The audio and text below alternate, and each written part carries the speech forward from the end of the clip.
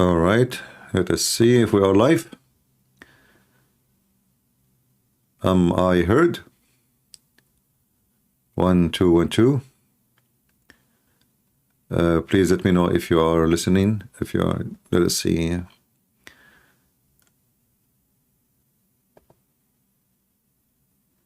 All right, okay. I think you guys can hear me now. Peace of the Lord to all of you. I hope my voice coming good and clear. Please invite your friends. And if you have a problem with the video, just refresh your page so you can, play it right. Today our topic is about politics. Even politics is not really our favorite, but we have to talk about it. And, there is things we see every day in life connected with politics. Like, you like it, you don't like it, it's not up to you. Through century, Christians been taught not to speak about politics, not to involve in politics, and that really have a very huge bad impact on us, because if you ignore the sewage, doesn't mean the sewage is not there. If you close your mouth or your nose so you don't smell what is there, doesn't mean that the smell is not there. Like, you are just making it, hiding the problem, which the problem is all over you. And this is how politics is. We Christians, we stay away from it for a long, long time because our funny, weirdo priest, they told us that politics does not go with God. In fact, everything in politics go with God. Why? Because if you don't fight for your rights and the rights of your babies and your children's, if that is not going with God, so what is, against God then? What those people are talking about? We left the stage for homosexuality, the woke culture, and they took over your schools. They make your children even confused about their gender. And all of this because the priests, they decide that we Christian, we separate between the church and government. But government, you should be governed by law of God. How we can separate between them? If the separation is just to prevent someone to take over the country using the name of God, I understand. But we don't separate really our life with the government of God. And this is why today we struggle with politics and those who work in politics.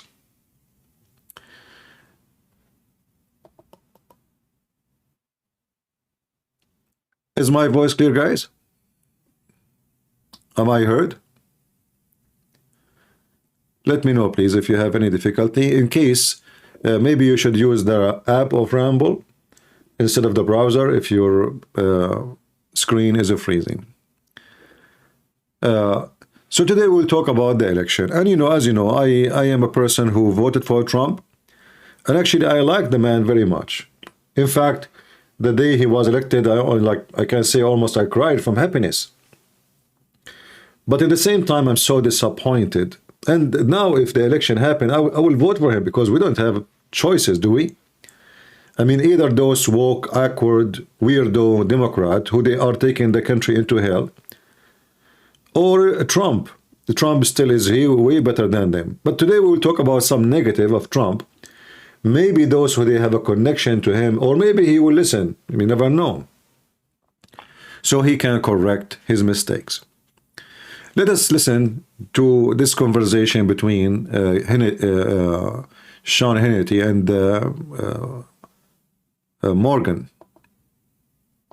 Donald Trump is more popular than ever and likened his comeback to that of Frank Sinatra, citing Trump's resilience and humor as two major factors in his resurgence here. Anyway, joining us now to explain all of this, the host of Uncensored with Piers Morgan. There's no such thing as a censored Piers Morgan. We should say this before at the outset here.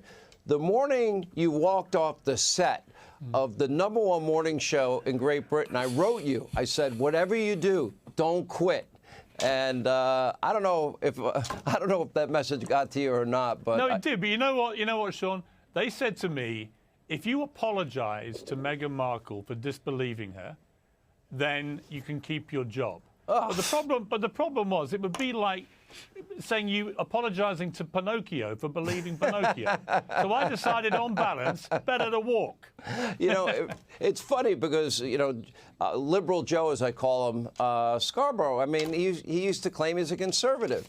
And it's like, you know, he just has adopted this liberalism because he wants to be on television. He used to beg, you know, people here to please hire him. And he didn't like the place he was working at, so he figured, well, he's not going to get hired here. Might as well do that. Let's talk about what you see about Trump. You'd been critical of President Trump.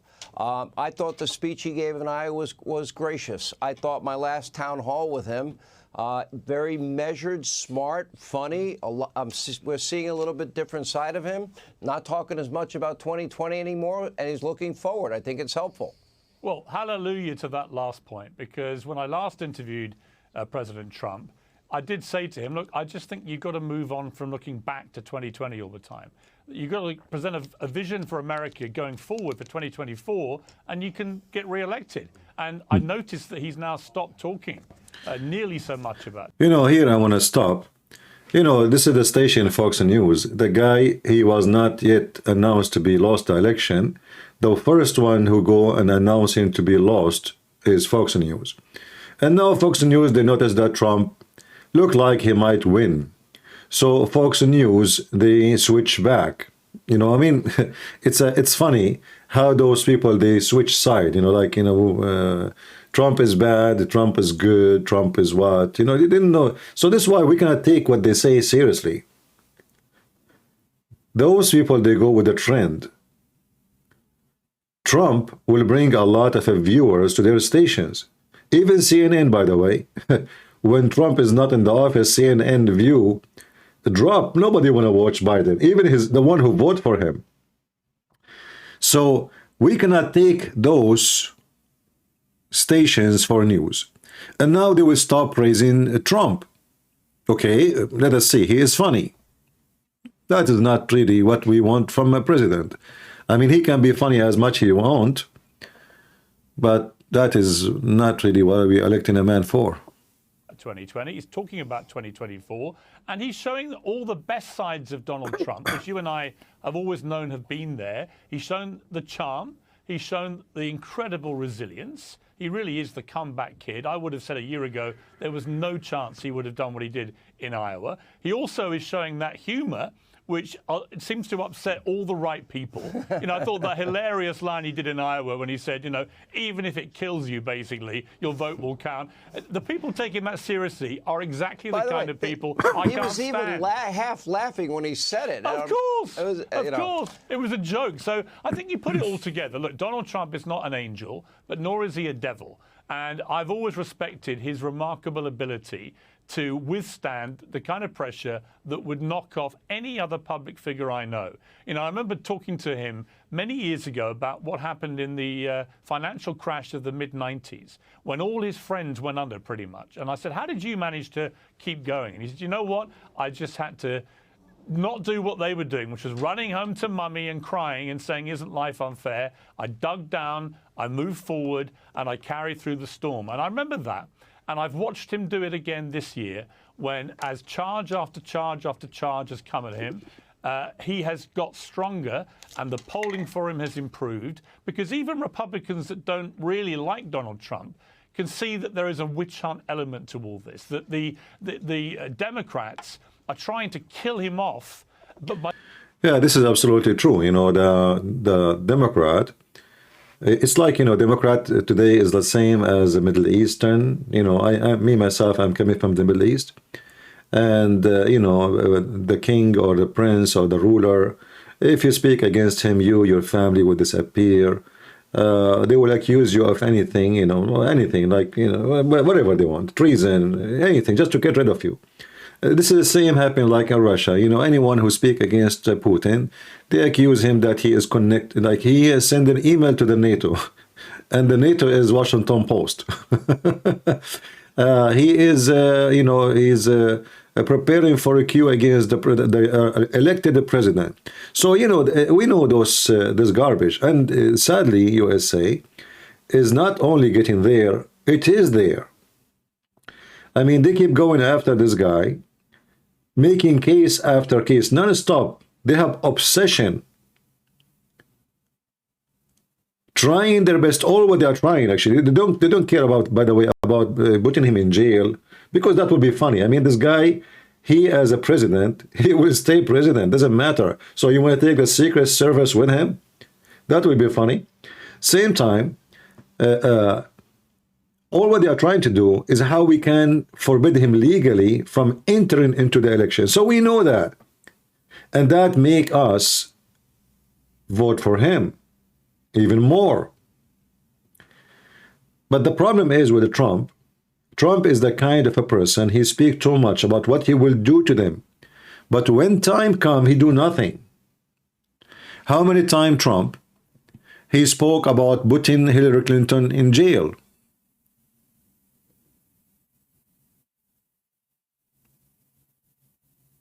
Correct? Did he put her in jail? Did he even make any legal movement against her? No. He did not do any right thing when he was in the government, when it's come to those things. Even the team he hired, none of them is good. The Justice Department, he keep attacking him, he betray him.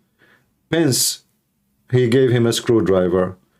I mean, name one person who worked for Trump, he was good to Trump. So he failed even to select his own team. He could not find one loyal person. Maybe the only one was loyal to him is at the end, Pompeo, the ex-CIA director. All his team are betraying him. This man, he have a very bad choice when he choose people to work for him. On the other hand, you will see how loyal the team of Biden to Biden. I mean, they bite everybody, try to get close to Biden.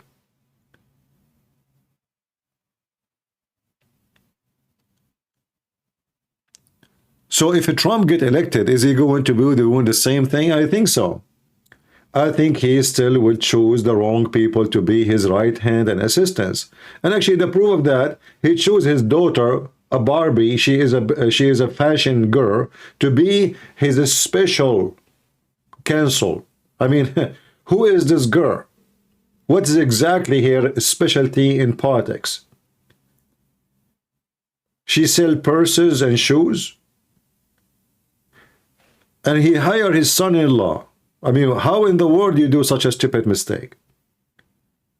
A man who later he rented his business, his property to Qatar, and we will talk about that. So Trump, he might represent like a hope for the Republican, or let us say conservative, but he is not conservative. He is just trying, the same as all of them, to present himself for the one, like, you know, like you're a salesman. The one who will vote for you is those guys. So I have to present myself to them as as someone present the conservative people. But was he a conservative person? He was not.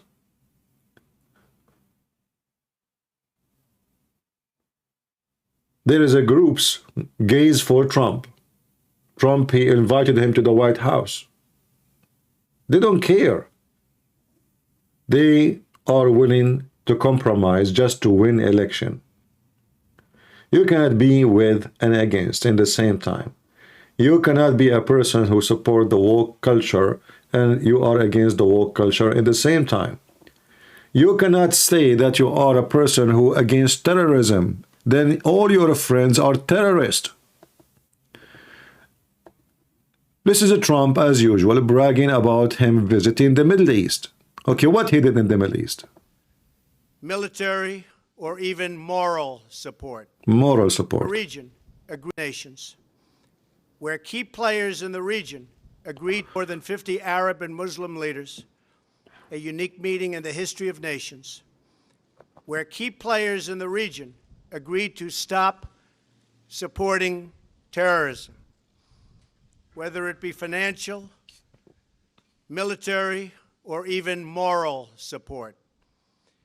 The nation of Qatar, unfortunately, has historically been a funder of terrorism at a very high level. Okay, so he go in TV and he speak about Qatar in a very high level, isn't it? Isn't it? This is clear, evident that the Prince of Qatar is a terrorist himself. Then a few days after, you will see Trump shaking hands with him and sending him a lot of weapon and favoring him. And not only that, later he forced Saudi Arabia to shake hands with them and take sanctions. At that time, Saudi Arabia and Emirates almost was going to go in war to remove the terrorist government of Qatar. It was the stupid Trump who protected them. And you need to answer for that. Why Trump was supporting Qatar? There's no answer except money. There's no answer. Especially both of them, both sides are terrorists. When Trump, he said first time, Islam hate us. I said, finally there's somebody who's saying the truth. So Trump, he say, I think Islam hate us. And then he's the same Trump, he go and he protect the government of Qatar from the neighbors. And now because of Qatar, the genocide happened to the Jews in Israel.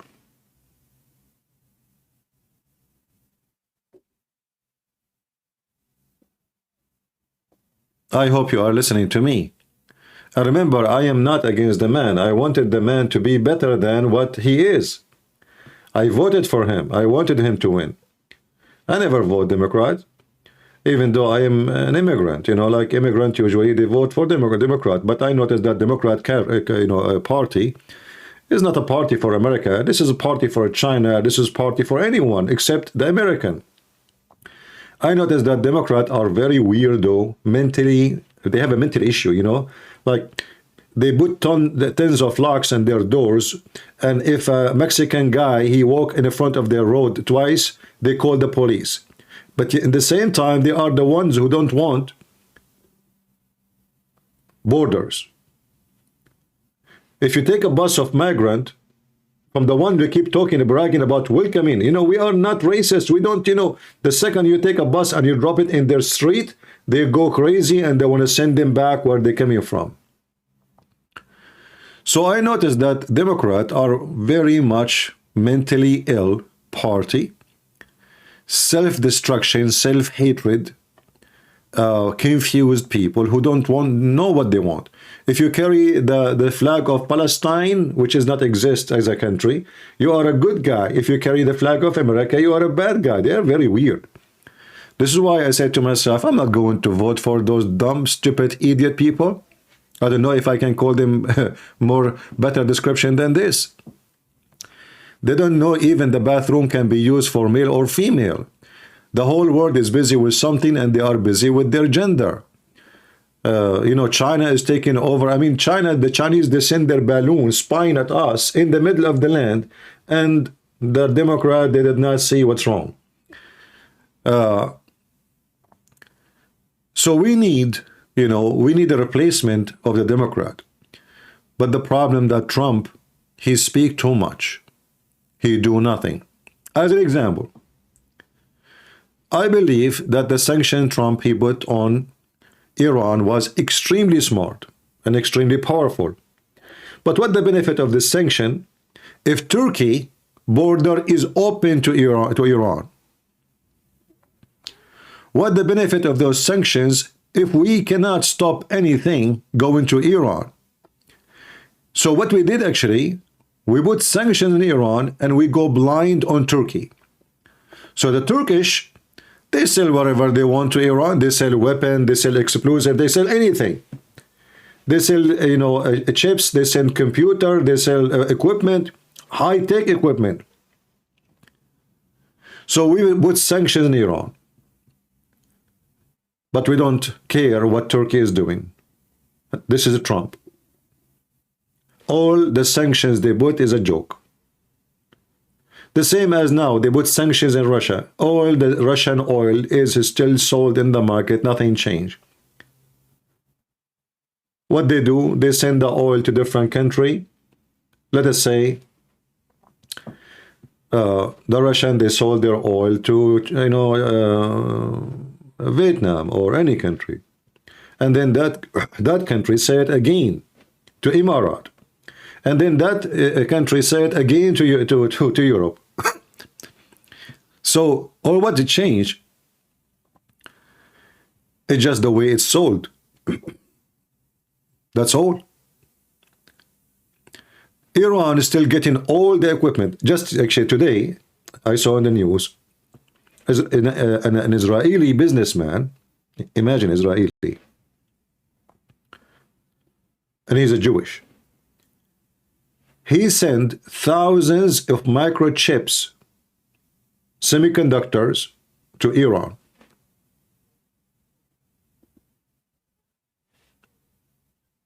And let me check the news to be sure it's Iran or Russia, either one of them, just to be correct. For the sake of money, there's a lot of people, they are willing to sell their own private part.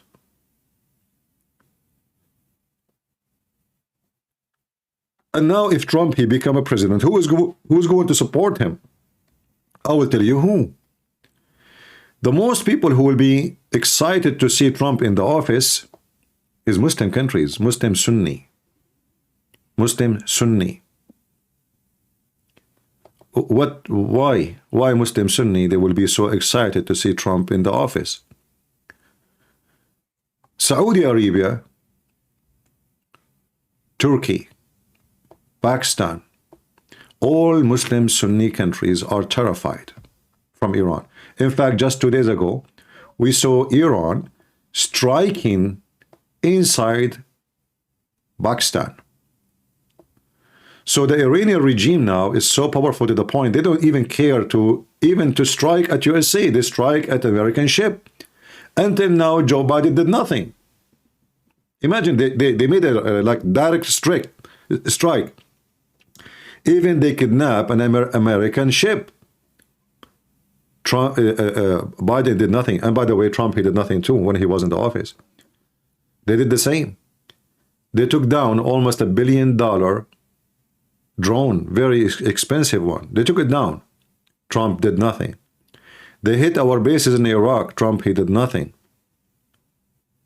So Iran now, because of the weakness of leadership from both parties, they feel they become superpower. And we don't know even, maybe now already they have a nuke.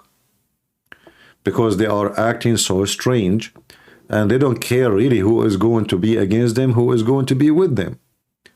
As if they are sure they are going to destroy their enemy, no matter who is he. When Iran go and attack Pakistan, Pakistan is a country have nukes already. Yet they don't care.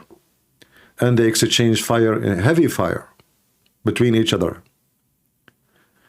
Obviously, they are willing even to go in war with Pakistan. So Iran now is expanding their power everywhere. Who is the one who is going to support Trump? Saudi Arabia, Emirat, Bahrain, Pakistan. All the neighbors who fear Iran, they want Trump. Obama is the same as Biden. Biden is the same as Obama, and Obama is a Muslim Shia. This is why he supports Iran. It's not a secret, not for me at least. So if a Trump become a president, the Muslim leaders, they are going to use him as a shield to protect them again. And it's time for America to stop protecting those terrorists. Why we need to protect Saudi Arabia? From who? Why? Why we should protect them? For sending 9/11 terrorists to us? Why we should protect Egypt?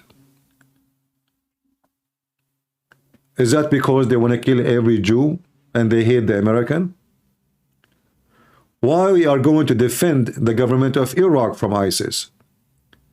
Is that because every Iraqi Shia in Iraq, he screamed death to America, death to Israel?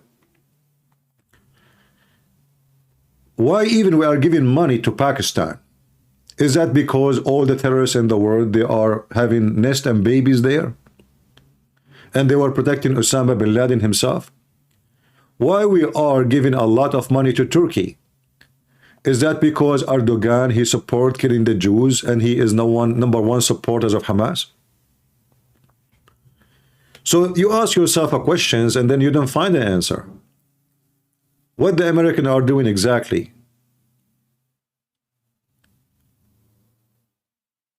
If the Americans stop playing police, what will happen?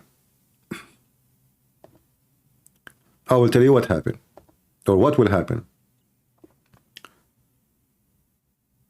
Those terrorists will kill each other, and they will not come to us until they are exhausted, and then you can finish them easy. If Iran go at war with Saudi Arabia,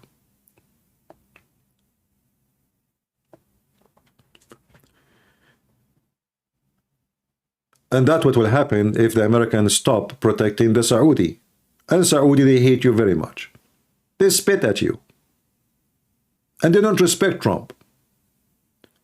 They knew that this guy, he just want money. He don't have, you know, the ethic there. The American government, through generations, they don't go by ethic, they go by money. Nothing personal. Business only. So the Saudi are number one enemy to Iran. And they are terrified because Saudi Arabia cannot go. They cannot even handle a war for a few hours with Iran. However, the Saudi Arabia, because they are the center of the Muslim Sunni world, Iran is going to face a lot of problems when they go and attack Saudi Arabia directly. Emirat, the same. It's a small, tiny country. You cannot even call it a country. Small population, and this country will be empty in 5 minutes if the war started there. Actually, if the Iranian, they shoot 1, 2, 3 missiles, the airport will be loaded by people when I leave the country. Saudi Arabia, they start investing heavily in Pakistan. And the reason for that, because if Iran attack them, Pakistan is just in the border. And Pakistan is a way better country to fight Iran. But they are no match still. For Pakistani army is beyond, you know, cave time. Even though they have nukes, but this is the only thing they have. The rest is really stupid and it's not. We cannot really consider it. They don't even. The government can't even control their land. There is a group control. You know, a massive part of Pakistan. The police until now they carry sticks in their hands. The army they fight with a stick. I mean, it's just even they have nukes, but they are no match to go in war with anyone. So what's going to happen? Saudi Arabia will do their best to support Trump to be elected. Qatar, in the same time, they don't favor Trump. However, Qatar, they knew that Trump, he loved money. And already they did buy Trump when they rented the building from his own son-in-law. $1 billion rent for 99 years. So Qatar, what they do, whoever is going to win the election, we buy him. If it is Trump, we buy Trump. If it is Biden, we buy Biden. If it is whoever he is, they knew that those people, they worship money, not God. And this is why we see, if you type right now, bribe, Qatar bribe, you will find that Qatar bribing every single country in the world, with no exception of European Union, Parliament, ministers, defense ministers, even the FIFA, they bought it. Money. They knew how much money they worship.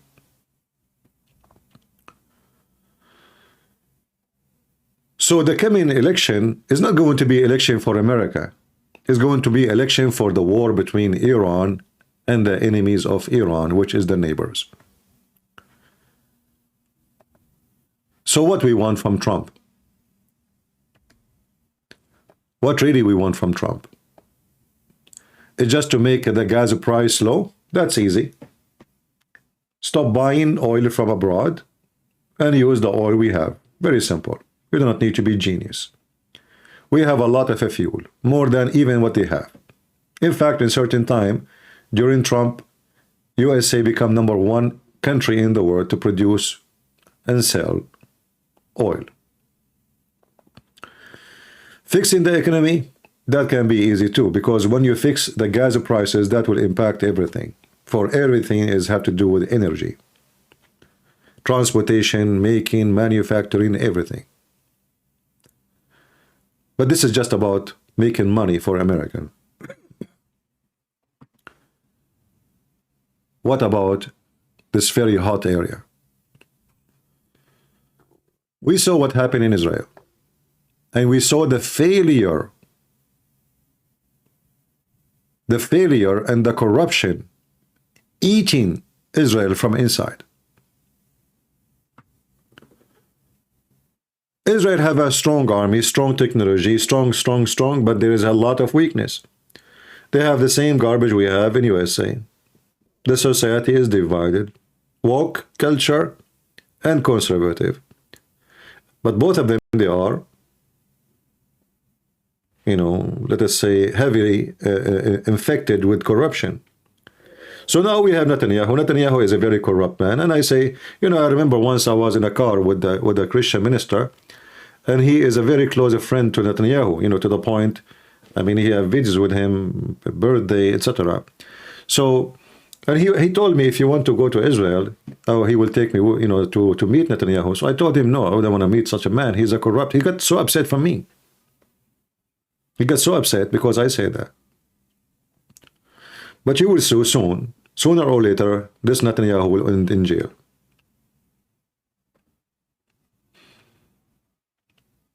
How those people can win war when their leader themselves are businessmen? I apologize. I'm coughing. I hope I will not have cold. After 104 days in war in Gaza, until now they could not find the hostages. Why? Because the hostages already, I don't think even they are in Israel. Most likely they are taken to Egypt. Sometimes you ask yourself, who is the dummy and who is the stupid here? And who is the smart? So, we say we want the hostages, and then we start attacking area which is not connected with the border. This is the border between Gaza, between Gaza and let me zoom in. Hold on.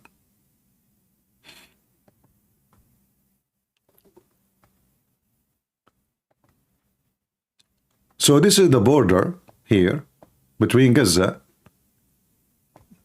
and Egypt.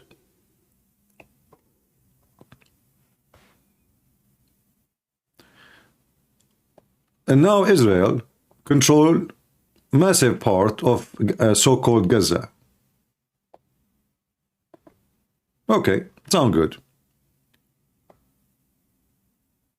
But in reality, until now, they did not do the most important thing. This is the border. Let us make a line with the color you can see. This is the border with Egypt. And this is where all the garbage coming from. So Israel, they took over all this area here. All this area now is controlled by Israel to the seashore. They took over this area here too. And they are expanding. And soon they will be connect both. And they will take all this area. So let us say, soon they will take all over except what is called the green area. But as long the borders tunnels here is open, you did nothing. And I am assuming actually by now that all the hostages smuggled already into Egypt. As long as they have tunnels, so why not? So even if you occupy the whole area, all of Gaza, you will not find them.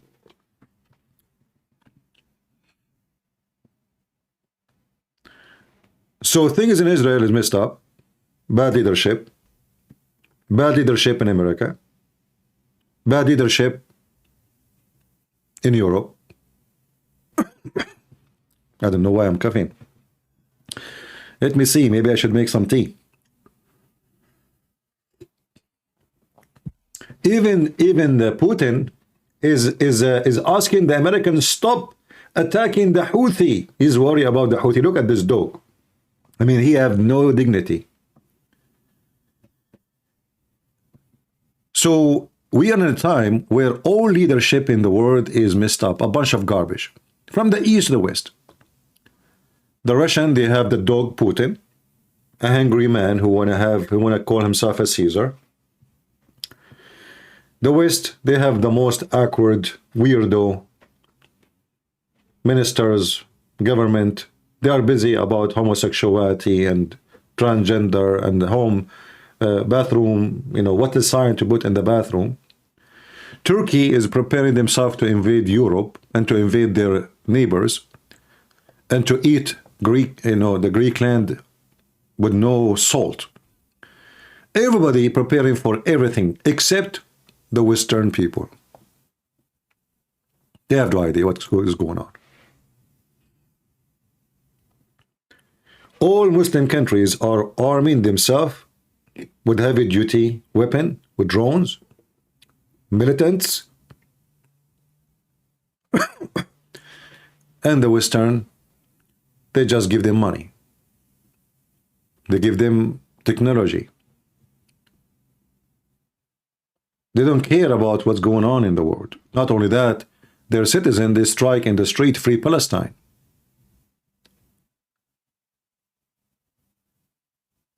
So the coming 3-4 years,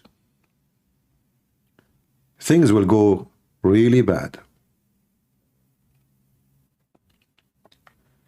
Iran, in this year specifically,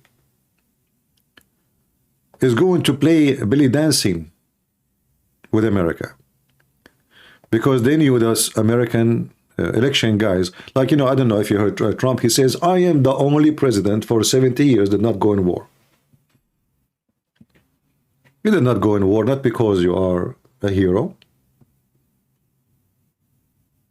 for the sake of coming election. So you did not go when you should go.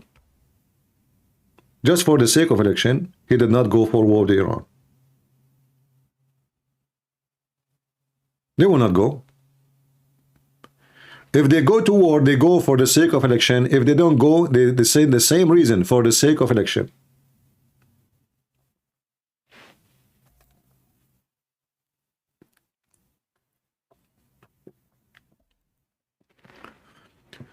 So their reasoning have nothing to do with wrong and right. Their reasoning have to do with election. Iran, they knew that in the year of election, presidents of America, they don't go in war. They avoid it. It's a very sensitive issue can be used against him in the time of war, in the time of election. So now the Iranian, they are going to attack American ships, American troops, American bases heavily. And they knew that Biden will not do anything. The same as Trump, he did not do anything when he did, because they knew there's election coming. So this year, we will see Iran practicing stretching her muscles, kidnapping more ships in the Mediterranean, or even in the Persian Gulf. They are even sending their warship to South America, and they are opening camps in South America, in Venezuela, in many, in Honduras, Nicaragua. So the Iranian expanding very, very heavy. The Americans are shrinking very, very heavy. Qatar is spending a lot of money supporting terrorists who they are from their side, like Hamas, Al-Qaeda, the Muslim Brotherhood in Syria. Iran are using the same names for their agenda. and Qatar is just a middle play game. You know, like when things get hot, the Iranian, they send the Qatari to negotiate, cool down, please don't use weapon, etc. We can discuss it. The same as what's happening now in Israel. Qatar is the same as the hole in a pressure cook. To save the terrorist from overheat, Qatar always is the one to do the business. And they are qualified. Why? Because simply they have a lot of money, and money solve problems. All those people in politics, they are slaves of money. And as long in the West, they did not stop the right of anyone who go in politics, who to be elected, the ability to collect money from overseas, that will never stop. And there is many ways, by the way, to give those politicians money, make it not like a bribe, you know. Like we make a contract with you. Like, you know, when Biden, he was hired in Ukraine. You see, this is not a bribe. I mean, he gave him a job, right? The same when Qatar, they rented the building of Trump's son-in-law. $1 billion to rent a building, which you can buy 2 of it with the same price. And nobody pay rent for the coming 99 years. So Trump get elected, it will make economy better. He will do things, you know, we agree with it regarding homosexuality and the woke culture. But this will not be really his major concern. Trump have a bigger problem. He have zero ethic when it's come to money. And those countries have a lot of money. All what they need to do is to invest in Trump. And Trump will be their magic ring. And this is what Qatar did with him. Qatar, they forced Trump to force Saudi Arabia to take the sanctions away. Qatar forced Trump to force Emirat to take the sanctions against Qatar. Money. Money. So when Trump, he became a president, and then he became the guardian of Qatar. If not Trump did that, October 7 never happened.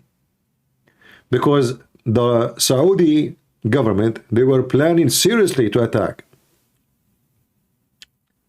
They can attack Qatar and they can replace the government in less than 2 hours. Qatar is just nothing. It's not even a country. It was Trump who prevented them.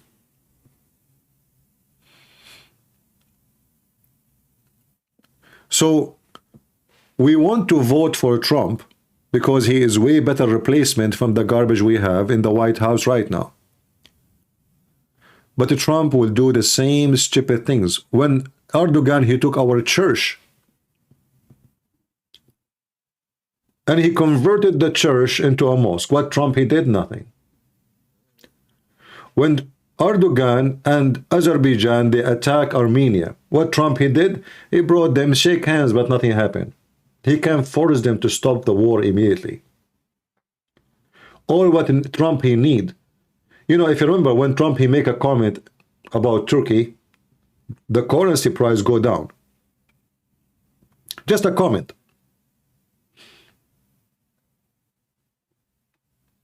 So imagine if Trump, he stopped buying things. He said, we will not buy from Turkey, or we increase the tax on any product coming from Turkey.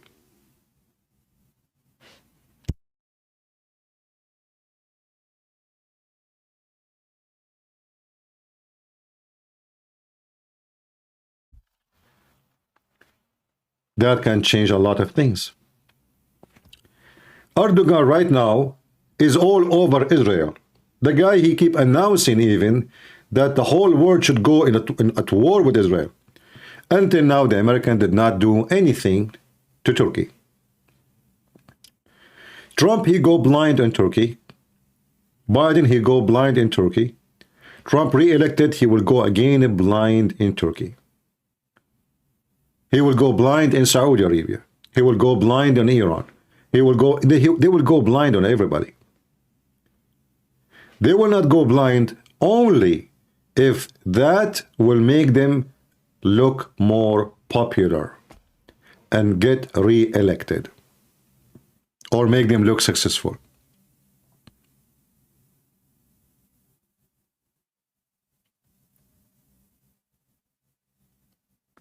So for me, if Trump, he won the election, okay, the tax will be less, the gas will be cheaper, food will be cheaper. Sound good, always good. This is what we want for sure. But Trump, he will not make things better abroad. For he is the same as the rest of those Western leaders, bought by the Arab Muslims.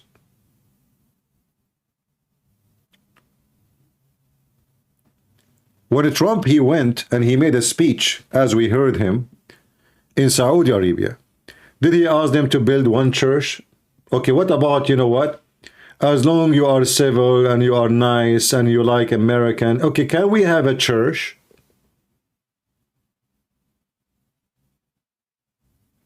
Can somebody preach the gospel? We allow your citizen to come to our country. They can build a mosque in every corner. Can we have just equal treatment? He did not even open this topic. All what he cared for, selling weapon, investment. That's all. He don't care. And actually he told them, I don't care. I'm not going to police you and tell you what you do in your country. Well, we don't want to tell them what to do in their country, but at least you claim to be a leader who stand for basic things. Can somebody believe in Jesus, say, I believe in Jesus in the street in Saudi Arabia? We don't want them to make him a prime minister. Can a Saudi citizen convert to Christianity and nobody kill him? And government protect him? So all those who claim to be conservative, they are conservative about their pocket. For their agenda have nothing to do with our agenda. Their concern have nothing to do with our concern. Their concern is something totally different.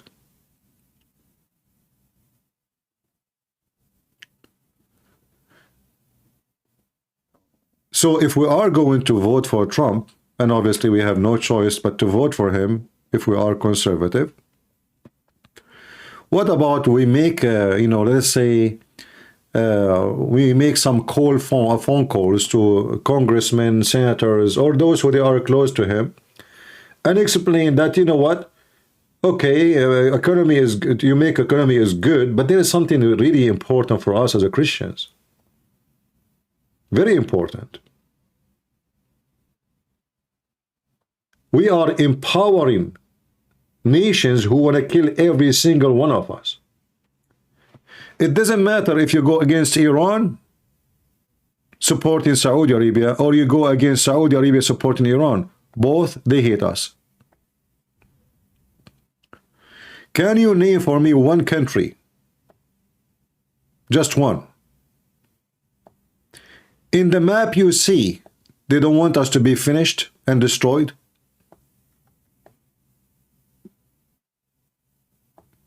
Can you name one?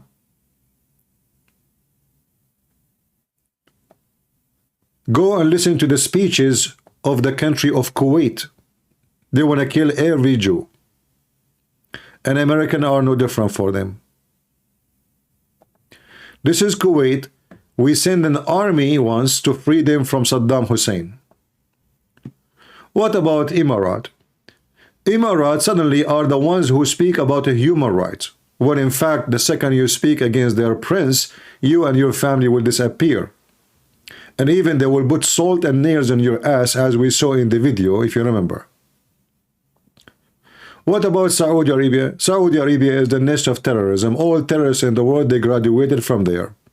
Name for me one famous terrorist. He did not get his PhD from Saudi Arabia. What about Jordan? The king of Jordan, imagine, you believe it or not, he refused even to meet Joe Biden when he decided to come after October 7. Jordan, which we pay for their salary, and their army depend on us. The king of Jordan, which is nobody, he's just a Bedouin kid, he was made king by the British intelligence. He refused to meet with the president of United States. Do you see how bad the situation is? Do you see it?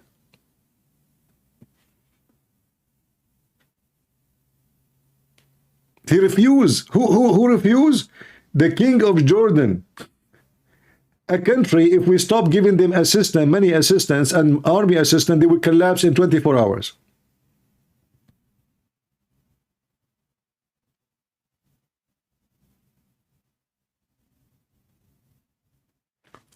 What about Egypt? Egypt, they have conditions in America. Egypt, I mean, the whole country, we feed them. The bread of every Egyptian is paid by USA.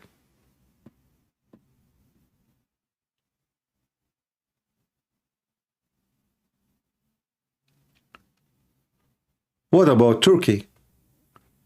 And why even Turkey is part of the NATO? When those people, they never allow America to use any bases in any war. Do you know that? When the American went against Saddam Hussein, Erdogan, he said, no, you are not allowed to use our bases. When the American, they went in war in Syria, he said, you cannot use our bases. Anything will happen. NATO is not allowed to use their bases. So what is the purpose of having bases of the NATO in Turkey? Just to make money.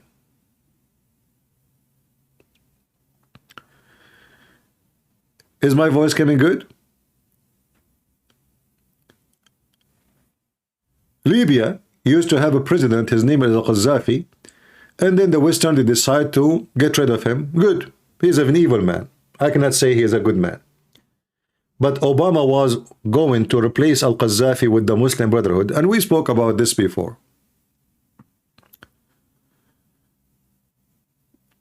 So this coming year is going to be a very ugly year. The American as a nation are very much divided. The Congress is not a Congress. It's a bunch of businessmen who they are in the Congress just to know what the stock market will be tomorrow, so they knew which stock to sell or to buy.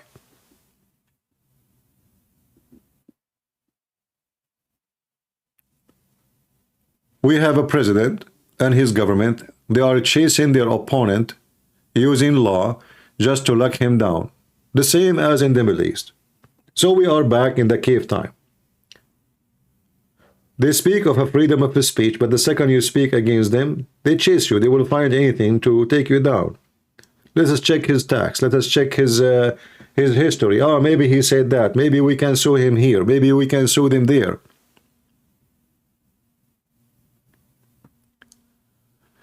So here you will notice that those people here, they are not the one to trust for a future governing or protecting the country. So what Trump will do if he becomes president? I have to say to you that Trump, he would do nothing good abroad. Nothing. He will put sanctions on Iran again. Okay, wonderful. But he will not care what Turkey is doing. So sanctions is useless. Because as long as the borders between Iran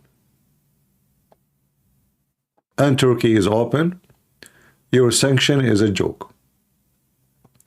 He put sanctions in Syria.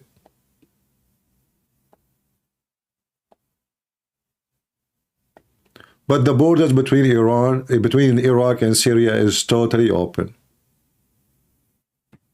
So your sanctions is a joke.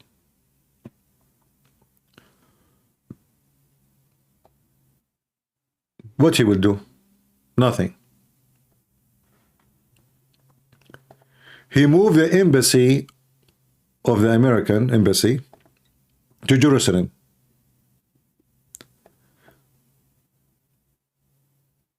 But he did not do anything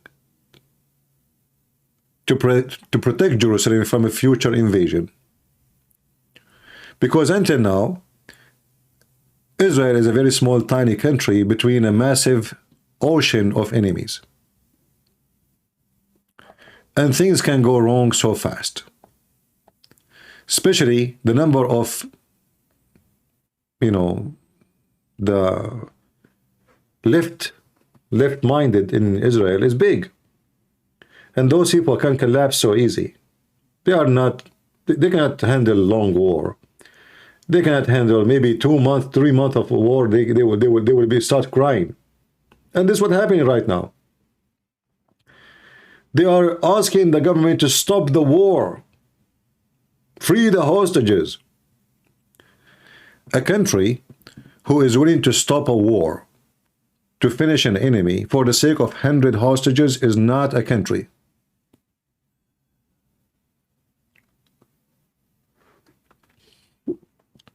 I don't know if you understand what I'm saying.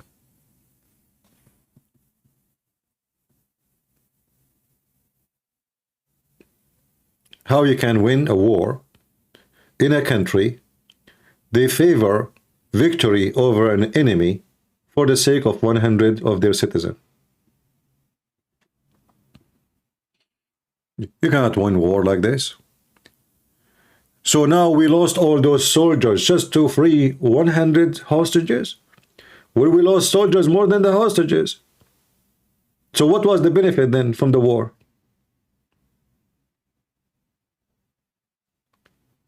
The war should not be from the beginning for the sake of hostages.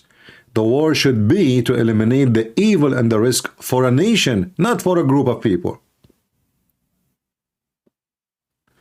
And if the Israelis don't understand such a thing, they will never win a war.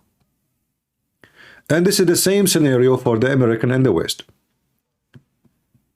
Until now, they don't understand that their friends are their enemies. So now, if you ask the American, who is our friends? If you ask any American senator, they will say to you, oh, Saudi Arabia is our friend. Are you sure? Really? Since when? Emirat, our friends. Are you sure?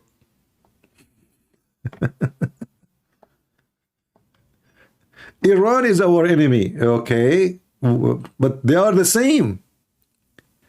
All of them believe that you are a kafir, you are filthy, you are an infidel, and you should die. All of them in their schools, in their university, teach that you are evil and you must go.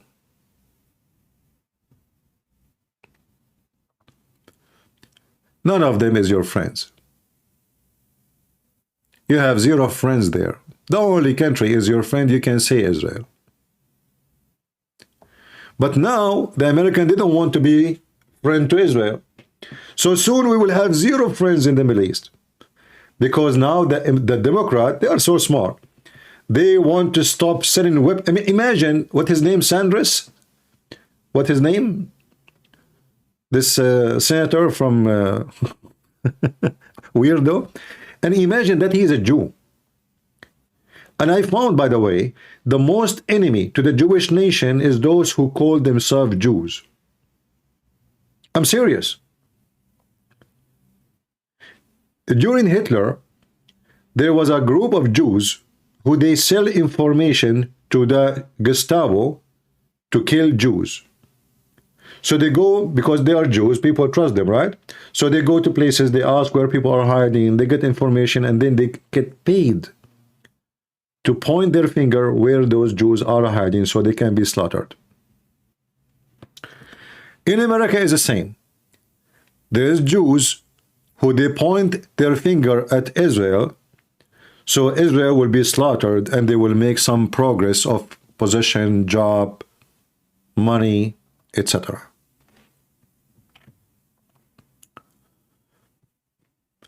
So things is going really wrong. Trump, he supported Israel. But Trump, he supported Israel in the wrong way. And I'll explain to you. Many of you think that peace agreement between Saudi Arabia and Israel, Emirat, Bahrain, with Israel, all is extremely good for Israel. Who here agree that, like now we heard, that even the Saudi, they are putting conditions on Israel. If they want to have a peace agreement with them, they have to agree with two-state solution and stop the attack in Gaza. So who think really that Saudi Arabia is a good thing to have peace agreement with them? Who think that will help Israel? Yeah, Bernie Sanders. Yeah, Bernie. You see, the peace agreement with Israel is 100% against Israel. And I'll explain to you why. When Israel have a peace agreement with Emirates, part of the peace agreement that both citizens, they can fly to each country without even a visa.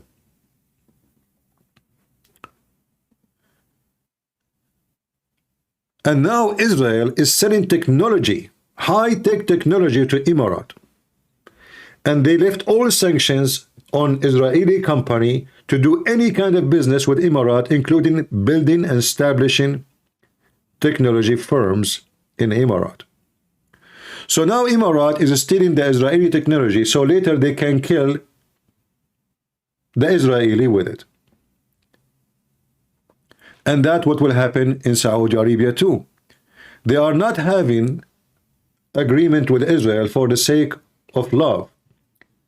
Emirates and Saudi Arabia, they have one enemy. It's called Iran. Israel is the enemy of Iran. And Israel is full of technology and have a great, like you just say, manufacturing skills. So they need them badly in order to promote themselves. And if they have a peace agreement with Israel, that will make America lift many sanctions of a product to be sold to those countries. So the Muslim countries, Saudi Arabia, Emirates, Bahrain, etc., they will join a massive ability of generating high-tech by such a peace agreement. And in 20, 30 years from now, Saudi Arabia will not be Saudi Arabia as we know, is going to be very high-tech. The same as the Turkish did. The Turkish, they signed tons of agreement with the Israeli. And the result of that, the Turkish, they stole tons of technology from the Israeli. Good for Erdogan. And until now, still the Israeli companies are giving technology to Turkey. The whole story is about temporarily friendship until we can kill you. You know, remember, the Quran says, the Quran commands the Muslims, cry not for peace when you are the uppermost. Cry not for peace when you are the uppermost. So when Muslims can cry for peace? Never.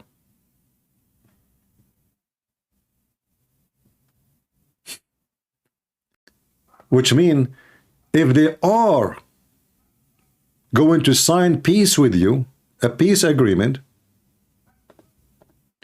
it's just temporarily until they become the uppermost. Right? When they become the uppermost, then we kill you and we finish you and we get rid of you. Let us clean the screen here so we can show you the verses we are talking about. Give me a second. All right.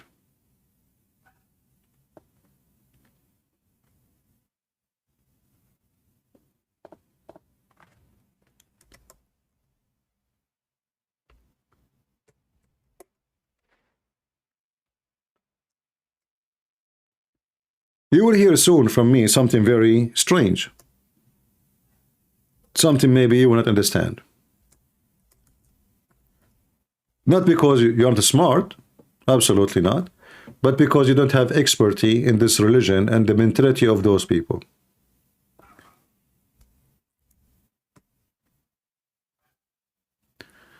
If we go to the chapter of Muhammad,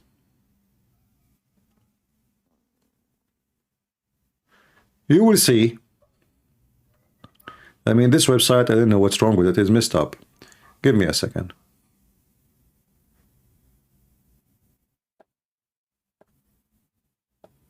Let me try to find a different website.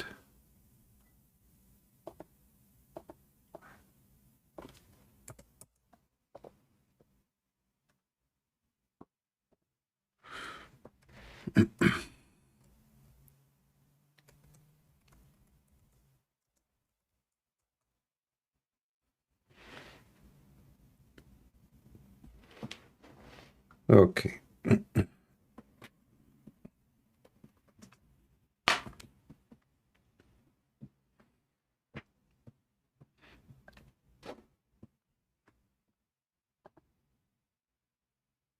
Yeah, I don't know, like they took the search engine from it, so we cannot open it no more. But we will do this.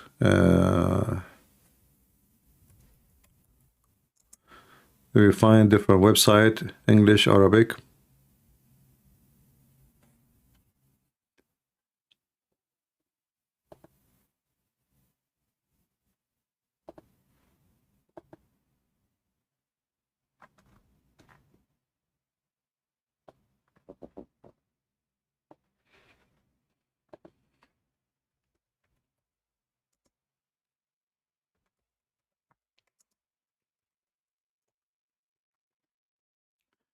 All right, let's see this one.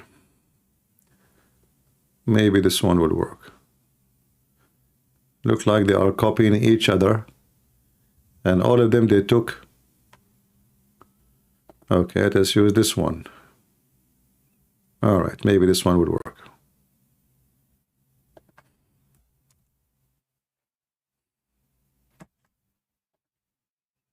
Because we need to show it to you in Arabic and in English. And let us see here, we had the translation. Okay. All right.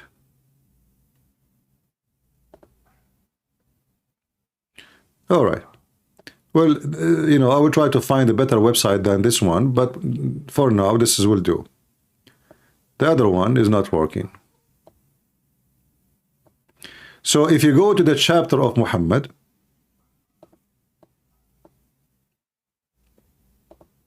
verse number 35,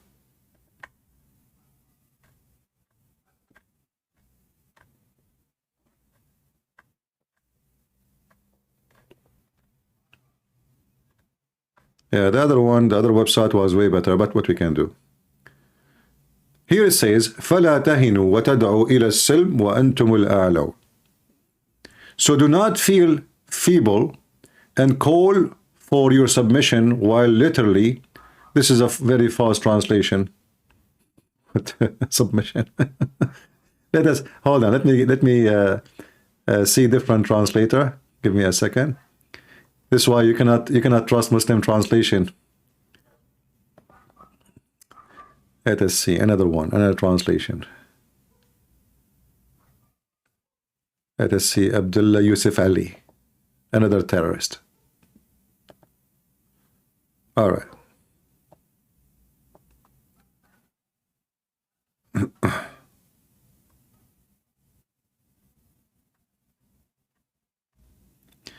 But not weary and faint hatred, crying for peace, when ye should be uppermost. For Allah is with you, and He will never put you in lose. So when the Muslims, they go and sign for peace, they are doing something against Allah teaching. However, in the Quran, there's a solution for that. It's in front of you. You can go faint hatred, crying for peace, if you cannot be the uppermost. So if a Muhammadan, he knew that he have an enemy and this enemy can defeat him easy. So what he do? He signed for peace temporarily. He fooled the enemy that I want peace, I don't want to go on war with you. Let us, shake hands, sign papers, and then we wait until one day we can defeat them, and then we attack them. Are you with me?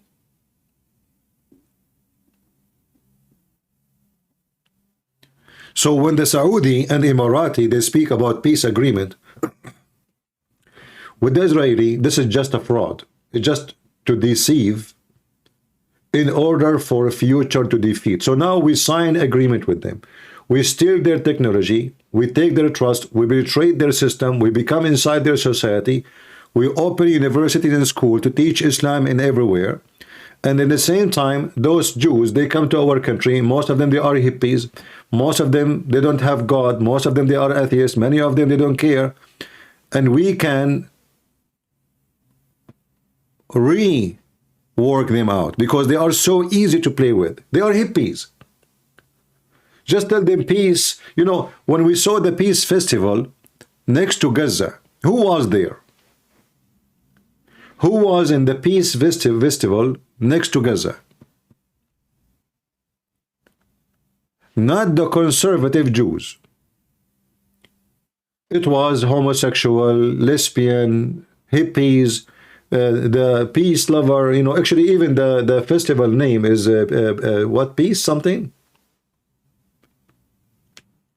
So those people, they have a dream, they are dreamers. They have a shallow mind, and they don't understand that their enemy is a wolf and he want to eat them alive. So they will be able to use them against Israel. The same as they are doing right now in America. They are using, there is now an organization in USA, it's called the Voice of Peace. Voice of Peace. It is Jews. It's a Jewish children who they are seeking the destruction of Israel.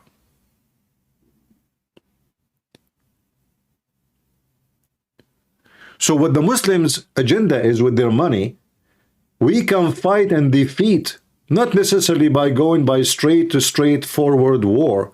We can use their children to fight them and destroy them. If you remember, we played a video before about the KGB agenda. Anyone remember? Let me see if I can find it.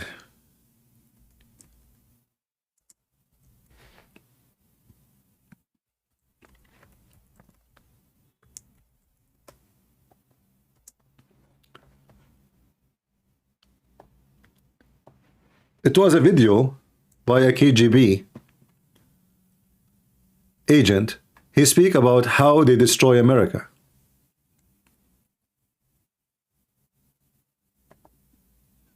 Well, you Let me spoke see. several. Here we go. Let me show you this video. And you tell me what's happening right now. Isn't it this is exactly what they say they want to do? And the Muslims are doing the same thing. Listen carefully, please. Times before about ideological subversion. That is a phrase that I'm afraid some Americans don't fully understand. When the Soviets used the phrase ideological subversion, what do they mean by it? Ideological subversion is the process which is legitimate, overt, and open. You can see it with your own eyes. All you have to do, all American mass media has to do, is to unplug their bananas from their ears, open up their eyes, and they can see it. There is no mystery. There is nothing to do with espionage. I know that espionage intelligence gathering looks more romantic. It sells more deodorants through the advertising, probably. That's why your Hollywood producers are so crazy about James Bond type of thrillers. But in reality, the main emphasis of the KGB is not in the area of intelligence at all.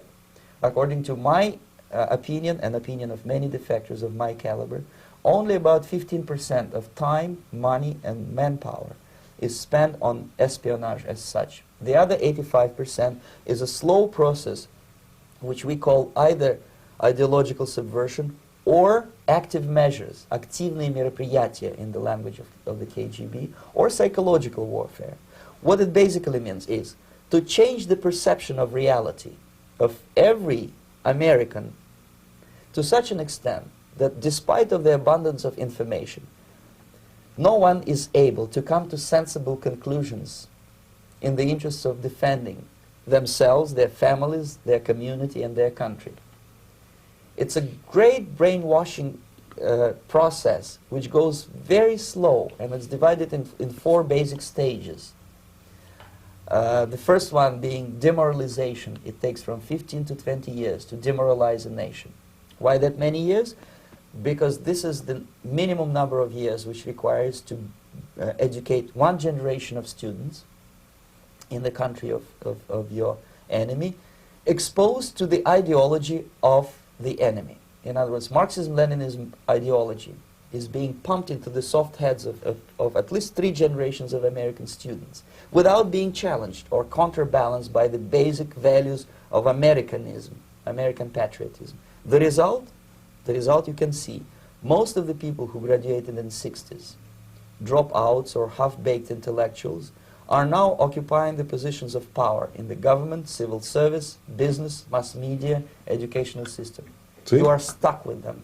You cannot get rid of them. They are contaminated. They are programmed to think and react to certain stimuli in a certain pattern. You cannot change their mind, even if you expose them to authentic information, even if you prove that white is white and black is black, you still cannot change the basic perception and the logic of behavior. In other words, these people, the process of demoralization is complete and irreversible. To get rid society of these people, you need another 20 or 15 years to educate a new generation of patriotically minded and common sense people who would be acting in favor and in the interests of United States society.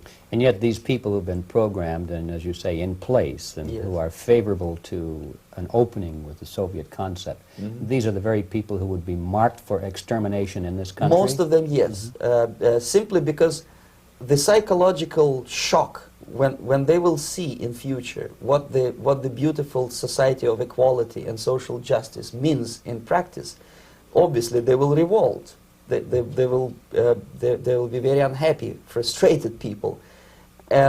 And you know, you can watch the video, and then he will say to you, even if you bring a person, you show him things in front of his eyes, still he will not believe it.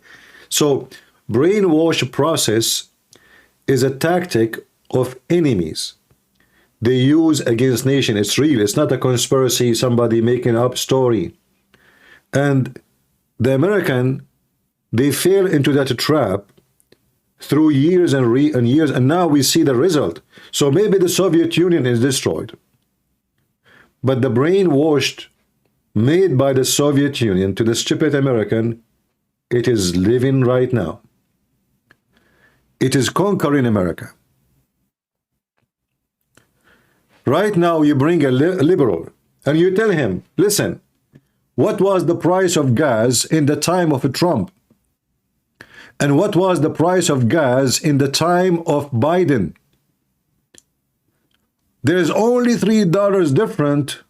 Still, he don't understand why Biden is bad. You tell him, I used to buy a loaf of bread from Walmart for $1. Now it is $2. Still, he don't understand why Biden is bad. You say to him, your security is bad. Crimes increase, border is open. Medicine is expensive. Housing is extremely high. Still, he don't understand why Biden is bad. And this is what this KGB talking about. That you make those people think in different way. They have an illusion. And this is what's happening right now in Israel and in America.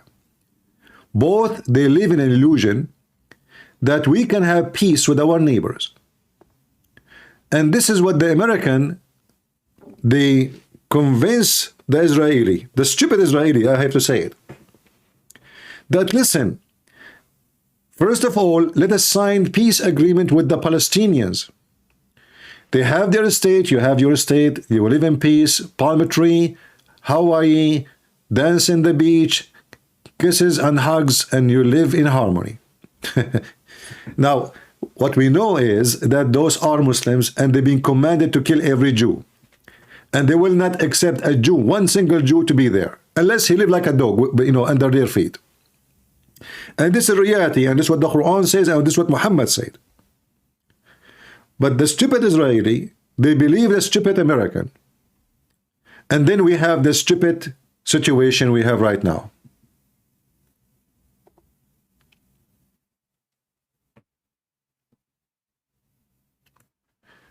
So the Israeli, they are so stupid to the point. They think they can have peace agreement with their neighbors. So they start giving land. They gave Egypt the whole territory of Sinai, which is bigger than Israel itself, many times. The Egyptian until now, they dream of the day they will conquer Israel. And I'm talking about the Egyptian Muslims. They sign a peace agreement with Jordan. The Jordan king is just a sex toy in the hand of the Palestinian, because simply more than 70 to 80% of the population of Jordan are Palestinians. So he have to say things to make them happy. He have to do things to make them happy. Otherwise, they can take him from his job as a king, and I love here, in one day. The Syrian, they are now totally under the control of the Iranian regime. So what Israel did exactly by signing peace agreement? Anybody can tell me? When Trump, he forced Israel to sign peace agreement with Emirat, and he convinced the Israeli that this is for your best. Why it's for their best? What Emirat have to do with Israel? Do you know how far Emirat is? They are not even in the borders. He made victory by making a country like Bahrain, it's not even in the size of your backyard, to sign an agreement with Israel. Who's Bahrain? King of Bahrain. He signed an agreement. Who is Bahrain? Can somebody tell me what is Bahrain? And then he go on TV bragging about a victory he did. So they are signing agreement with people who don't have borders with them. And if they agree for peace or not doesn't make any difference. Because peace is not between government. Peace is between nations. And as long all the nations around them, they hate the Jews, then this peace is a joke. The Quran made it clear. The Quran made it so clear. The most people who hate you, Allah said to the Muslims, is those who call themselves Jews. When Muhammad, he said, you are going to fight the Jews and you are going to kill them. Muhammad was not joking. And he was very serious.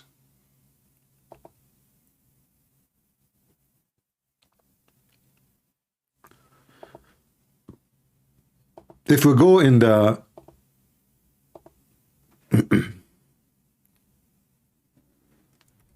in the hadith,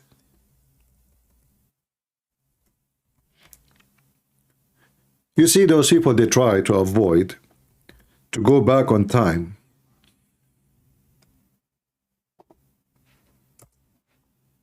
But if you don't go back on time, you cannot see the future. This is Muhammad commanding the Muslim. Doesn't matter if they live in Emirat or they live in Pakistan or they live in Bahrain or they live in anywhere, even in America, doesn't matter. The filthy messenger of Allah, he said, The last hour will not come until the Muslim fight against the Jews, until a Jew will hide himself behind a stone or a tree, and the stone and the tree or the tree will say, "Oh Muslim, there is a Jew behind me, kill him."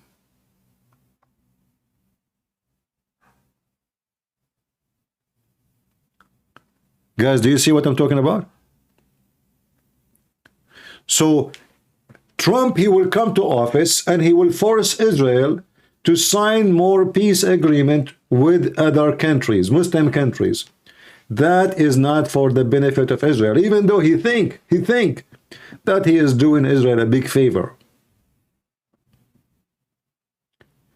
It's like giving your key to your enemy. They will open their borders. People, they can fly to Israel from everywhere. Like now, if you are from Emirates, you can just buy a ticket. You do not need a visa. You go to Israel.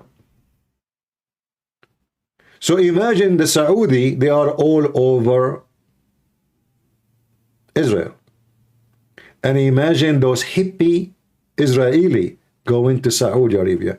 They will control them and they will brainwash them and they will use them to work against their own country. So the war is not for the benefit of Israel, because most of the children of Israel today, they are hippies.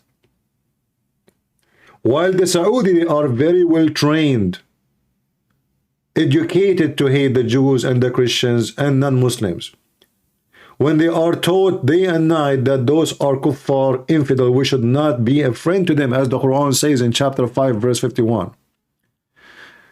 The Jewish kids, they put a ring in their nose and a ring in their, eyebrows, 10 rings in their ear, 1 tattoo in her ass, and she go to Saudi Arabia and she make love to the Saudi.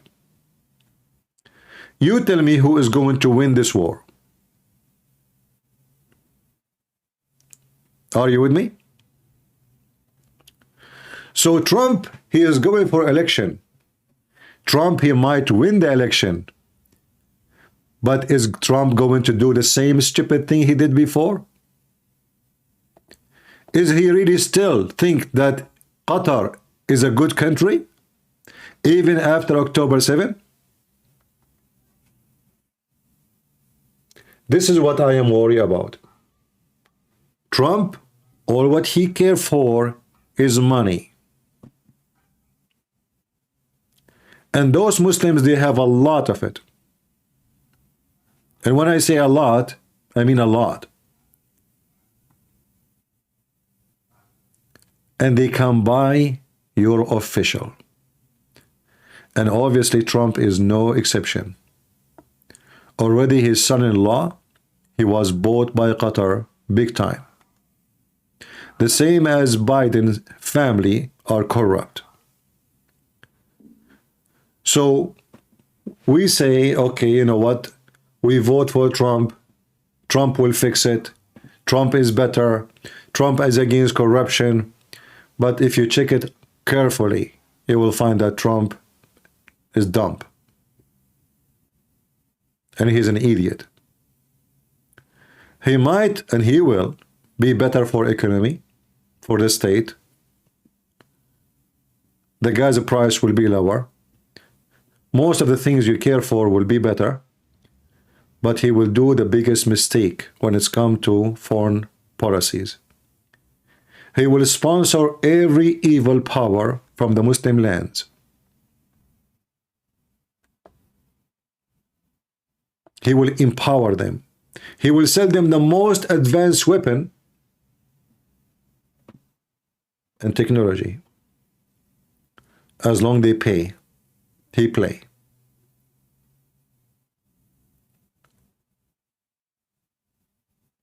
Right now we have many, many countries that they are laughing at the American, actually. Like Iran. I mean, Iran, they even attack American ships. They don't care because simply they knew that this country they don't have a leadership. They are not united. They are divided. The Congress is not a Congress. The senators are not senators. They use racism just for the sake of election. They are going back to the cave time where in the Middle East, if you speak against the president, they go after you, they put you in jail. Justice is not a justice no more in this country. There's justice for white, there is justice for black, there's justice for migrant, there is justice for non-migrant, there's education for this, education for that. The country is messed up. As an example, if you are a person who crossed the border, you have a free insurance. You don't even have papers yet. You have a free insurance.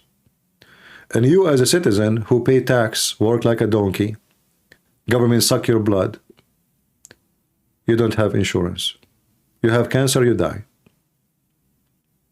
As simple as that.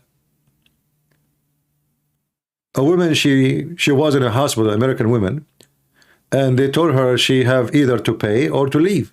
She have cancer. A woman next to her in the same room, she is from Syria. She is a refugee. They told her she don't need to pay because she is a refugee. This is how messed up this country is.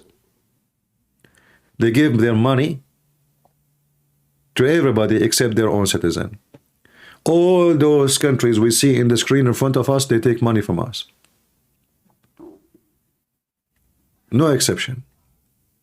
And none of them love us. And all of them, they wish our death. We empower them with technology, with weapon. We protect them from their enemy.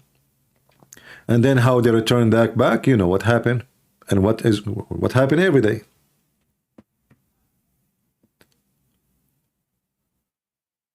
The Shia in Iraq, they kissed the ass of the American to come and get rid of Saddam Hussein.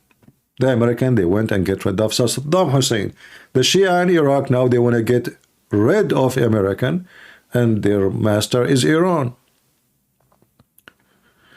And the same for everywhere you go.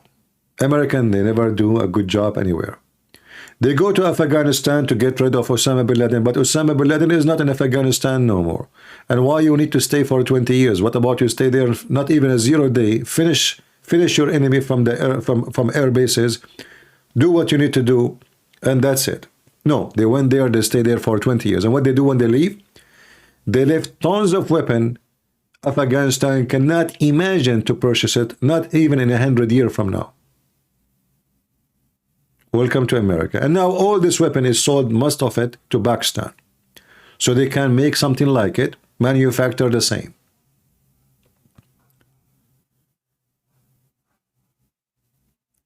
This year is going to be a very, very bad year. It's an election year. And those who they are in the office, they will go really aggressive. They will try to bite Trump as much they can. They are afraid of him to win. And I am afraid that if Trump wins, he will do the same stupid things he did when he was in the office. He will support Muslim countries. He will fool the Israeli, make them believe that peace is coming, and he will make things better for them.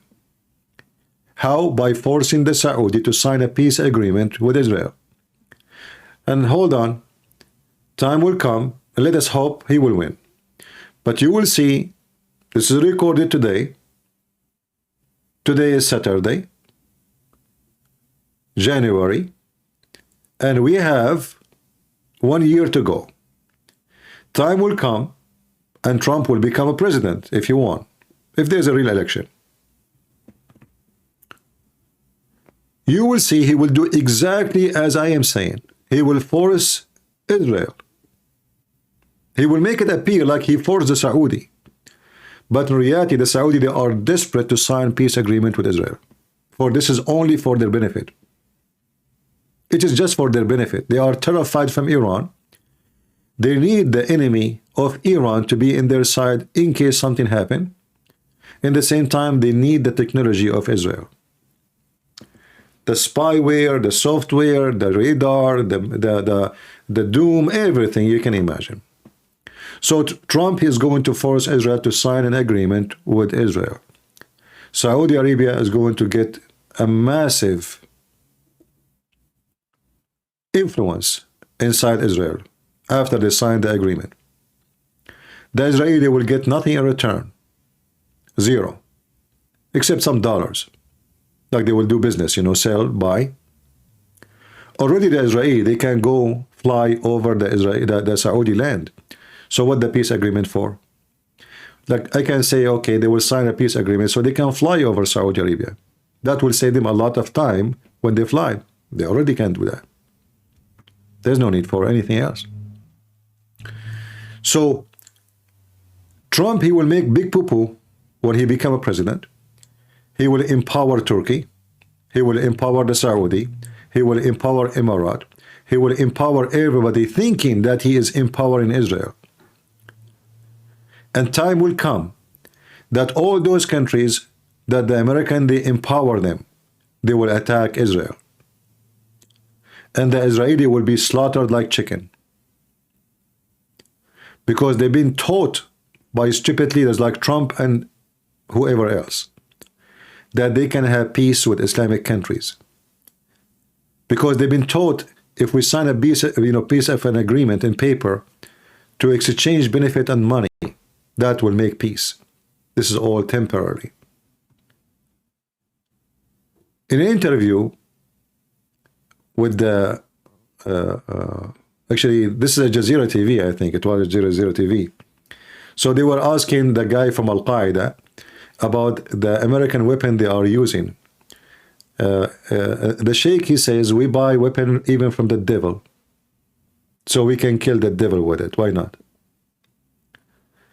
We are willing to buy weapon from everybody. We're even willing to make relationship with everybody as long that relationship will end for our benefit. And then we will find this, what Muhammad, he prophesied, and he is not prophet, as you know, but as long he commanded this can happen. Not as a prophecy coming to be true, but because people, they will work for it. The Muslim, they will work for this. This is more than any peace agreement you can sign. This is Muhammad's command. And supposedly Allah told Muhammad that the duty of every Muslim is to kill every single Jew to the point not a single Jew will stay alive in this earth. So those people will say to you in TV, like we see this Morgan, he bring Muslims to argue and debate. All of them, they are just a bunch of idiots. They are just doing show to make money. And they never reveal the truth there. Nobody, you will not find in one single show saying that the problem is Islam. Specifically, it is Muhammad. It's not Hamas. It's not as Arab, it's not the Saudi, it is Muhammad himself. The founder of Islam, the biggest terrorist. All those who they are working in politics, like Trump once, he said, I think Islam hate us. He was very truthful. But since then, he never repeat that again. Now he is doing the opposite. Now he shake hands. Would Islam hate us? And he tried to convince us that he is doing the right thing. How Islam hate us, Mr. Trump? And Muslim loves us.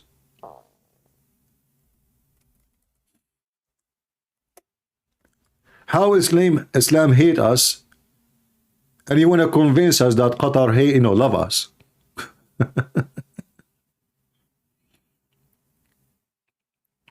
What is that?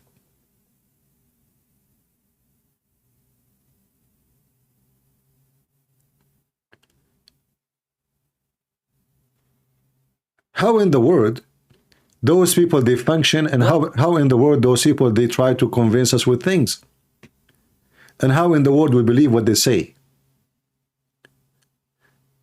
How you say Islam hate us and then you give weapon to Islam? How you believe Islam hate us and you protect Qatar? How you say Qatar is supporting terrorists and then you make Qatar a special friend? And Biden, he did the same.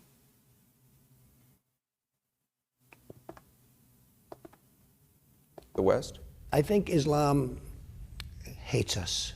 There's something there that there's a tremendous hatred there. There's a tremendous hatred. We have to get to the bottom of it. There is an unbelievable hatred of us.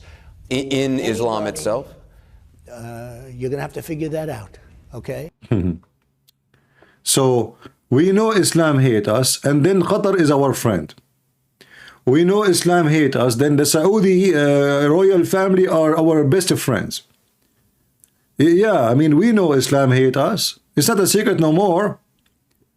And then we go proudly holding a check signed by the Saudi. So how we can understand Trump? Do he really still believe Islam hate us?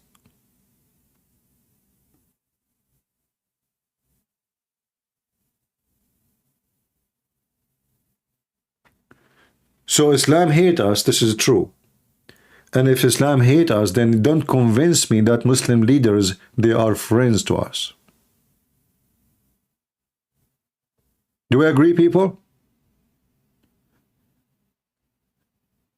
He said the truth. Islam hate us. This is the truth. If you go right now to the Quran, in chapter 5, verse 14.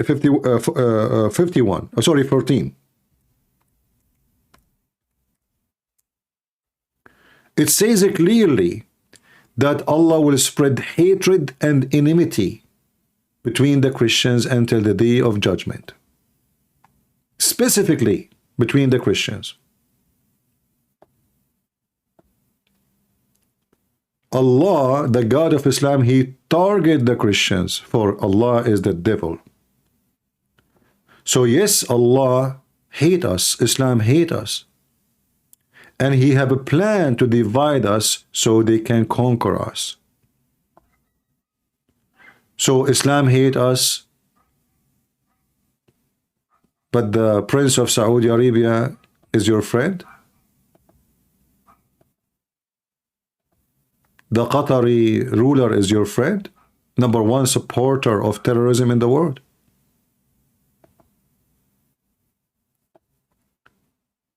And this is why I am afraid that Donald Trump will do the same garbage he did when he was in the office. Whether it be financial, military, or even moral support. The nation of Qatar, unfortunately, has historically been a funder of terrorism. And then we go and we sit with them and we shake hands with them and we give them a hug and we give them a kiss and we give them weapon and we do everything to empower them. The nation of Qatar in high level supporting terrorism. What your hand is doing there?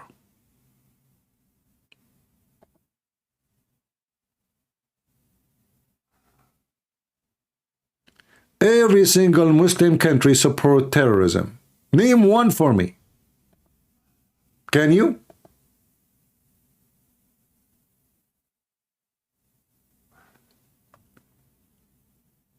We wanted a president who said the truth. Islam hate us. Trump, he betray our trust. Somebody saying Trump is trying to keep the enemy closer. I don't know about that.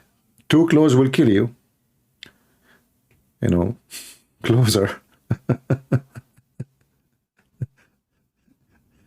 What I believe is strongly that Trump, he don't really care for anything except making money.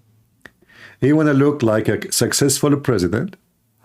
He make the economy better, and he is good in that. I have to, I have to agree in this. But when it's come to the reality, Trump is not doing good job overseas. Selling weapon to our enemy is not a smart thing. Transforming technology to our enemy is not a smart thing. We don't have any of them a friend. All of them, they hate us to death. Some saying Oman is not a terrorist. You do not know what Oman is. If you go right now and search for the Mufti of Oman, he make a fatwa of killing every single Jew. You people, you have no idea. Oman is a sneaky country. They don't take a side in politics, but inside the country they hate you, all of them.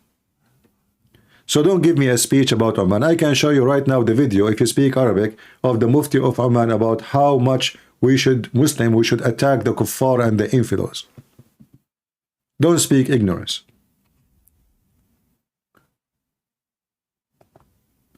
All of them are terrorists. All of them, they support terrorism. And only foolish ones think that shaking hands with those filthy terrorists will make things better. In fact, we are giving them prestige, we are giving them place, and we are calling them princes and prince. When the fact they are nothing but criminals, killers, bloodsuckers, and terrorists. We give them an image of civil countries. Like now, Qatar suddenly is a country of football. Those are Bedouin, they have nothing to do with football, they play on the horses, with the camel. Suddenly now they want to hijack everything. Those terrorists, they hijack your stadium, their football team, everything with their money. Name for me one football player are not trying to buy, or they bought already. Name for me one team in Europe is not bought by them. Stadium. They are buying to corrupt. They are buying for the sake of influence. They are not throwing their money in the street.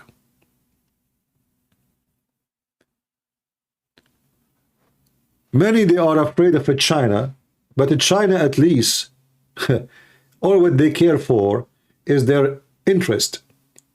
Islam have different story, my friend. China is way less dangerous compared to Islam. Islam want to take over your land, want to force you to eat, what not to eat, what to say, what not to say, what to drink, what not to drink. The Chinese, they don't care what you eat. And the Chinese, they are not going to convert you. The Chinese, they just want to make money and to take over by authority of economy. Islam is different story. They are trying to convince your kids to convert to Islam, your women, your children, and by time they will take over you. And then they will send your kid to join jihad in Afghanistan or somewhere.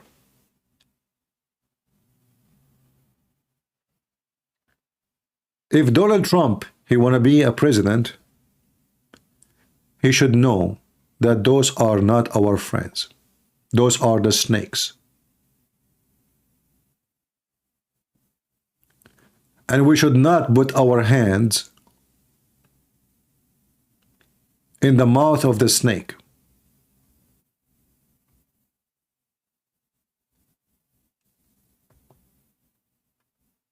Only foolish ones do.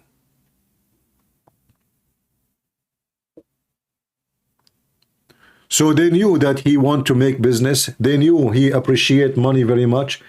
They knew he don't care if the Christians in those countries have any rights.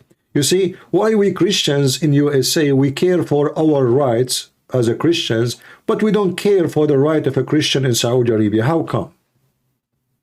How come you claim to be conservative Christian and you want to vote for Trump, but you don't ask him, hey, listen, so if you are a president, are you going to speak to the king of Saudi Arabia to open, few churches, maybe 10 churches at least? Like, can we do that? Or when you meet with the king of Saudi Arabia, you talk with him about how to build a manufacturer to make missiles for them. Only. So, are you a person who depends on the Christian to vote for you, but you do nothing for the Christians? And are we the Christians who care only for what Christians is about in America? We don't care for Christians around the world? Shall we ask Trump, how come you don't support Armenia? How come you did not ask yourself to make a pressure on Israel not to send weapons to Azerbaijan?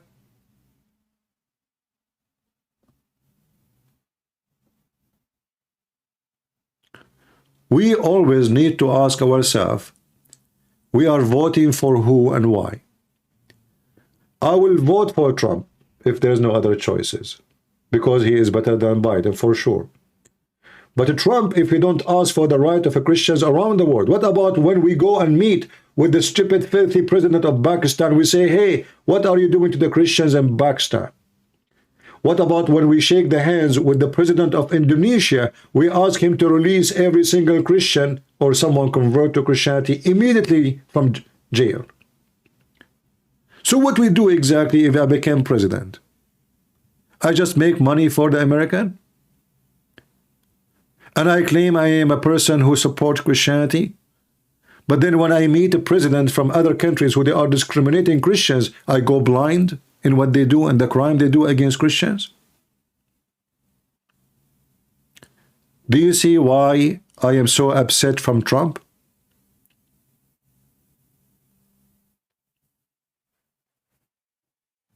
Where are you to support Christians around the world? And he can. He can do it easy.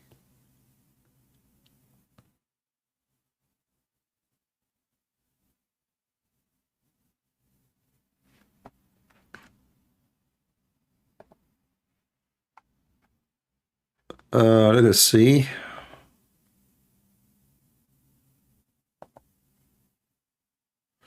All right. Look like we have no callers today. I'm not going to keep you longer. I hope you understand what I'm trying to say. And if you are a person who have a relationship with Trump, or you have maybe congressmen, senators, friends, family, I don't know. We better speak to Trump, says to him, Christianity is not about dollar.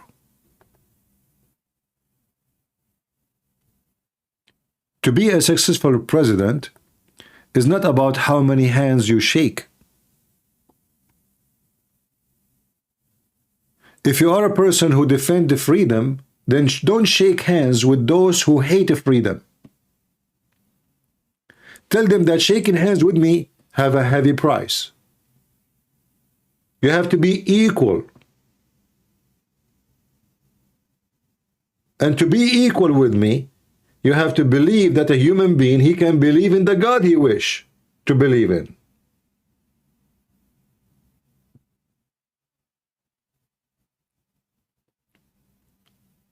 We don't care for their money. All of us, we are going to die sooner or later.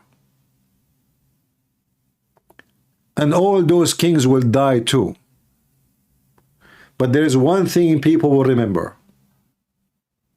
Who brought victory to generation? Who is the one who defended freedom? Who is the one who spoke the truth? And who is the one who worshiped money? Everyone will be remembered for what he done. And until now, I don't see from Donald Trump except money. He never spoke for the Christian rights in those countries. He never brought any right for them. He never defend them. He never say anything about them. And he go blind on those people just because they sign an agreement to buy some weapon from us. In fact, he sold the Christians out. He is the same as Biden. He is the same as the Democrat. So he need to change that if he wants really to become a successful president. Those people are not our friends, and they will never be friends. Let me see. Some people want to call. Give me a second, please. We can take a few opinions with us.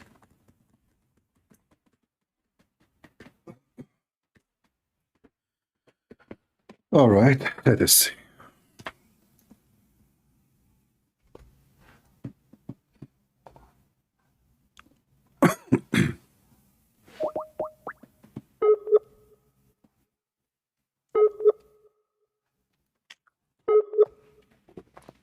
If you text me in Skype, hello? How are you, sir? I'm fine. Go Good. ahead. Yes, I'm fine. Do you know Qatar bought all the hotels in London? Why not? I mean, okay. Yeah, why not? They are only hotels. They are buying the stadium. They are buying everything. Yeah, they doing like a slow move to like own the all the lands. Okay, Yeah. and yes, sir. I thought about it. I'm looking for a country, Arab country that is not terrorist. I didn't find anything, sir. I only hope was on Oman because I thought they only sell flowers. Well, Oman is simply Oman is a country of tribes, and they are from Islamic sect, which is between Shia and Sunni. However, they favor Iran over anyone else, and the reason they don't go in a side because simply they are no match to go in war with anyone. So they say the leadership they are a little bit smart. They said to themselves, we better not to get involved heavily in argument with any countries. However, in the same time, they believe in the same thing, that we are infidel, we are kuffar, and only Islam should be exist, and the rest shall die. That's right. I thought that because they only don't use social media. Yeah, and Maybe you know, Arabic. if you speak Arabic, you can search right now I know. to the Mufti of Oman speech, and you will see how much he spoke about killing the Jews and how Allah he ordered the Muslim to kill the Christian and the Jews. Okay, And this just a Mufti, question you first. need to remember, this Mufti is named by the Sultan, so he's not like you know, this is an official person there, very official. Yeah, like the Mufti of Saudi, the blind The guy. same. He's a Mufti. A Mufti is a person. He is, especially a government Mufti, is someone he is I know. official. You know, he's actually equal to the king because he can make a revolution in the nation. Yes, that's right. Mr. CP, why don't you like do a TikTok account? You can easily I made a get TikTok account thousands. and they banned me after 3 videos.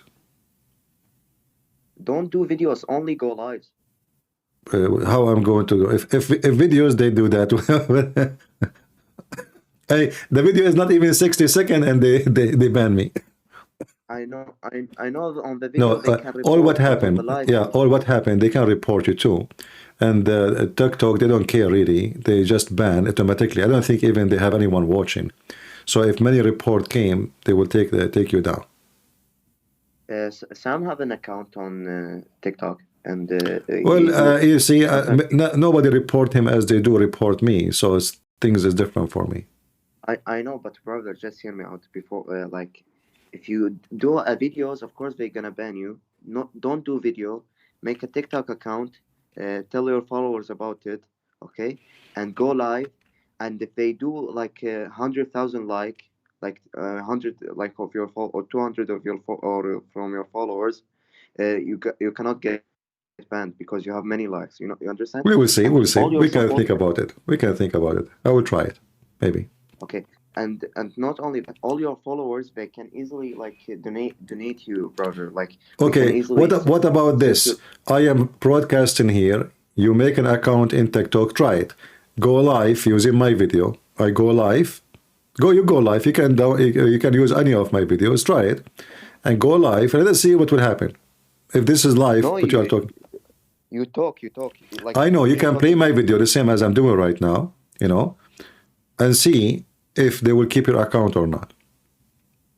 I go debate with like Muslims every day, and they can't do anything. Like they're speechless and only try to insult or something.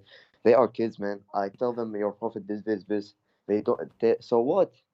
I told him, al-lamam. Mhm. You know what al-lamam? Are you telling I me? told him. I'm sorry. You are telling me what you are telling them, not asking me, right? Yeah. Okay. All Yeah. right.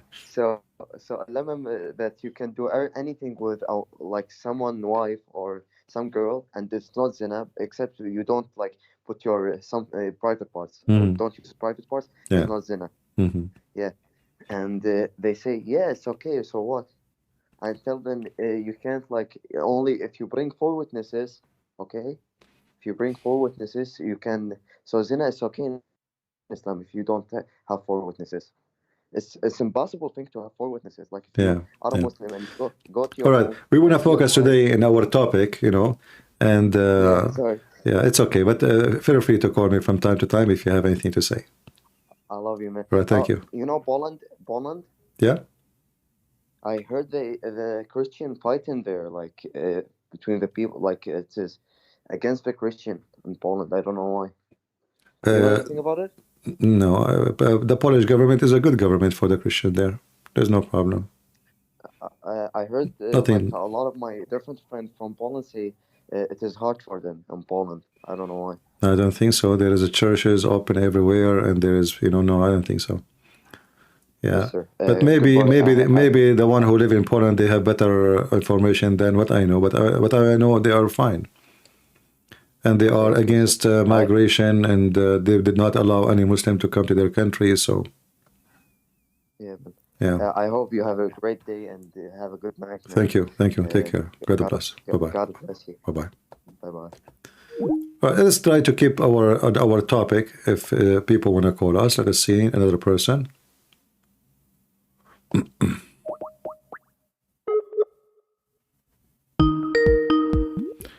I will try to lower the ring of hello. Hello. Oh, hello, sir. How are you doing? Oh, yes, I'm fine. Thank you so much for responding to my request. I'm very grateful. My name is Bokani Kenneth. The last time I spoke to you was, I think it was last year. Okay. And it was during, I think, Easter. All right. Yeah, so I'm a young boy. I am African. All right. Specifically, I am from Southern Africa, Mm-hmm. Zimbabwe, South Africa, and Lesotho. Yes. So, I've been hearing your channel about, Islam and, how Islam is destroying the planet and all those things. And I just wanted to, if you can allow me just to make a comment about these issues. All right. Yes. So thank you. So I've been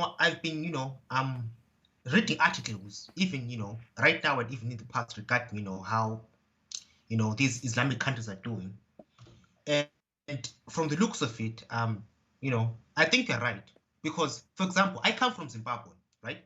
Mm-hmm. If you know anything really, there is terrorism, Boko Haram, Al Shabaab, and all those ISIS related terrorist organizations which are terrorizing Christians, especially, or African traditional religious people in Africa. Mm-hmm.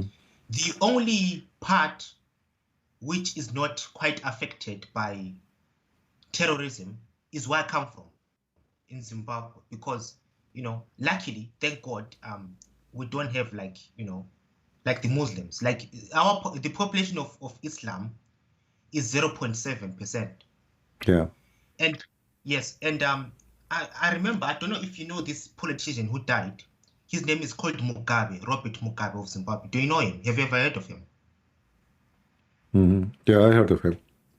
Oh yes. So I don't know if you know this, but he is one of those presidents who has always sanctioned all the time, because he didn't want his country to be infiltrated by these Western ideas of being weak and liberalism. Mm-hmm. And I got a quote here which he said I think 7 years ago, talking about how Zimbabwe, his country, is safe from Islam.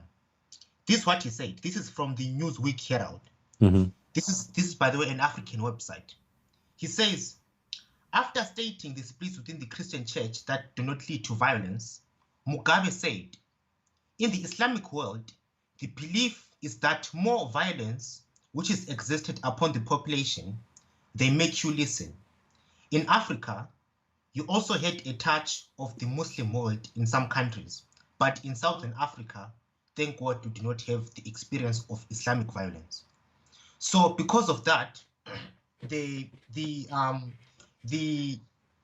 Interreligious Freedom Report started to press charges as if he is a guy who is against freedom of religion. Yet he's saying that in Southern Africa, the real reason why, like in Southern Africa, the real reason why we don't have terrorism is because we don't have Muslims. Is what he was basically Yeah, but saying. he's saying the truth. I mean, but you see, we know. There's no another secret that's in this world, everything is upside down. Like now, I hear myself. If you can mute the video, please, from your side. Okay. Okay. Yeah. Sure, no problem. Like now, they are taking Israel into court for genocide when what happened is the opposite. It was genocide against the Israeli, but the one who's taking to the court for genocide is the Israeli. So we know that, how they are. Like, there's the other president, he said, he is against homosexual and he made a law for execution, etc. This is their country. In one hand, they say we should not tell people how to rule themselves. In the other hand, why America, they go against an African president for he made a law of execution of homosexual, but they don't go against the Saudi king or Yes. Qatar Yes. or Emirat or Yes. Bahrain, all of them, or Pakistan. How come we don't put sanctions on them? What we put sanctions over someone, he is an African, and because their country is poor, and because we do not need them, now we practice our missiles on them. But those who we shake hands with them, the rich oil countries, or Emirat, or Bahrain, or Qatar, or Iraq, or all of them, Egypt, all of them, they have an extreme punishment on homosexuality. So we know that they are hypocrite. We know we cannot trust them. We know that when they go against you, that means they are wrong and you are good. So, we know they go for, they support who and they go against who. They support you if you have money. They are against you if you don't. If they need your oil, if they need your money, then they go blind. You can do whatever you want, but if you don't, then suddenly they speak of a human right. Yeah, that's true. And especially what I've noticed is that when it comes to sanctions, and please confirm if I'm wrong, but when it comes to sanctions, the only countries which are sanctioned, let's say when in terms of, imposing laws on homosexuality, the only countries which are sanctioned, especially in Africa, are Christian countries. By the way, you mentioned Muslim countries, nobody sanctioned them. Exactly, that's what I'm saying. Because all of them, they are a bunch of hypocrites. Those Western countries, they go blind when they want. Like actually, not only that. Like as an example, if you are a person who, let us say, you are a drug dealer, and you have a mafia, and you are the most filthy person. As long you say to them, okay, you are inviting them, like Turkey. Turkey is a country built, the economy, all of it is built by mafia. Everything there go illegal, human trafficking, all kind of ugly stuff in the world. But no sanctions in Turkey, and everything is buy from Turkey, sell to Turkey, go to Turkey, tourism, and nobody question anything. But if you are Armenian, as an example, and you do something, suddenly everybody around you is against you because simply you are a small, tiny country, 10 million, you don't have oil, you don't have gas, nobody needs you, so why we will care for you? We know who they are. We know how they are. Yeah. Yes. Anyway, thank you, my friend, for calling, and we appreciate you.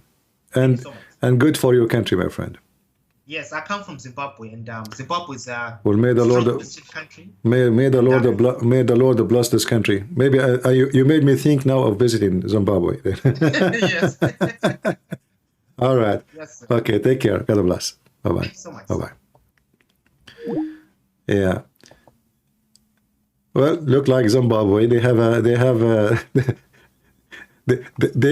knew what they are doing. Here we don't know what we are doing. We are not sure even our gender. Like, are we male or female? What is a woman?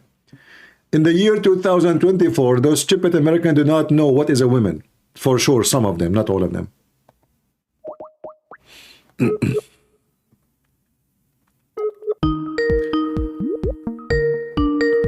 Let us see.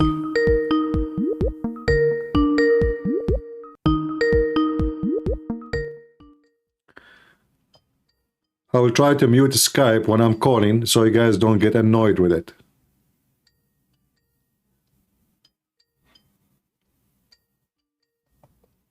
Or I don't know, we call them, they don't answer. If you text me asking me to join us, please answer the call when I call you.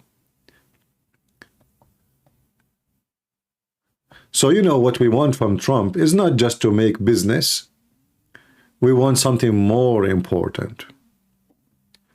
Stop attacking Christians around the world. Stop supporting terrorist countries who they are killing Christians. Ask those countries to free Christians who they are in jail just for converting to Christianity. We don't want just a guy who goes speak about how good he is when he was a president. Yet, as soon he fly to the terrorist countries, he shake hands with them, he give them hugs, he sell them weapon, and he claim that this is a success. Yet he never spoke with them about the human rights. Yet he never spoke to them how come Christians in Saudi Arabia don't have a single church. So what the accomplishment exactly when I go to Saudi Arabia? I got their money? Is America poor? Are we? All the income of Saudi Arabia is not even equal to 1 day in the port of New York.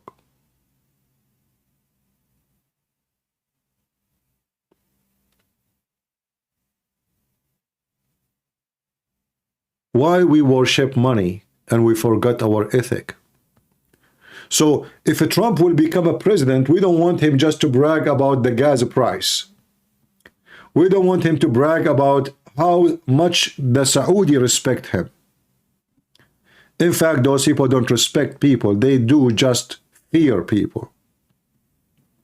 You know, when Obama went to Saudi Arabia, not even a single person from the royal family went to welcome him in the airport. Do you know why? Because he's black. As simple as that. And because he is Democrat and he is not scary. When Donald Trump, he went there, they were in front of him like sheep. 56, 57 king and president and prince. They come to listen to Donald Trump. When Obama went there, nobody was there. You can go right now and watch the video of Obama arriving to Saudi Arabia. You will die laughing. All of this because they don't fear him. He keep talking about equality, keep talking about no war, keep talking about praising Prophet Muhammad. So then why they will fear him? The first trip he did, it was to Egypt, praising Muhammad. And he is black. But when the red-haired man came, and they fear him, he is powerful, he might do something wrong to us, or maybe he can do something wrong to our enemy. Then suddenly everybody is in the airport. And suddenly hundreds of royal family are welcoming him.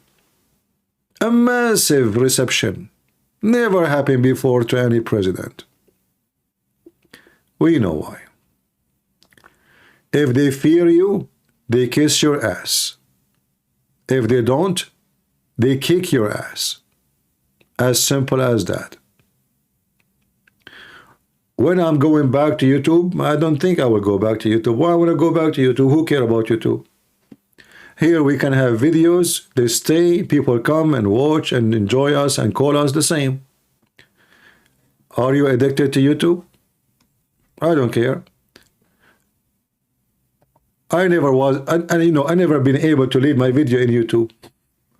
After all those years making, I have one, look, just the joke is, do you see how many subscribers here? 1,900 subscribers. I will have views here more than YouTube. I have there 156,000. So YouTube, obviously, they are censoring my videos. I go live, nobody get notification.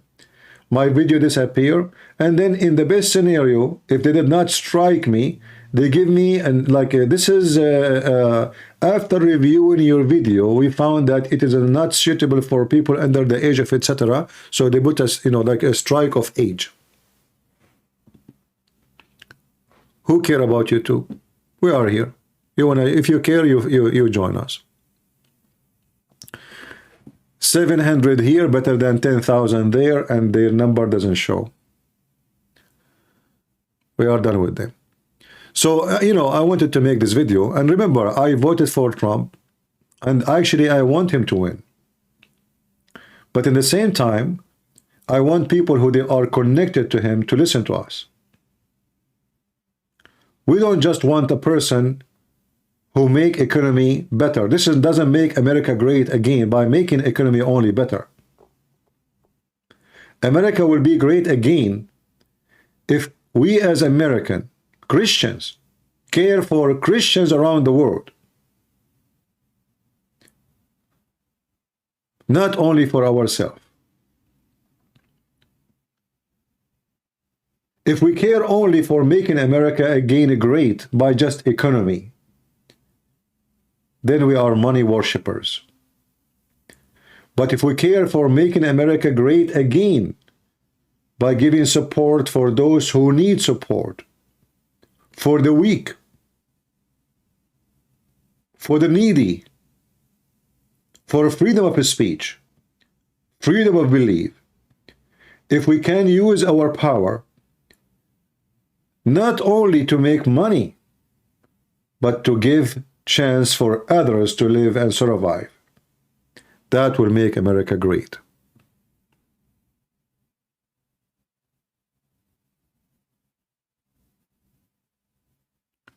So we want Trump to stop bragging about his friendship with those terrorists. They don't like us, they don't love us, and they hate us, and you know it.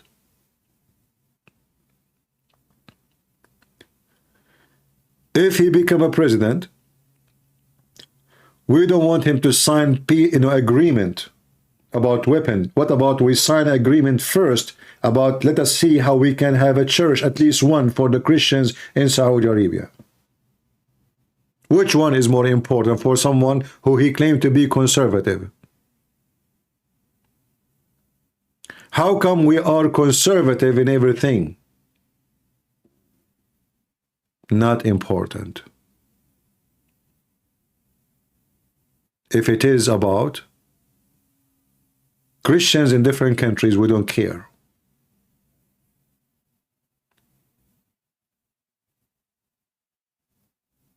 A true Christian, he think about Christianity.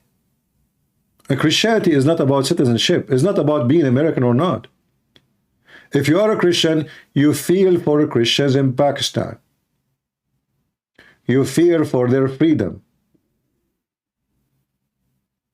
for human rights. In the West now, all what they care is the right of a homosexual. Look like we don't count for them as a human. Christians are being killed, tortured, burned alive around the world. And all what the Western worry about is a homosexual. So how Trump can be a president for the conservative if he don't care for the human right of the Christians? And don't take me wrong, we don't want a human right only for the Christian. We want a human right for everybody.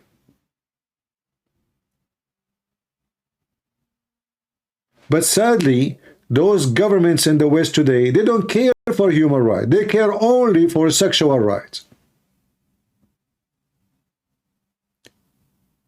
Sexuality become a religion for them. Penis and vagina is first interest. This is for them what is a human right. In Canada, as we speak, they are burning churches.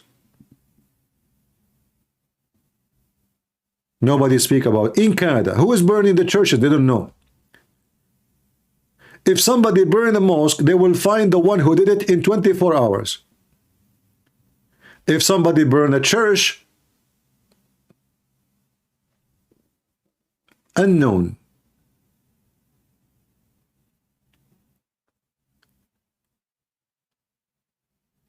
We have enough hypocrisy.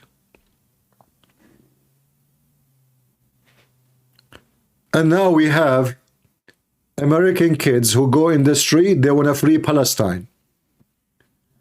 A country, if it exists, every single one of them wish to kill you all. In 9/11, those you call them Palestinian, they were dancing in the street. If you ask an American kid from those who support Hamas, why the Palestinian, they were dancing in the street, they will give you excuse. Osama bin Laden was right. The Americans are supporting Israel. Potato. 9/11 happened against civilians.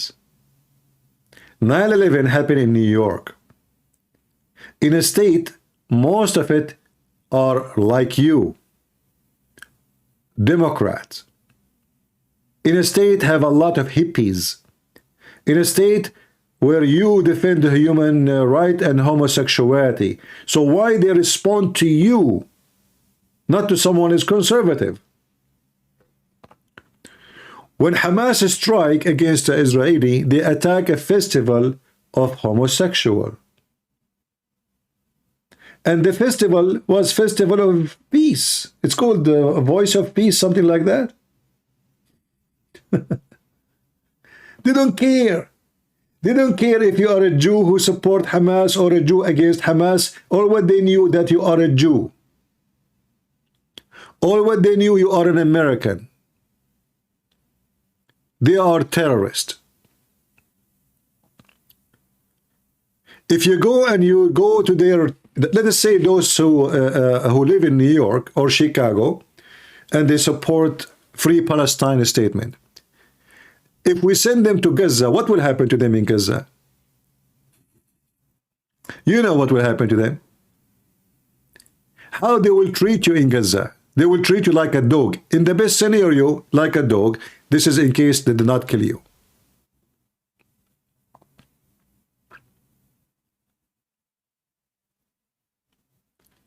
This is why we are here, to fight the stupidity in the West. Because I noticed that the stupidity in the West become like weeds taking over the yard. It is massive, it is high. If anyone would like to join us in Skype, you can text me, tell me I'm going to talk, and I will call you back. My Skype is in the info.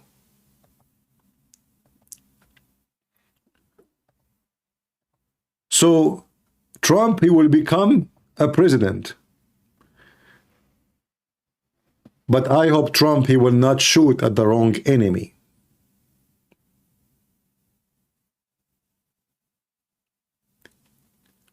Somebody saying, why you Christians have victim complex like the Jews? I know, you tell me. If we go right now and search, who is the most discriminated religion in the world, you will find it is a Christianity. Is that a Christian complex?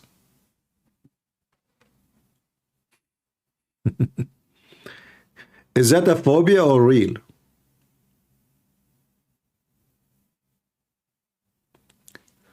Why we don't elect priests? We are not seeking a priest to be elected. This is not what we are asking for. But if somebody speak claiming to be he is a Christian, then he should care for the Christians. How you know who is a Christian, who is not?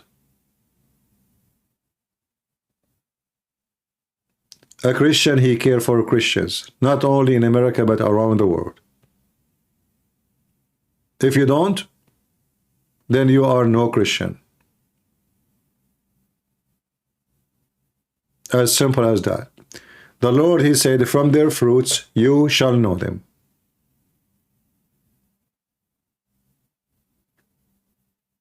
Not from their speeches.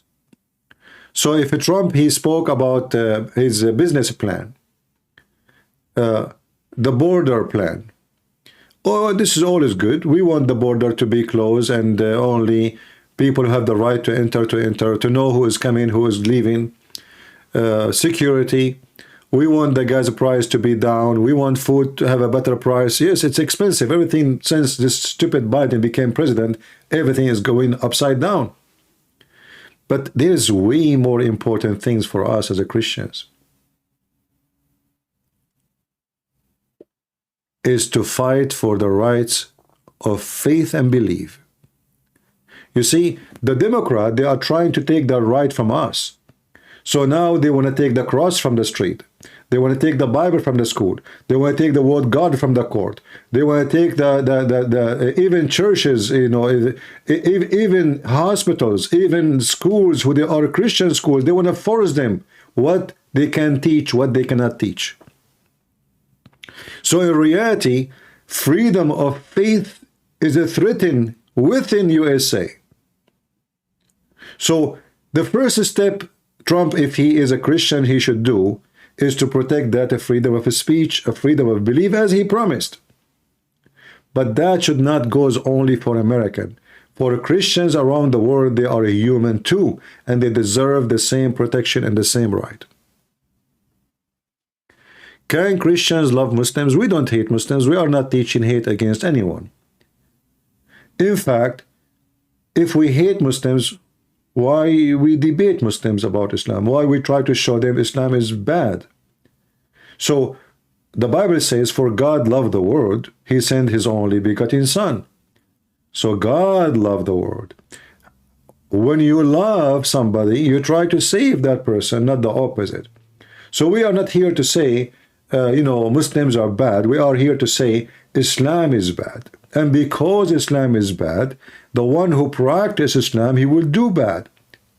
Therefore, it's our duty to protect our children and our nations from the bad of Islam and whoever want to do it.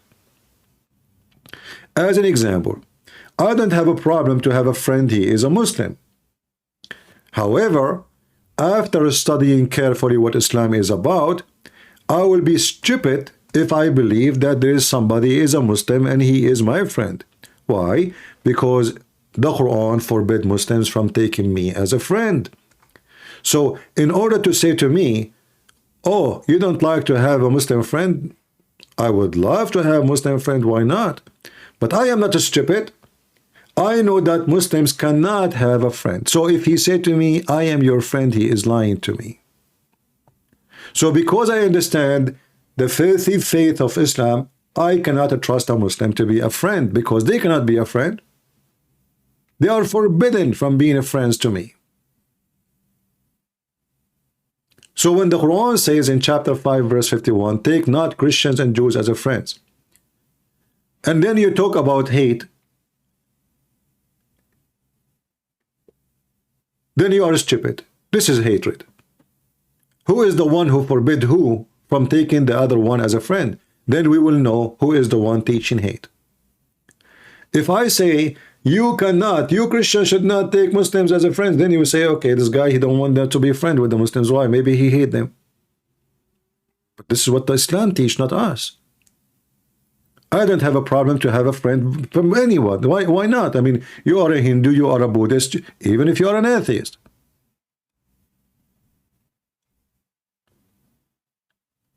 But I am a smart human being, not an idiot. And I will never put my neck between the hand of somebody believe that he cannot take me as a friend.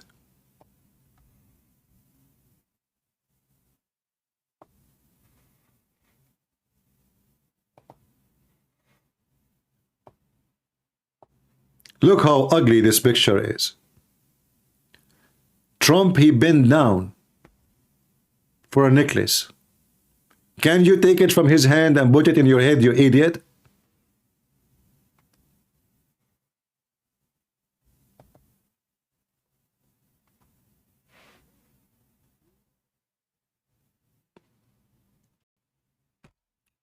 Do we have any Muslim who would like to join us?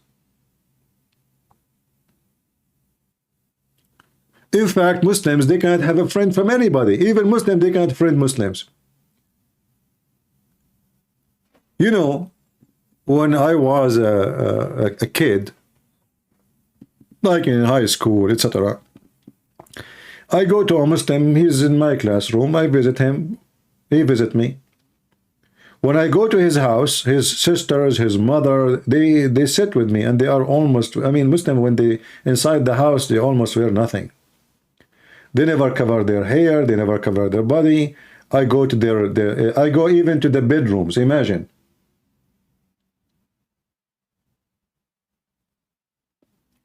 They never hide from me. The second a Muslim, he knock at the door. Every female hide. Muslim don't trust Muslims.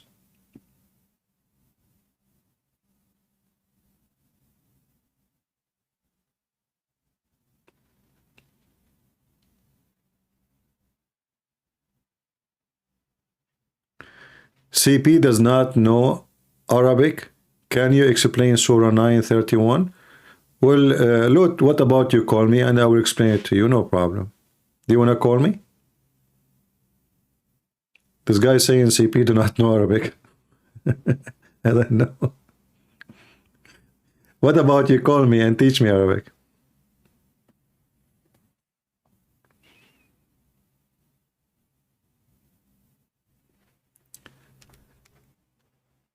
Do we have any Muhammadan?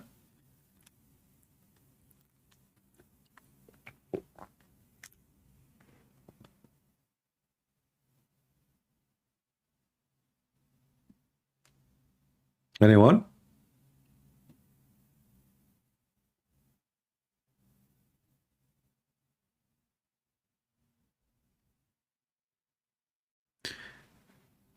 So we hope that Trump, if he won the election this time, and you know, I don't know how we will win the election, because if the Democrat, they were able to steal the election last time, they will steal it right now. You know what I mean? The idea of him winning the election does not fit with the idea of Biden stealing the election. If Biden, he took the election by theft last time, he will take it again.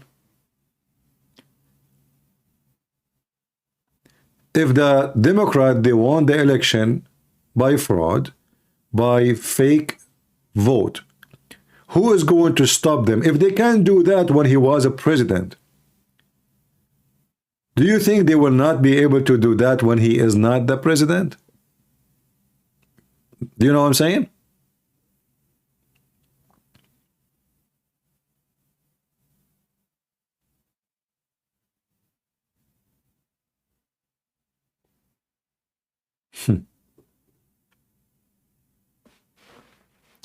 If really Biden, he took the election by fraud, then Trump, and then I ask myself, you know what?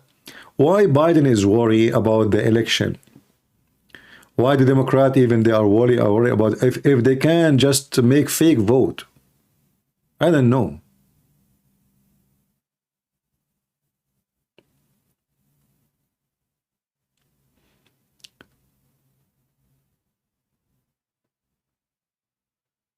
Do we have any Muhammadan?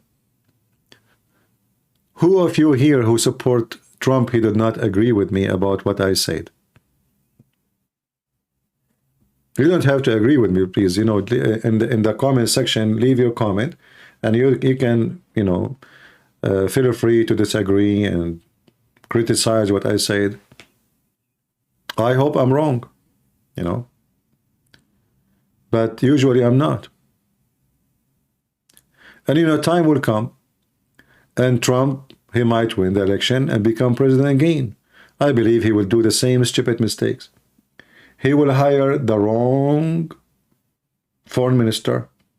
He will hire the wrong justice minister. He will hire everybody wrong.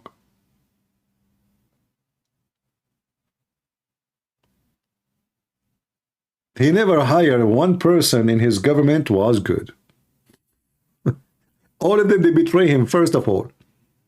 Even the vice president. What a bunch of scumbag. You know, I feel sorry for this guy. Everybody around him betray him. Even his own daughter and his son-in-law. Do you know why they don't appear with him no more? Did you notice? Did you notice that Trump's daughter Ivanka Trump and her husband, her mute husband, they never appear with him no more. They betray him. I believe strongly, most likely, that they have a deal with the Department of Justice to reveal information about her father so they can leave them alone.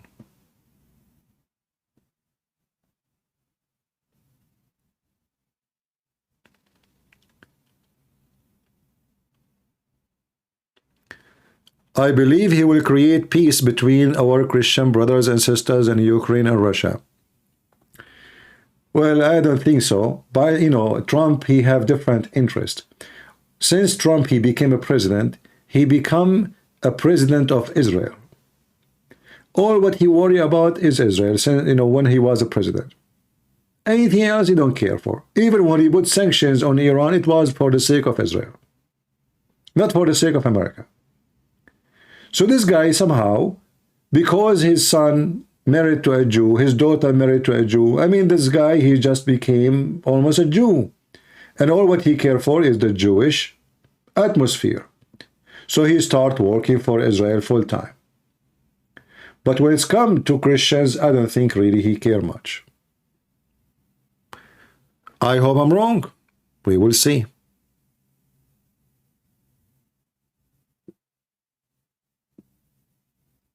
You know, remember that when Trump was in the office, Russia was at war with Ukraine too.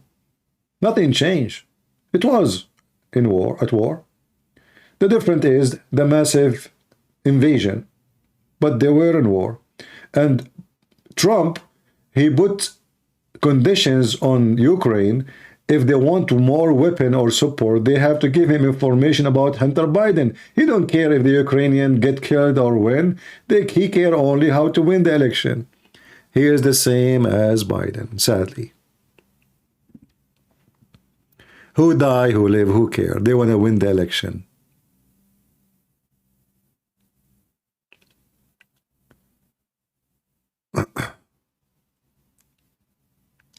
And you know, you don't have to agree with me, but as the Lord, he says, from their fruits you shall know them. Islam can save the West? Ah, true.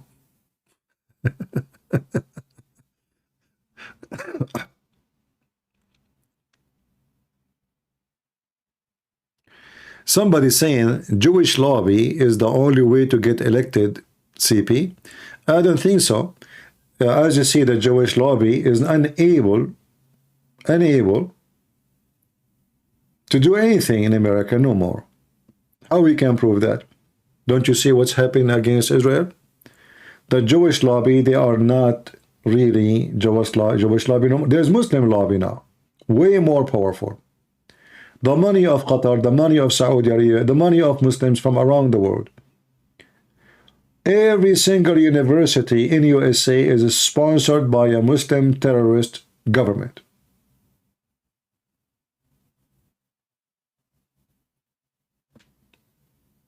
Go see what's going on.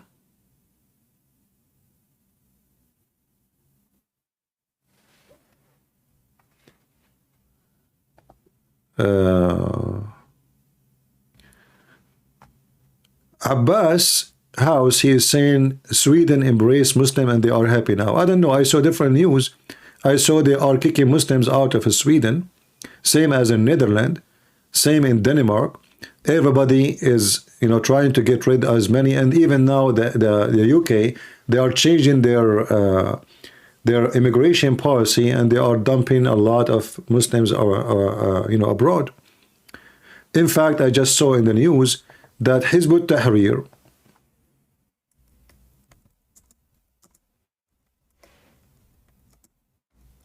is going to be banned.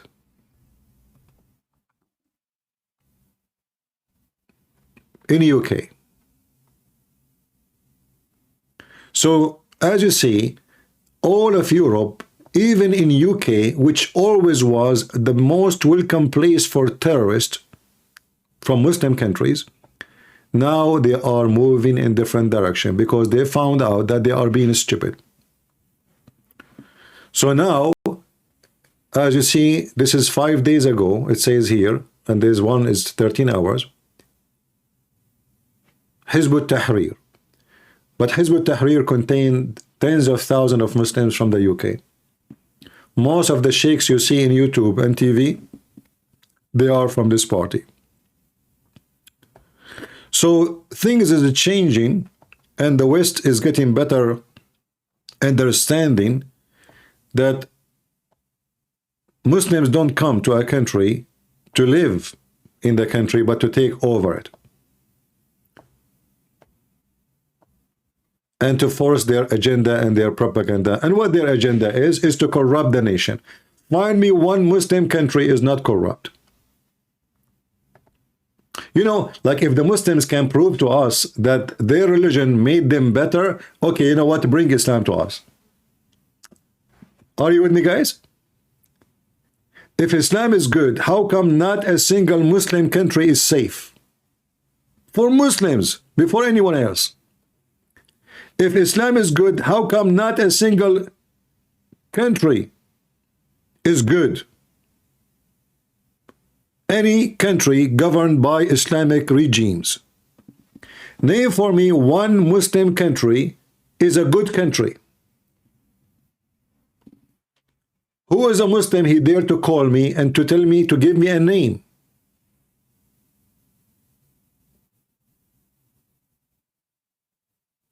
What do you think?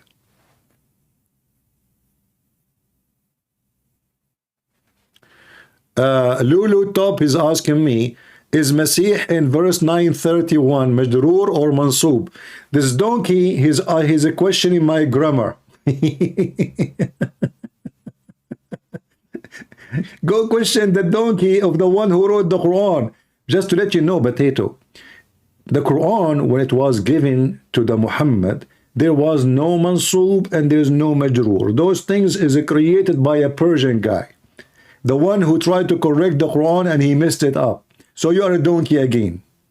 Majroor or Mansub? Potato. What about you call me? Let us talk about language. Lulu Top, as long you know Arabic and you know Mansub, Majroor, Potato, what about you call me?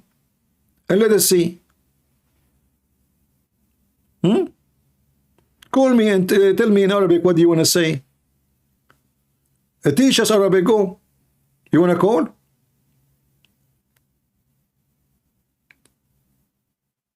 Are you afraid that your mama, she will see you calling me and she will laugh at you later? What are you afraid from? As long as you can prove what you are claiming, then just call me. You know, the one who wrote the Quran, obviously, he is an Armenian guy who have a broken Arabic. He did not know the difference between male and female. Call me and I will prove it to you. Just call me.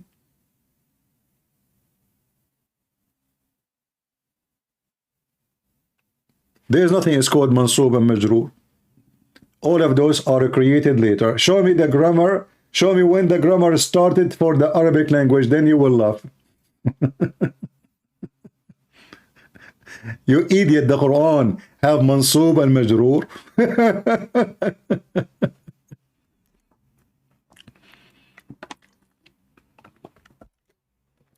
You know what people do not know, that the original Quran is not the same Quran we have today.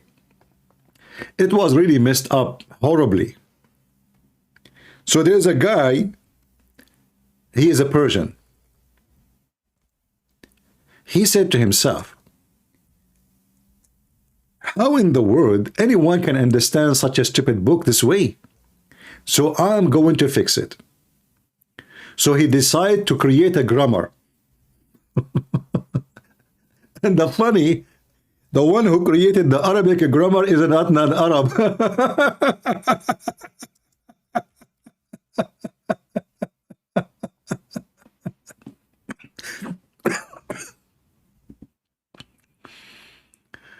Oh boy.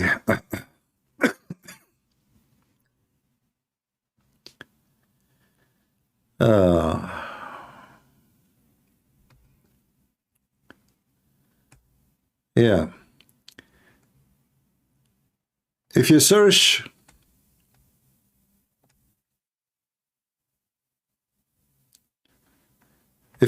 to the history of the Quran, you will die laughing at this stupid book. Anyway, you know what? We can switch from Trump to the Islam. Who is a Muslim would like to call us and show us the Quran? Anyway, you want to prove to us that the Quran is from God. Arabic, science, you name it. Who want to do it? Who dare? You don't, right? Do you?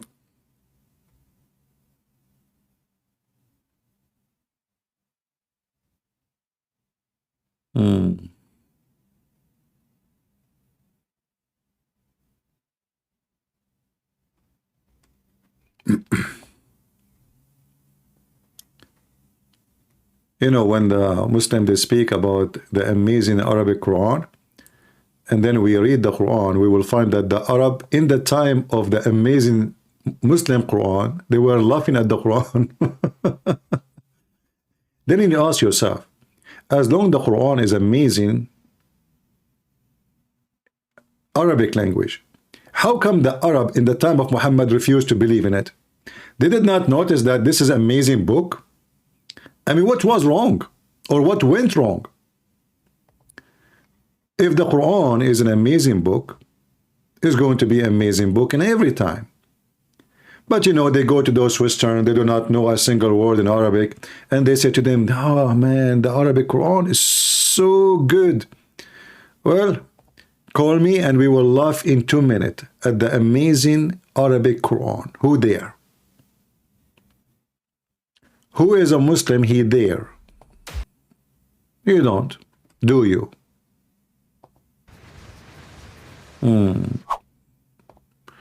Well, let us see. Let us see something amazing about the Quran.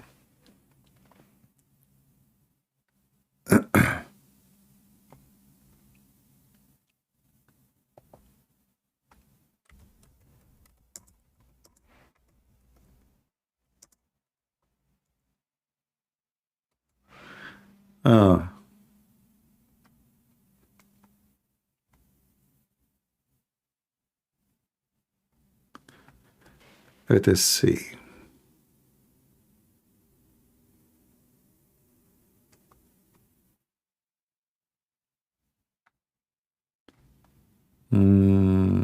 Which one we will play for you so we can laugh?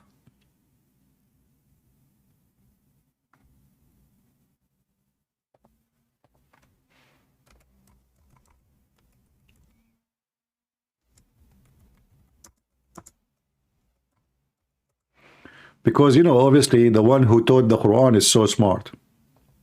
He is the top of the line, actually.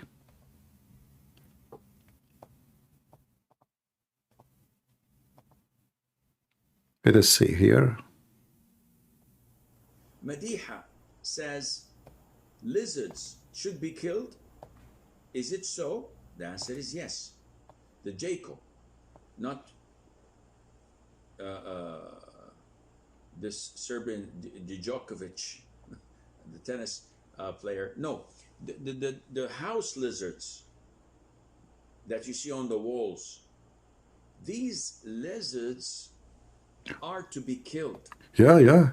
And the Prophet said, if you kill them in the first strike, yeah, you get 100 good deeds. If you don't manage to kill it in the first strike because they're too quick and fast and they run here and there, but you hit it in the second and you kill it, yeah, you get lesser good deeds. Wow. If you kill it in the third strike, you get lesser and lesser. Look. Allah, he make reward, higher reward if you hit the lizard from the first hit. And the Abdul is talking about the amazing Arabic Quran. Christian Prince, do you know Arabic? You know that why they try to do in that area? Because none of you speak Arabic. and they can say whatever they want and they can get away with it. But in reality, the second you start listening to Islam and what Muhammad teach, you will die laughing. So now Muhammad, he waged jihad against the lizard. If you hit the lizard from the first shot, Allah give you 100 reward. If you hit him from the second shot, you get less. If you kill him from the third. And the Abdul is busy. Can you read for me this verse, huh? You claim to know Arabic, huh? You claim? Brother, I learned about the lizard and I became a Muslim right away. Who care about the Arabic now? Are to be killed. And the Prophet said, if you kill them in the first strike, yeah, you get 100 good deeds. Just 100. If you don't manage to kill it in the first strike because they're too quick and fast and they run here and there, but you hit it in the second and you kill it, yeah, you get lesser good deeds. And if you kill it in the third strike, you get lesser and lesser. Wow. That's good. There was a hadith, yeah, in Sahih al-Bukhari, yeah. What happened? That when the idol worshippers built a huge fire, yeah, to throw Ibrahim, peace be upon him, in it, no way. all animals and insects try to put it off, except for the lizard. Look at this. It helped them ignite it. Hey, Lulu Top, are you there? Can you call me and explain to me in your skills of Arabic, who in the world who told this stupid story that when Abraham, the kuffar, want to burn him alive, all the animals and the insect, guys, did you hear the word insect? All the animals and the insect, they came to stop the fire, to distinguish the fire, except Mr. Lizard. Unbelievable. And what the lizard do? He blow to make the fire grow.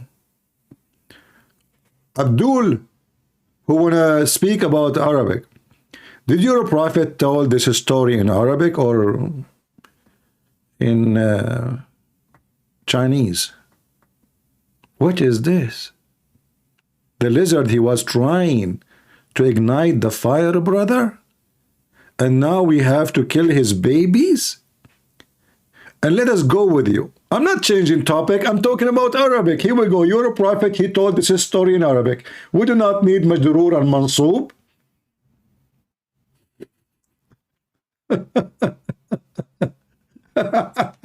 He's ashamed. You see, guys, why you are changing topic? I'm not. I want to tell you now to call me, and I want to ask you, is the lizard in this story majroor or mansoob? It's just a question. As long you are so good in grammar.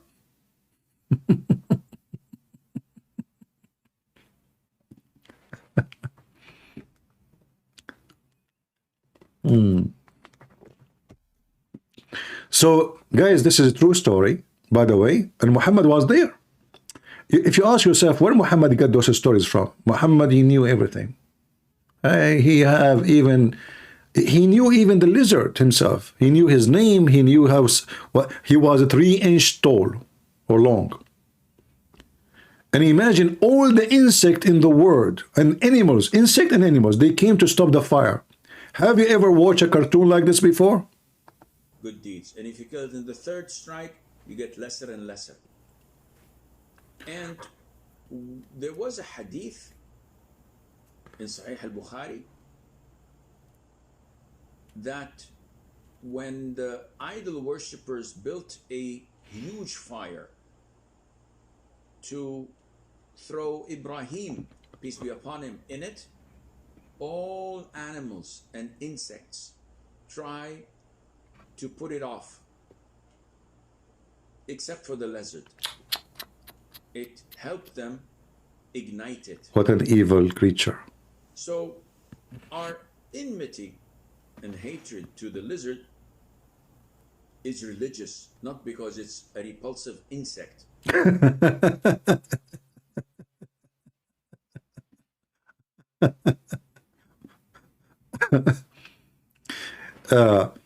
loot up, yeah, my friend, guys, did I say I will not read the verse? Why you don't call me and I will read it? I will read it with you. Guys, look at this, Abdul. He is saying, why your princess is insulting me? Refuse to read the verses. I did not refuse to read it. You call me. I want to, you know, if you want to talk to me, here we go. I'm talking to you. So if you are a person who respect yourself, call me and we will discuss the verse you are asking for. And either people will laugh at you or they will laugh at me. But because you are a potato, you know you cannot do it. You know you are a person who do not know what you are talking about. You refuse. Because I want to teach his idiotic basic grammar. You know, just to show you who is the donkey here. The Quran never had something called valves, which you are considering mansub and majroor, you donkey. Which mean even the sound of the letter can change. This is why you Muslim, you have 7 reading for the Quran. 7 reading for the same book, or you claim it is the same book. Why there is 7 reading? Because there is 7 reading. If we have those dots and mansub and majroor and all those things, we will not end with 7 reading. As simple as that. And I believe strongly that the 7 reading story is a fabrication of Muhammad. Muhammad, he could not repeat the same verse twice. So they notice that when he say the same thing next time or second time, it's not the same thing he said yesterday. So then he claimed that there is 7 reading. Otherwise, there's no way God will send his book in 7 time. 7 time.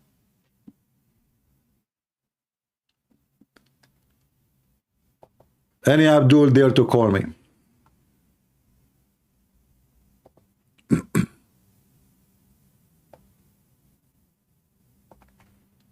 Who is a Muhammadan? He dare to call me.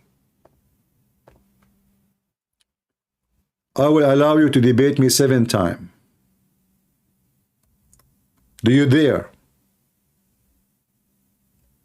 You know, the funny is that the Muslims don't ask themselves, why Allah did not send 7 Torah to Moses, 7 Injil to Isa?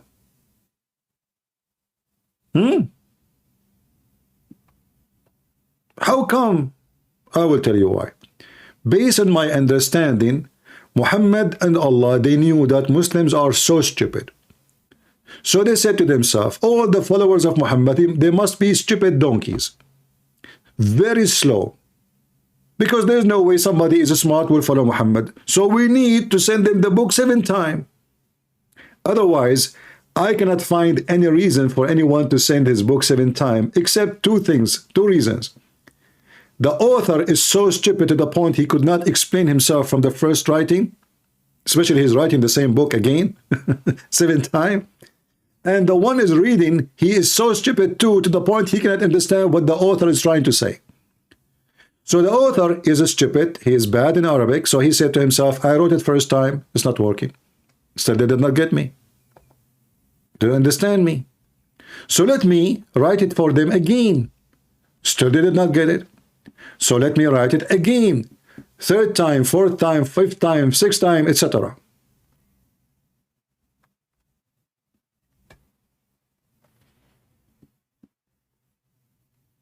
And then we find the answer, that the Quran can't be from God. Because if a book is written by God, God do not need to rewrite his book 7 times in order somebody to explain or to understand. And after he wrote it 7 times, according to Muhammad, do the Muslims even understand the Quran? No.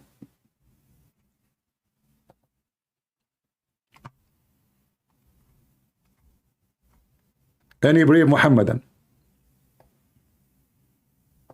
who dare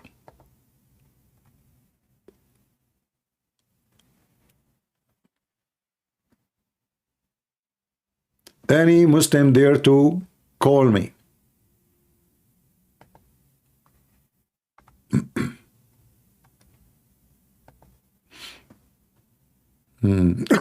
Sorry.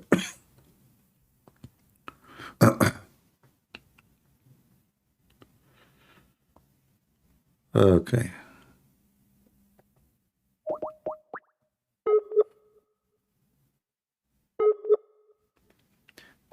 If there is any Muslim would like to join us, feel free. We will be happy to take you. Hello? Hello? Yes, my friend, you are live on air. Okay, hi. It's Mohammed. Can you hear me? Yeah, I hear you. Your name is Muhammad? Yes. Oh, okay. I'm actually Arab. Can you speak Arabic or should we talk English? We My can, English you know, is not if there is some difficult statement you cannot say in English, you can say it in Arabic, and I will help you. But if some difficult, you can translate if that's a problem for you. no problem. So, what do you want to say to us? Actually, I'm a little nervous because I wasn't in live or I wasn't with you to talk to you because about the truth. All What's right. the right to go to the what's that mean? Actually, in English is that I wanted to know the truth. What you're talking about all the time. All right. That's why I'm calling. So, what do you want to say to us? I just want to ask what's about in Christianity is. I want to know the truth. That's why I'm calling. What? Tell me about Islam first before we go to Christianity. As long as you said you are a Muslim. Yeah, actually I'm Muslim. I was a Muslim. Now I wanted to search on the truth. Now I don't know about. Yeah, but before we talk about the truth, but don't you think, according to you as a Muslim, Islam is the truth supposedly? Islam is not the truth. I know. Oh, okay. So you are out of Islam already? Not actually 100%, but I'm already on the search on the truth. But oh, I'm not, okay. All right. So what is your question for me? Go ahead.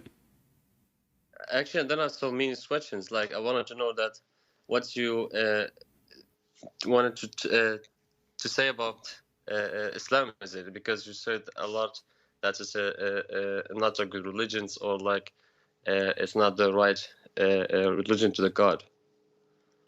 Well, you know, first of all, when we say God, the purpose of worshiping God, there is number one reason if he is a true or not, right?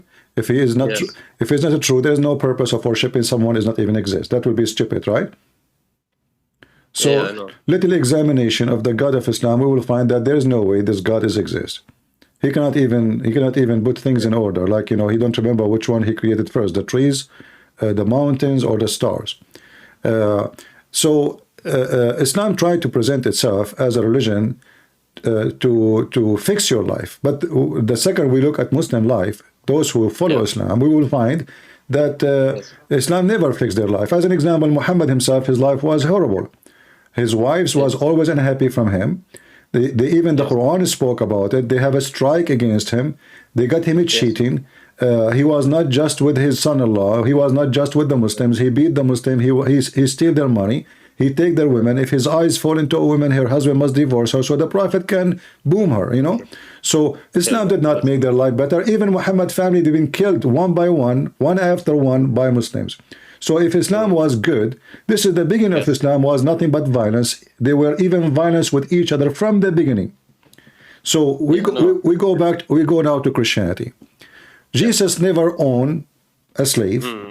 Jesus never have a world war. Yeah, no, I never do. Not only that, because you can be okay. You don't have a war because maybe he don't have an army, right? But Jesus never promote war.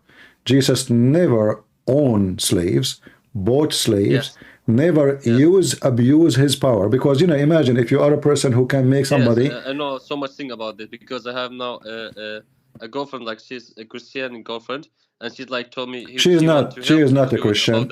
She is not a Christian. If she is a girlfriend, what do you mean girlfriend? Girlfriend as a friend, or a girlfriend she sleep with you? It's like what? What do you mean by girlfriend? Is it a girlfriend you live together, you sleep together, or just a friend? It's like a little complicated. I don't know what to talk about here. We can talk about later if in private. No. You see, a Christian girl, she cannot go sleep around, and she is no Christian if she is doing that.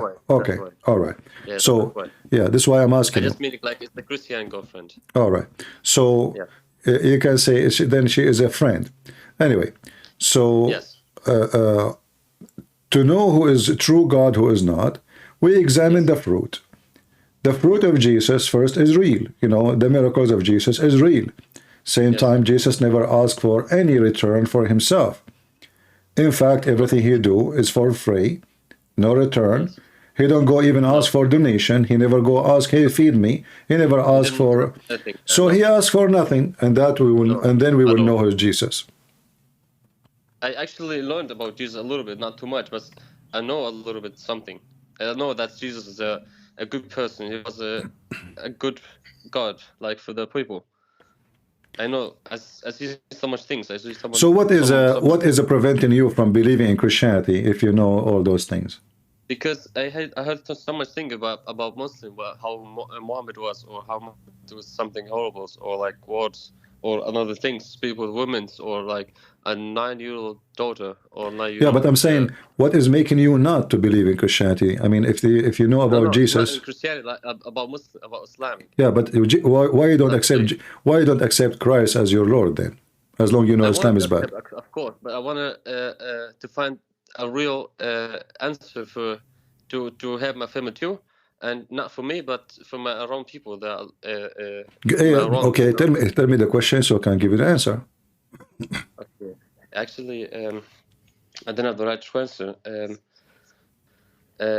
That's the problem is I live in German and I cannot speak so much well English. We can talk a little bit Arabic if you're not. Okay, go ahead. Speak to me in Arabic. Go ahead. Okay, تمام. السؤال هو كان بدي بس أفهم أو أسأل السؤال لك بالضبط إنه بدي أعرف بس الحقيقة للطريق إلى الجنة أو الطريق إلى الطريق الصحيح يعني. All right, I will translate. Guys, he's asking me what is the right way to go to heaven. See, first of all, my friend, yes, we should not accept Jesus just because we want to go to heaven, because because that will make me, I'm just trying to get a benefit of something, not because I believe in him. So we as a Christian, we don't believe in Jesus just because we want to go to heaven. We believe in Jesus because he is the truth and he is our savior and he loves us. And because he loves us, we return love by love. And because we are in love with him, we will live with him. So heaven is going to be your the gift from God to you, which you don't deserve, because you believe in him. So the first thing, the first step to do to be with the Messiah is to believe in the Messiah. Like there is no way I will say to you, you are welcome in my house, but you don't believe that it is me who own this house. So before you go to the heaven, you have to believe in the one who owned the heaven, the one who invite you to the heaven. So when you believe in the Messiah, this is the right way to be with the Messiah, and this is your salvation. Very simple. Yes, I know. It's truth. Yeah, you should talk about the truth, of course. Yeah. Yeah, because I was afraid a little because my family around, or my lovely people here around, because they are Muslims. I mean, you are my family Muslim. You know, when I do something like that, that's you turn to Christianity and you are was a Muslim, that's a little afraid for the person who do this like that. You know what I mean? I see. And that's why I wanted to talk to you a little personally, because not afraid too much. Just like I wanted to take a right decision, you know. Yeah. For myself, of course. Well, you know, my friend, fear nobody, because your number one enemy is your fear. If I don't fear nobody, because simply you don't live it twice. Same time, you will never be enjoying your life if you fear what people will say about you. It doesn't matter what you do. If you fear what people will say about you, if you wear this or that, and you will never be able to wear what you like to wear, or to say whatever you like to say, or even to eat what you like to eat. So fear is our enemy, and with Christ there is no fear, because if the Lord is with me, who could be against me? So faith is the most important thing, and if you cannot practice your faith, then you are a slave. Islam is a religion of slavery, you know. With Christ, there's no slavery. I heard that. Yeah, don't be a slave of. Yeah, don't be a slave of anybody. You see, in my program here, like I am not in YouTube because YouTube keeps censoring me. I don't sugarcoat things. I don't say things which is against the, I say things against the guideline of YouTube. Why? Because I have no fear. I don't care. You want to censor me, you want to block me, you want to put my videos down. No, it's okay. I will. No problem. Still, I will say the truth. So the second you compromise, you are not a happy person no more. Why? Because you oppressed yourself. Nobody can oppress you. It's you who oppress yourself. Of course. Yes, that's my decision. Yeah, because simply, you see, when in the time of Christ, and after that, the Christian, they've been discriminated very bad, to the point they feed them to beasts. And if you look at the story, you will notice that the Christian being very much oppressed. They kill them. Yeah, they feed it. But in reality, the reality, Christian, they were not oppressed at that time. Why? Because still they did not leave their faith. You are oppressed when you deny the Messiah. You deny your faith because you fear. They fear nobody. So they could not oppress them. Even they are killing them, but they are not oppressed. They are happy. They die happy. You are oppressed only when you are compromising, when you bow down your head to the one who forced you to say or what not to say. We Christians, we say things as it is. Who like it, who don't, who care. Of course, yes. That's it. That's right. Yeah, you speak about the truth, of course. I see a lot of videos of you on YouTube channel, and that's make me a little, what's I mean, a little comfortable what you say about Christianity. Well, that's why I wanted to if you want to see Christianity for real, I advise you to read the word of the Lord in the Bible, and then when you feel good about it, you accept the Messiah. Of course, I actually have the Bible on Arabic. All right. Because I'm living German. Yeah, there's one thing about this Arabic Bible is bad, is using the word Allah. I know. It's not actually not so good, because I see so much words like I wanted to translate, but I don't know how to translate it. Yeah, there's a translation is not good, but it's okay. I mean, just skip that word and use the word Elohim or Rabbi. Yeah. I see actually a lot inside of the book from the Bible, and how I believe this, Because well, my friend, then if you believe in what Jesus said and what Jesus did, then why you don't accept the Messiah right now? That's what I want to do, actually. All right. That's my plan. Well, I will be happy to hear from you that you accept Jesus now, if you like. I want to say this, of course. But I want to read the book first. All right. And of course I will come back and we'll call you again. All right. So let us do this. Read the Bible, and then you can call me after a few days if you want. And if you have questions, I will be happy to answer you. Or you can tell us, the news the good news that you accepted the Messiah as your Savior. Yeah. I'm actually happy now. I'm calling you because they make me a little comfortable, a little more. What's that mean? عندي شجاعة. Brave. Yeah, actually, there is nothing to worry about. Maybe because you are speaking in like there's many people listening, that can be intimidating. But in reality, you are just being yourself, and don't think about who is listening. Think about one person only. You care for what he listened to you. That is the Lord. Of course, I heard about the Lord is actually died for us, and I actually want to believe, because how a prophet. I said I was the first a believer in Prophet Jesus. That was my belief. So what do you think about when the Muslims they say, if your Jesus is God, how come he died? What do you think about that? Yeah, that's why I'm laughing, because how Muslim people talk about Christianity. They talk about so much. But if you think Christianity sound like to be true, how you think you can refute that question? Like, okay, if Jesus is God, then how he died? God don't die. That's what they say, right? No. It's like a human body. It's not real God, and it's like inside of him. That's why let me help you in that. See, the Messiah, he said, nobody can take my soul from me. I lay down myself. So the Messiah, he allowed it to happen. This is number one. Number two, God can be a man and he can allow you to kill the man, but you never, and you cannot kill God, for God is always alive. God This is cannot be why, killed. you know, we as a human, actually, we have a soul, and we have a body, right? So, and even the Muslim, they believe that when you kill a person, you kill his body, but his soul is still alive.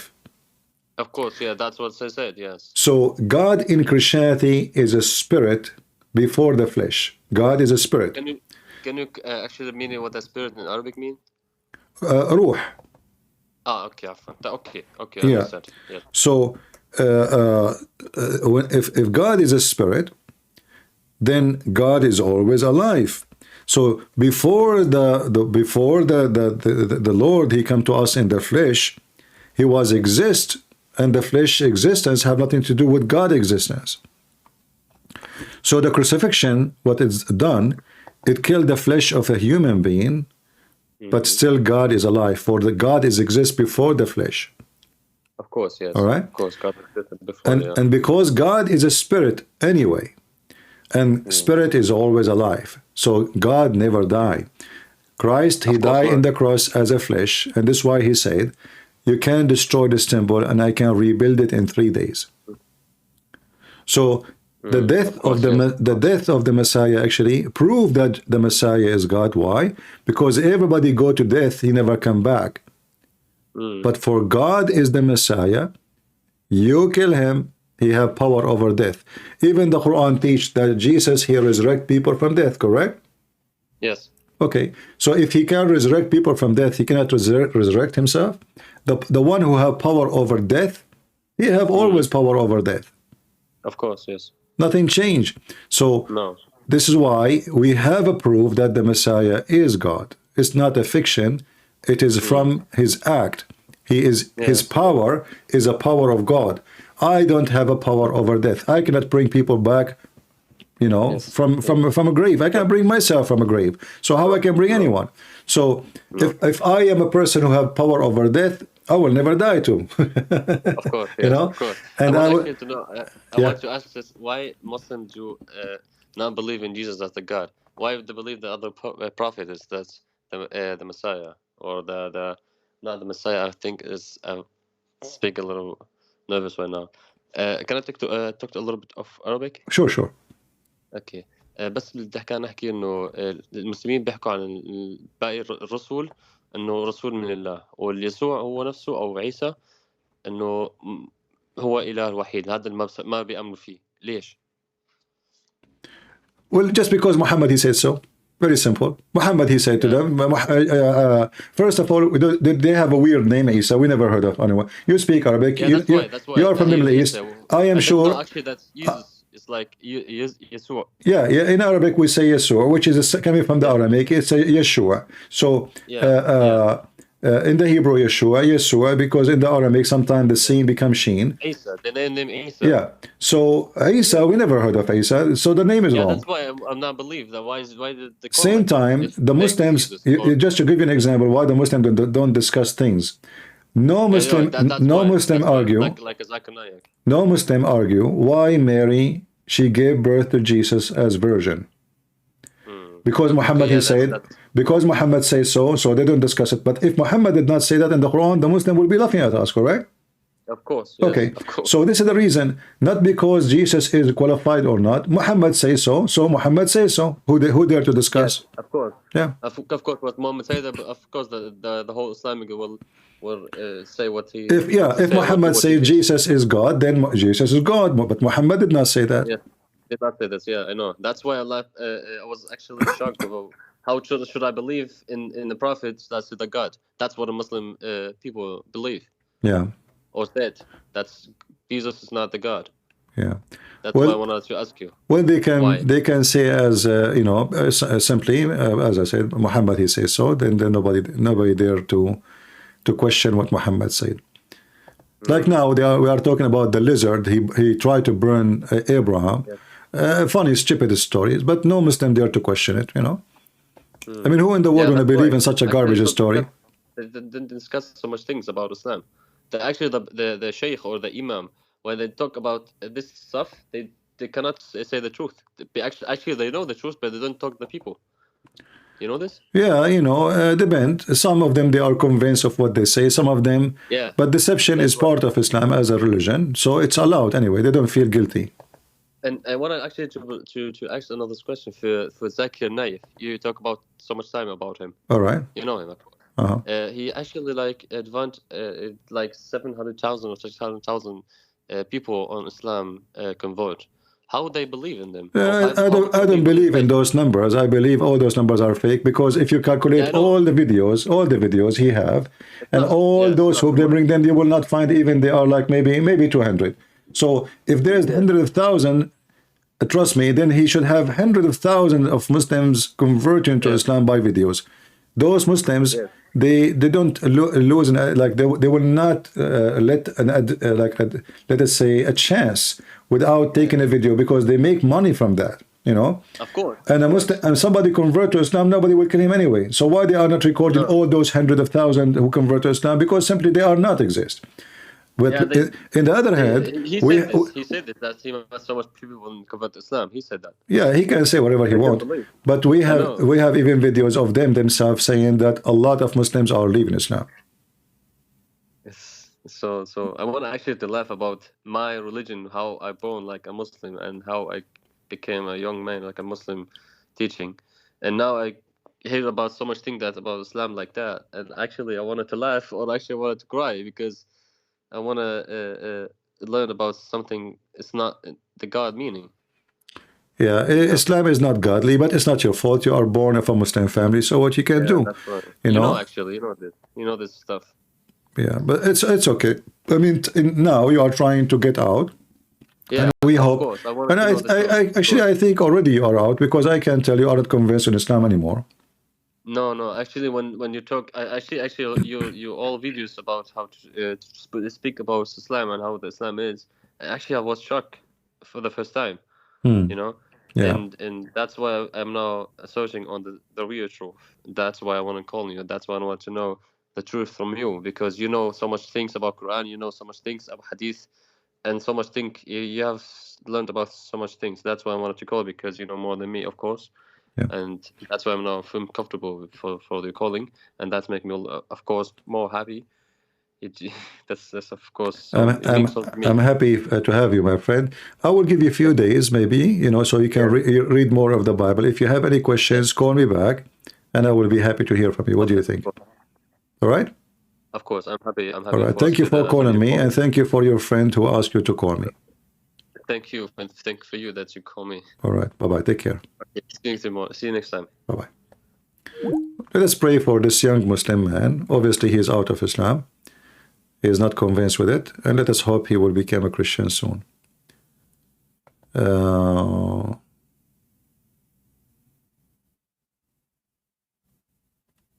We have somebody want to talk. Let us see.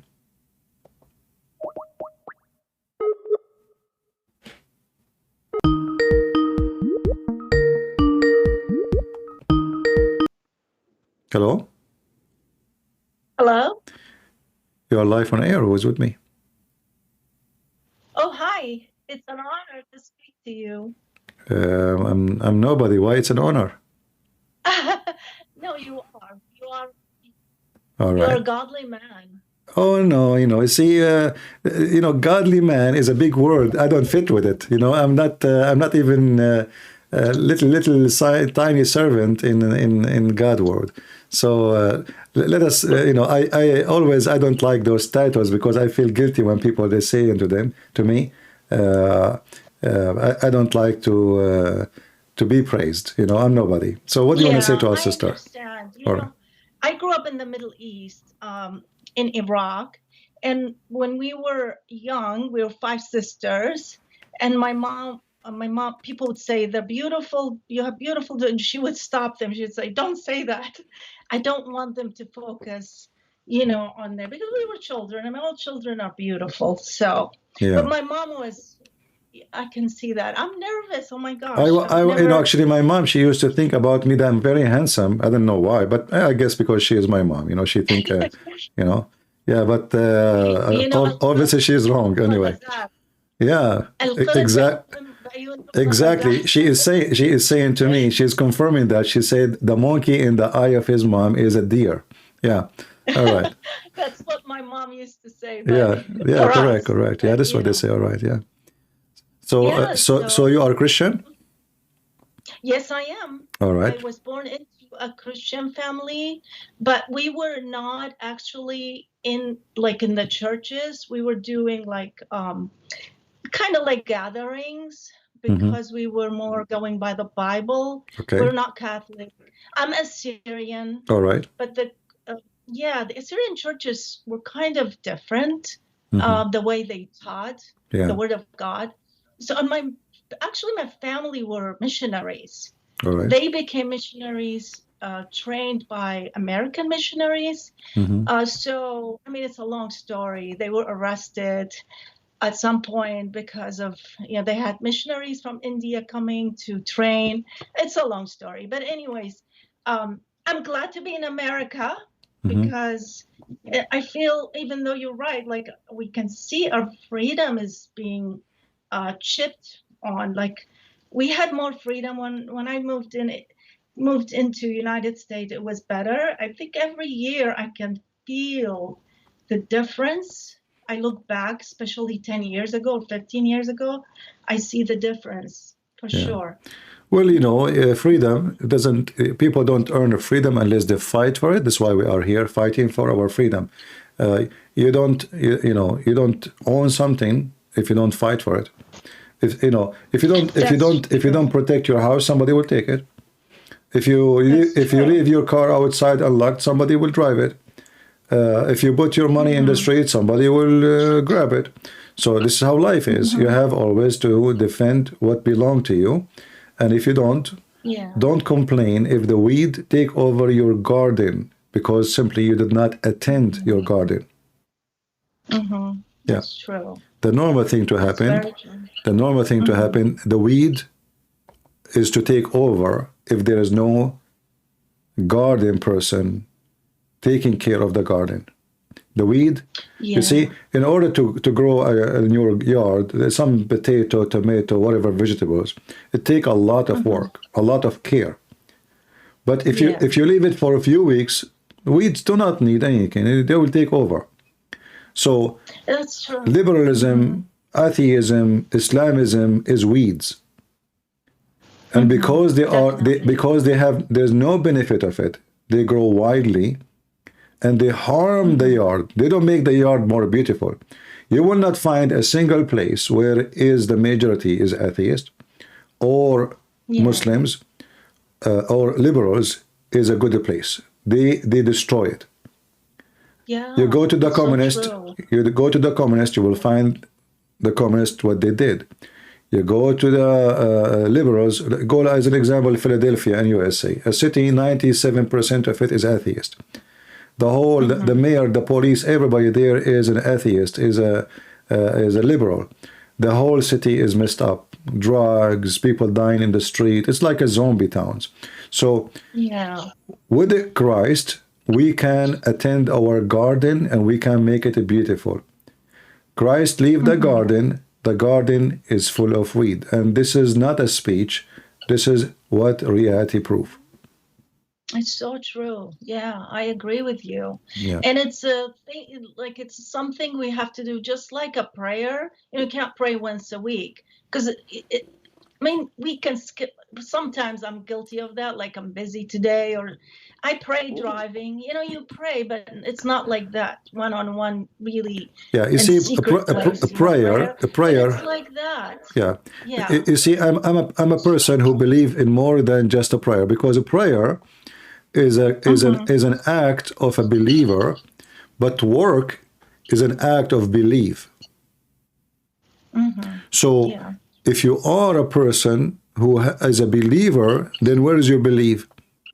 So work is your prayer, more than just a prayer. So you have to speak out, you have to teach your kids, you have to voice your opinion, share your opinion so you can make a difference. This is how you attend your garden.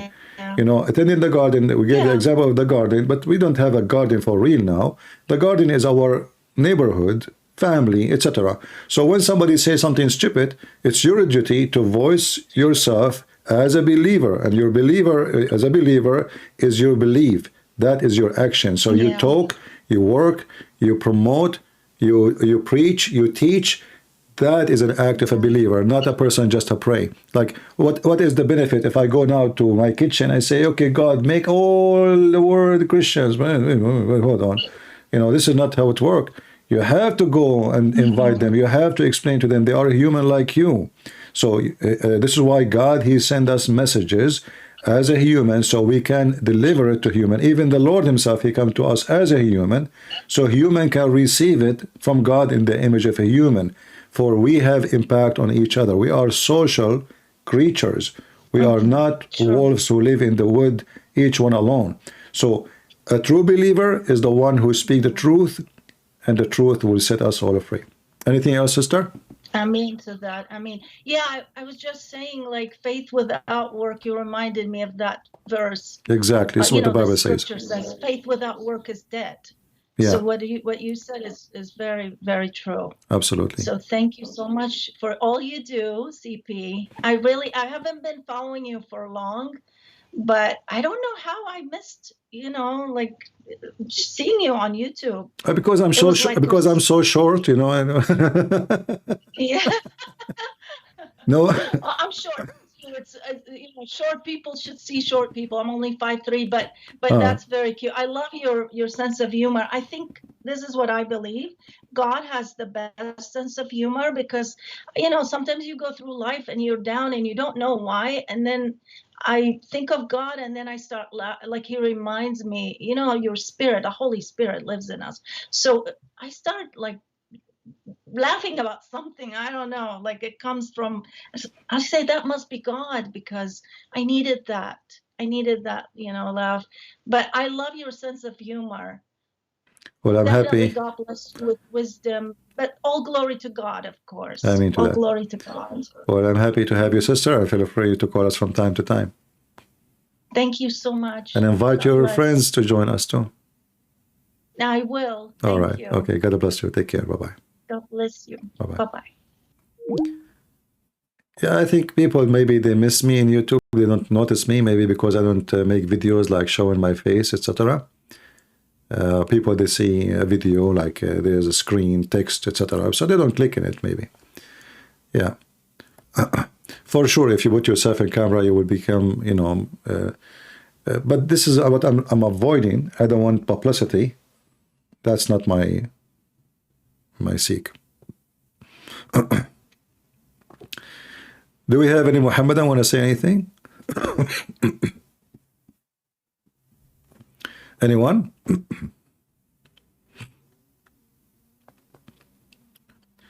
The purpose of anything we do is either for our benefit or for the benefit of someone. There's no other options. Even when a person he killed, usually he killed for his benefit. There's a benefit from his killing. Even if it's entertainment, there's some people, they are mentally ill. They kill somebody just because they like it. So it is his benefit. Even when you steal for your benefit. Even when you rape, because it's your benefit. You have a sexual joy. You are a rapist, criminal, but still you think it's your right to do it. So bad or good always goes between two categories. Either I think this is for my benefit and I justify it, or I do it for the benefit of someone else. And sometimes I can justify even evil, claiming it is a benefit for somebody. As an example, if you remember when Muhammad, he said that you are the best of mankind in chapter 3, verse 110. And then he explained, he says, for you bring them with the chains around their neck. So Muhammad now justifying enslaving nations, putting a chain around their neck, bring them into slavery, raping them, abusing their women and their children, claiming that he is doing that for their benefit. And this is when evil reach a high level, advanced level of control of mind, to the point make you believe that you rape a woman for her benefit, you kill a man for his benefit, you burn a house for the benefit of those who own the house. So this is what a human being can do to himself when he is either thinking of himself selfishly and thinking about hurting others in a selfish way too, thinking that he's claiming that he is doing benefit for them, but in reality, both way is just for one reason: satisfaction of someone very filthy selfish. Do we have any Muhammadan would like to join us, or even Christian would like to call?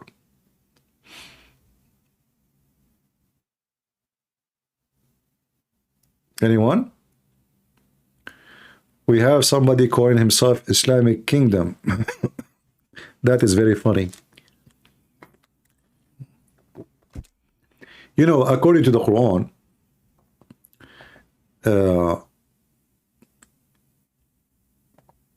you know, the Quran is a very funny, weird book. And as long as you mention the word kingdom, according to the Quran, if Allah wanted to destroy a town, He command the kings of the town, or the rich of the towns, or the nobles,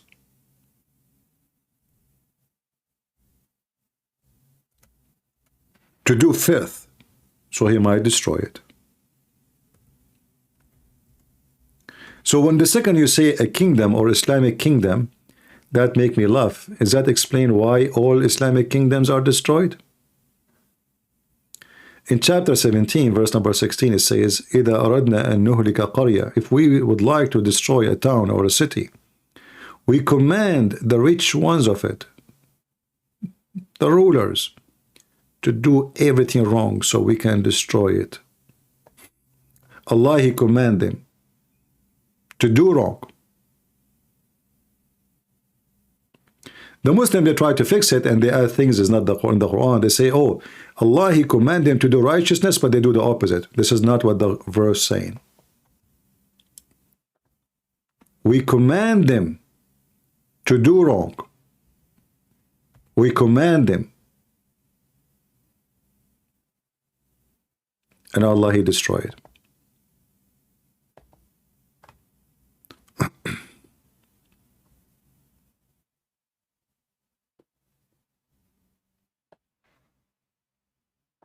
And this is in chapter 17, verse number 16.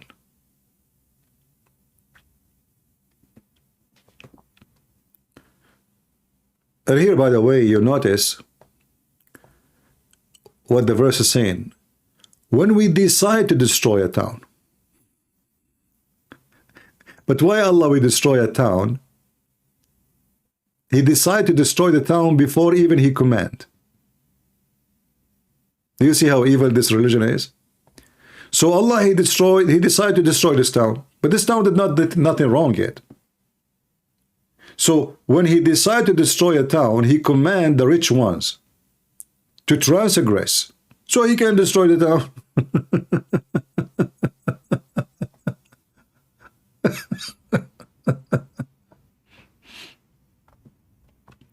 And by the way, in the picture we have the Prince of Emirat, which he's not a prince really. I mean, there you find alcohol, striptease, nightclubs, you name it. How come Allah is not destroying it?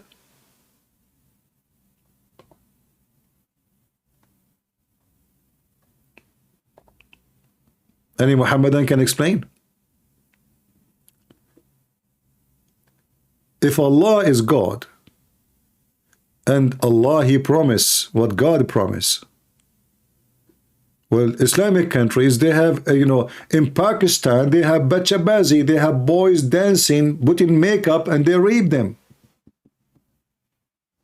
Turkey, #1 economy, #1 money is made from striptease and nightclubs and alcohol and you name it. How come Allah did not destroy it? And even Muhammad, he confirmed in the hadith, he said, that time will come and my people will do, listen to music, drink wine, and then Allah, he will make the ground swallow them.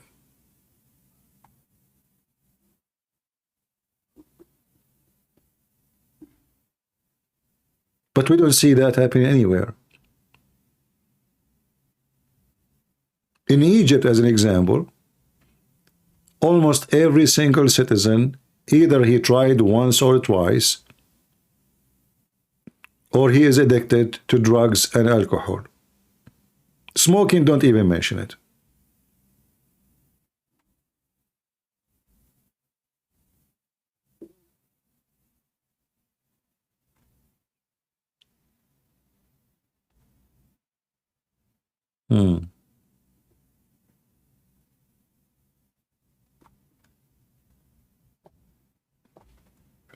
And they make it funny, actually. He said, Allah will make them pigs and monkeys. Not only the earth will swallow them.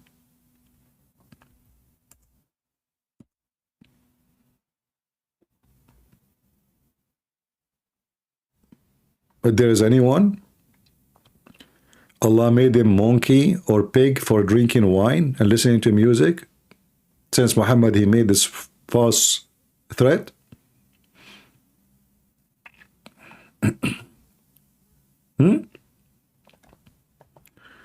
Look what Muhammad here is saying.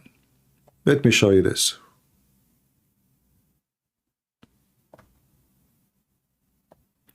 And this is all will lead us that Muhammad obviously is a false prophet. People among my nation, they will drink wine, calling it by another name, Pepsi Cola maybe. And a musical instrument will be played for them, and singing girls will sing for them. Allah will cause the earth to swallow them up and will turn them into monkeys and pigs. Now, name for me one Muslim countries don't have alcohol, singing girls, and they are playing a musical instrument. Just name one. And then here we can question if Muhammad really is a prophet or not. Either this is a true threat from a true God, or this man, Muhammad, is fabricating a threat.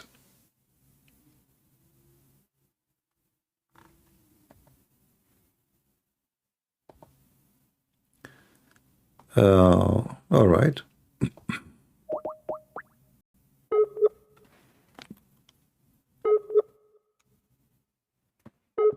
We're trying to call somebody.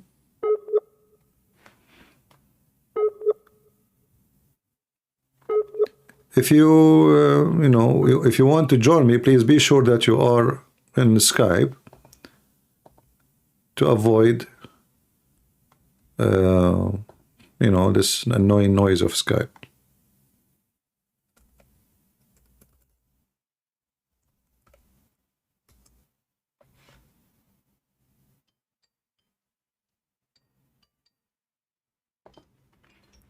Hello?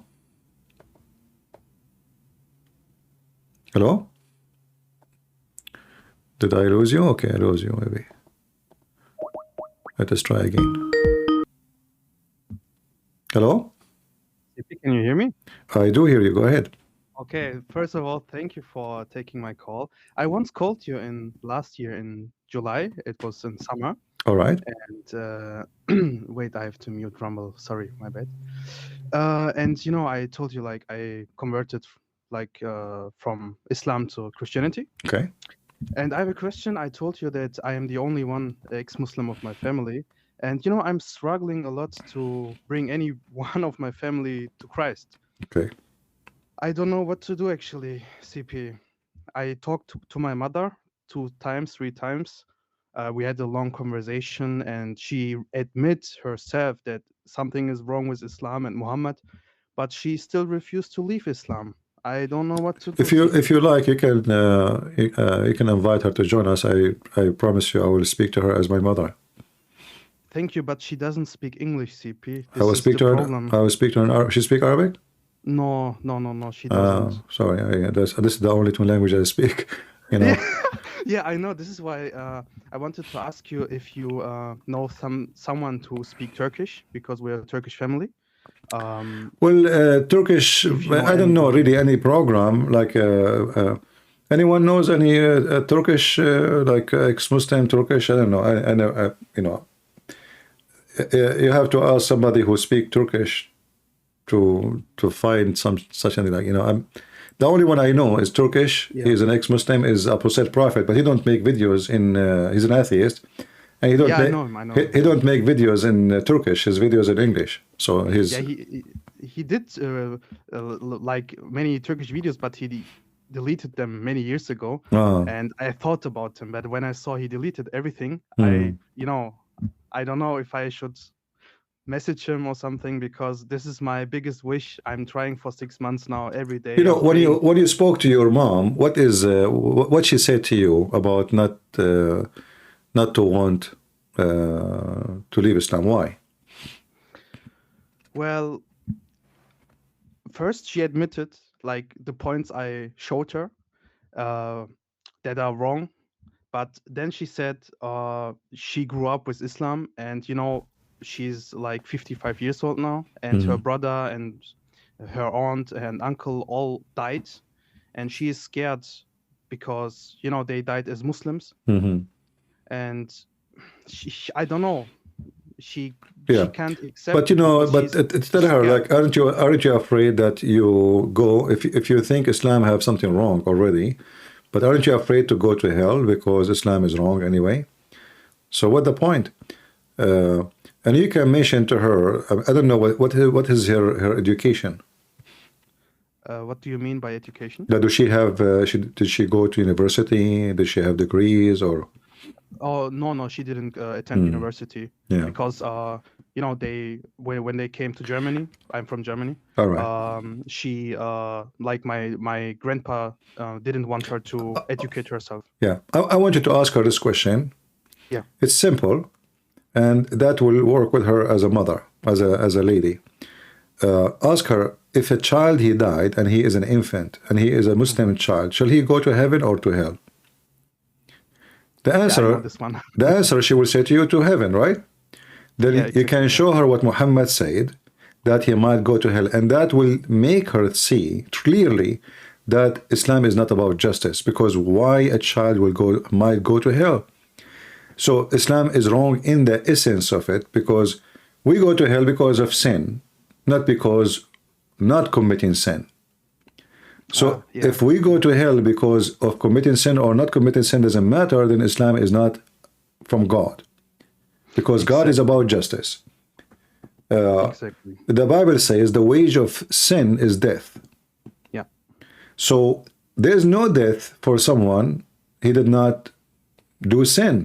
And death here is about being away from the mercy of God. That is death. It's not about just dying. It's about, you will be out of mercy of God. So speak to her as a mother, as a lady, as a female. Ask her if a child, an infant, show her a picture on the internet, a child. Say, if this baby, and he is a Muslim baby from Muslim family. In fact, Muhammad, he said all babies are born Muslims anyway, right? Yeah. So if he die, where he should go? And right away she will say to you, oh, he will go to heaven. And then you can show her that Muhammad, he said the opposite, it might be happening. So that will make her maybe think. And you can let me know later what she answer you. Yeah, I will try. I'm trying for 6 months now, and she actually admitted like there is something wrong with Islam. I showed her many things. She is already out of Islam, CP, but she cannot just the last step. She cannot leave. And the last time I talked to her was like 3 weeks ago. I think she is maybe afraid to lose her friends, and Yes. Because let me say something. Because when I left Islam and I told her first of my family that I found Christ, she was very shocked. Like, what are you doing? Are you possessed by the devil? Even my sister told me like I'm possessed by the devil. This was very hard for me, and the rest of the family is avoiding me. They are not willing to speak to me anymore. I don't Who know care? what's going on. Yeah, so I think she's scared to lose the bonds of the family to the people, right? You know, I will tell you something about family. There is family you are born into. You never choose. You never chose your sister, did you? Yeah, you are You right. never choose even your I mother. didn't choose. Even your mother should not choose you. You know. True. So this family, it can be considered as a family only if I don't feel a stranger between them. Yeah. If I go to a house, and this house, I'm a guest there, but I don't feel as a stranger, this is a family house. But if I'm born in a house and I feel always as a stranger in that house, I don't have a family in that house. So family never been about blood. Family is about where you are being beloved, where you are welcome, where people care for you. And you will find a bigger family in the world, bigger than your sister and your brother. If you are a person who open his arm to have other families will be there for you.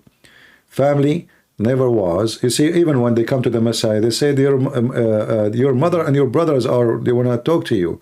They say those are my brothers and sisters and my mothers.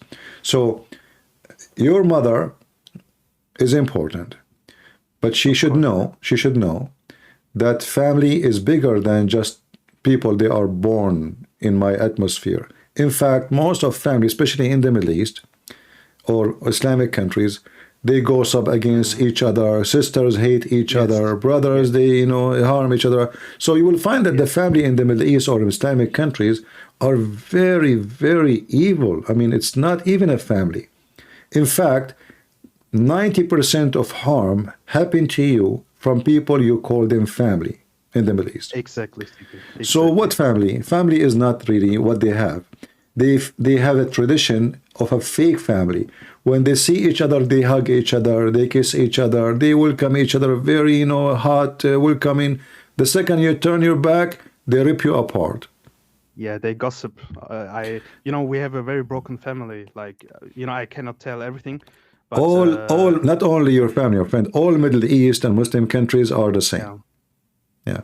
In the appearance, the big picture for Ramadan and lunch and dinner, but just sit between them and see what they talk about. Yeah. Yeah, when I was a kid, we went to weddings, right? And Turkish weddings are very big, like 500, 600 people.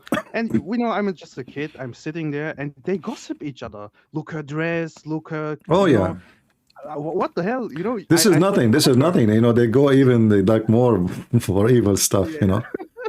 In the same time, they are the one who like give you a big kiss, a big hug, and they You see, this is an illness actually in the Middle East in general, not only between Muslims, even many Christians they are under the influence of Muslims. So they will see a guy, hey, where you been? We missed you, man. How you doing, etc. And like this, what happened to me actually. Once I was in a restaurant, invited by 3 or 4 people I just met. I don't know them, but they invite me, come have dinner with us. So I came, and then one of their friends, who is their friend for maybe I don't know how many years, he came by to the same restaurant, and he have his wife outside. She is going to follow him. He saw us. He came, shake hands, and they hug him. You been, and then he went. He sat with his wife in his table, and we are sitting in our table, and they start talking about him, about his wife, and then the first thing I said to myself, if this is their friend for the last God knows 15 years, they are talking about him this way, what they will say about me, who just met me yesterday, Yeah, I know. This is something that happened to me very much. I'm like now 28 years old now, 28. And, the older I get, the more I realize that people don't know love. They don't know God. Yeah. This is why, I have no friends, CP. I'm totally honest with you. I lost every friend. I lost like my family. Like I have nobody but Jesus. And this is something they don't know love. You know them for 16 years. They betray you. They don't message you back. They gossip behind you. I don't know what's happening with people today. Yeah. You see, the most important thing is to friend yourself. not to have a friends. Because if you cannot find the friendly life within you, there's no friend. Well, what a friend? You know, if you cannot find peace within you, there's no friend, and there's nobody can satisfy your friendship. So the first friend is you to be friendly with yourself, honest, you know, a person in society who don't want to harm people, who love people, and you don't want to gossip, and you don't want to enjoy, you know, you don't enjoy their garbage. And secondly, the word of friend is not exist no more between those people because they are selfish. They don't friend you for no return. Always when they friend somebody, they want something in return. Exactly. If you are rich, they friend you. If you are poor, they don't know you. If you are a rich person, even if you are the cousin of the cousin of the cousin of the cousin of the neighbor, they call you cousin. But if you are their brother from their family and you are poor, oh, who? Oh no, we are busy today. Sorry, we cannot have you here. You know. Yeah, so we know them. We know them. We grow up there, and we know their culture. It's very awkward, very backward. Everything wrong in the world is there. I mean, I cannot name a disease can infect a social life. It's not in those land.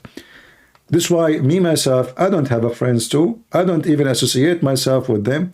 And I don't want to be part of them because simply they are bad. You know, you cannot live, to live between those, you have to be like them.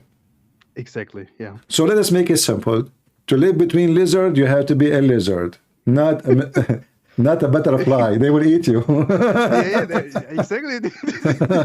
Yeah, this is something that happened to me because I was too kind. You know, CP, I don't want to harm anybody. Look, I'm too kind. You know, I'm always forgiving them, but they abuse this. I don't know what to do anymore. Like this is why you know every friendship is like going to it ended, right? And I'm by myself for many months now, but I'm enjoying myself, you know. But the words you said, it's very true. I grew up with Muslims. I had Muslim friends, and every family of them CP is like you described. It's broken. Every Muslim family is broken. Yeah. Well, this is the important thing. If you are, you know, enjoying yourself as a person, it's not about how many people you know, how many people around you. It's about if you feel lonely or not.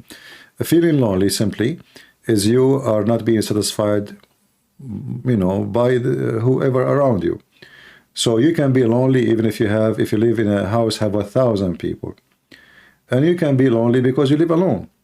But you can be still feeling not lonely and not alone if you are a Christian who have God in his heart. For if God is with me, who could be against me, and I will never be alone. This is why for me it doesn't affect me if I have people around me or not, because I don't feel alone really. Never feel alone. Yeah. Yeah, this is how I feel too. Like Very. before I met Christ or he saved me. You know, I had 3 encounters with Christ, but this is another story. I feel the first time in my life I feel loved and important, you know, because broken family, broken friends, broken life, everything was not really going well. But yeah, Islam never satisfied me, you know. But now, you know, I feel sorry for you. You will not have endless penis, you know. Yeah. I mean, are you? Let us be honest now. Come on. I mean, what we have right now is an embarrassment. Yeah, I know, but I don't know, CB. How I'm going to meet a Muslim in the day of heaven? Like he have an English one, and I have like what? What is this? You know, like come on. So the Muslim, he will be the winner. Like size doesn't matter. You know. Yeah, you will laugh at us, CP. What can we do? Unbelievable, stupid religion. Exactly. Yeah, that's why I say stupidity is amazing. It is. I asked my imam like 2-3 years ago when I like came to Christ. I saw him in the parking lot. You know, I was going out. He lives nearby, and I haven't seen him for like 7-8 years. And he saw me. I am wearing a cross, and you know, he came to me and he was like, "Oh, what are you doing? What did you do?" And you know, I asked him a question. I asked him like, why did Muhammad promise like virgins in heaven? Like, why? And he answered me like, yeah, well, it's Muhammad, he said it, and it's totally normal, and we have to accept it. And I was like, isn't it funny? Like endless penis and 72 virgins. Like what is God No, offering not only us in this. He heaven? said whatever you wish, which means you can have sex with men. You know, Oh, whatever yeah, you wish. of course. But Yeah. I don't know how they can admit to that and accept this. Like, it's crazy. Yeah. Well, you know, when you are a pervert, then your wishes is about a wishes of a pervert. You know. Exactly. You will be Yeah. satisfied. Your wishes represent a pervert mind. Like, you know, if you have a friend, he let us say, you know the story of the genie in the ball. I mean the story of Aladdin, like he cleaned the yeah, I know. Okay, so now let us imagine the genie appeared to someone, he is a pervert, and the genie, he said to him, whatever you wish. So what do you expect from the pervert to ask the genie? He will ask him, he will give him a pervert request, right? He's a pervert. But if the genie become the servant of someone, he is not a pervert, the request will be different. So the gift present who are you. If you come to my house and you have, let us say, a book in your hand, and this book is about ethic, that's mean you are a person who is interested very much in ethic and you wanted to share something with me. But if you come to my house and you have a gift, a videotape of porn, well, that's mean this is your interest, correct?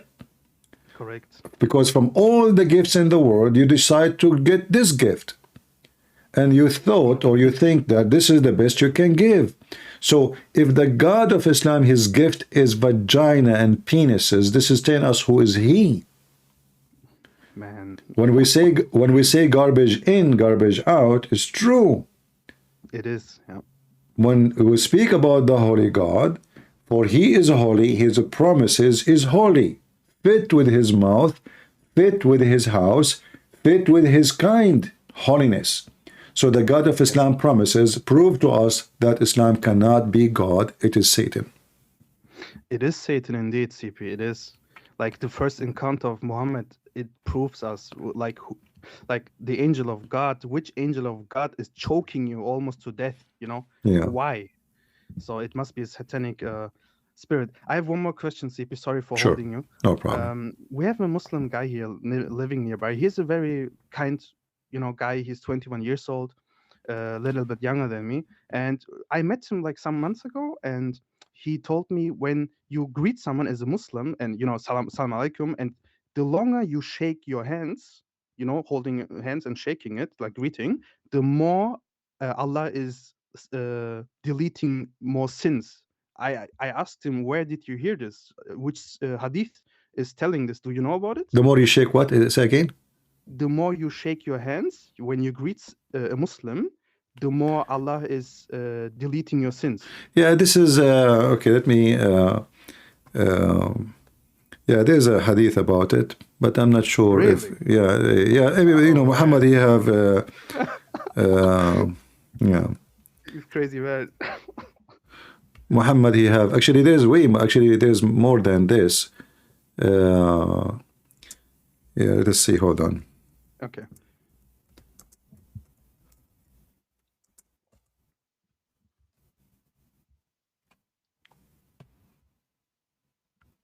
Like even there is, it's if you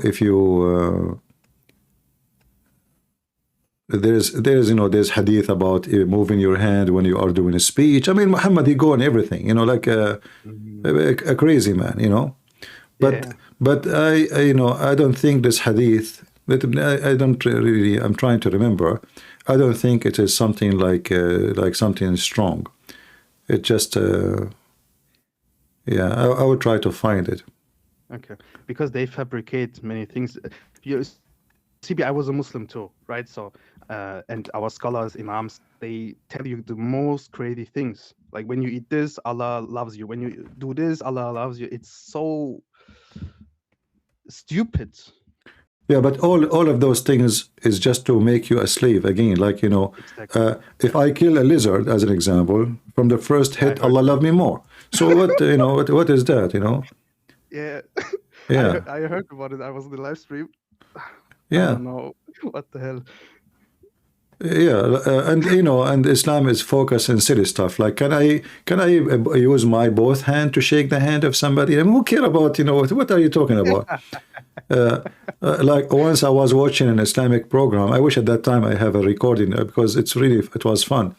A Muslim girl, she called the sheikh, and obviously she is a whore. You know, she is not because she's speaking in a very, you know, like she's trying to tempt. She said, "Assalamu alaikum, salam. I'm very beautiful, and my sister told me when I take off my clothes, the fish in the fish tank, they start shaking, and the sheikh starts shaking too. You know, like, and the other one, he took the water, he started drinking. Okay, sister.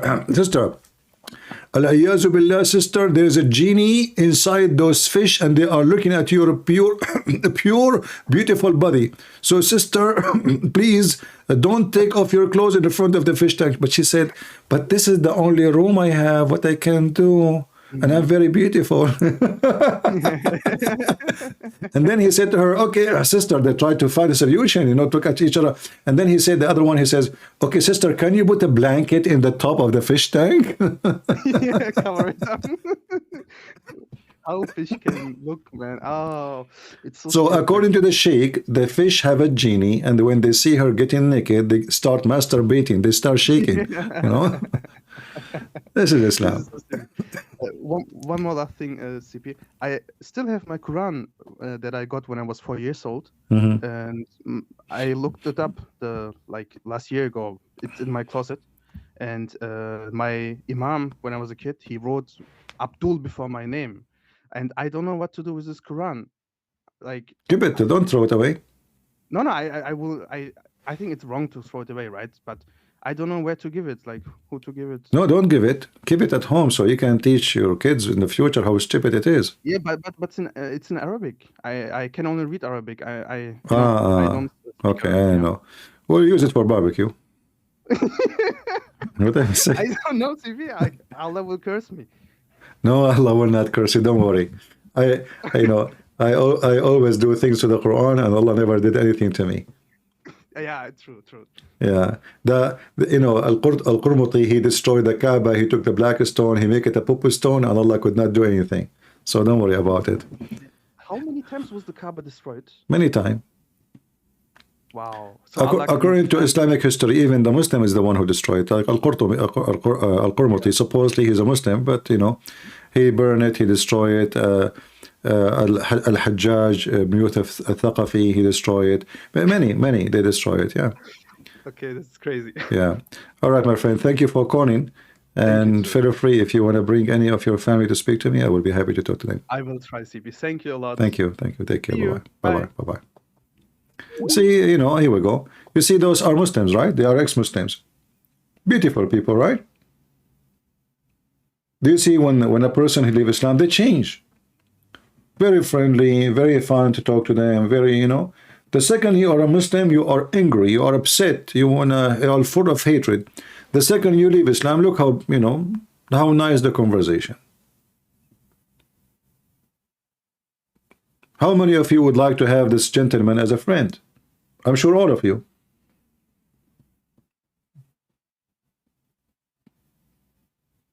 The second you leave Islam, your spirit change. The way you receive people change. The way you accept people change. The second you are a Muslim, you are hateful, you are angry, you want to do violence. Yeah, somebody saying give the Quran to David Wood, he will eat it. David Wood, he have a habit. He get, you know, when he get upset, he eat Quran.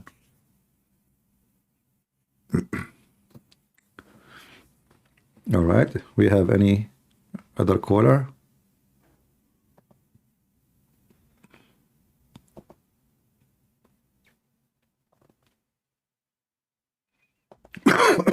Sorry.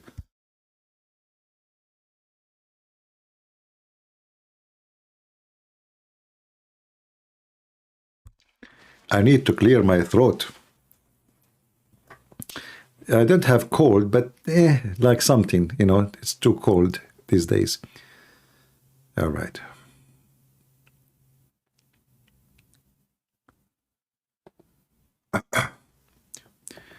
Do we have any Muhammadan would like to call us?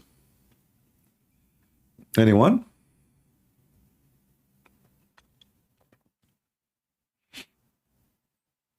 Nobody?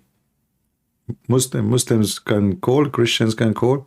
See, we changed the way to take our program that Christians can call. I think this is better. So, you know, Christian will not be feel oppressed by me, for many of them, they like to talk.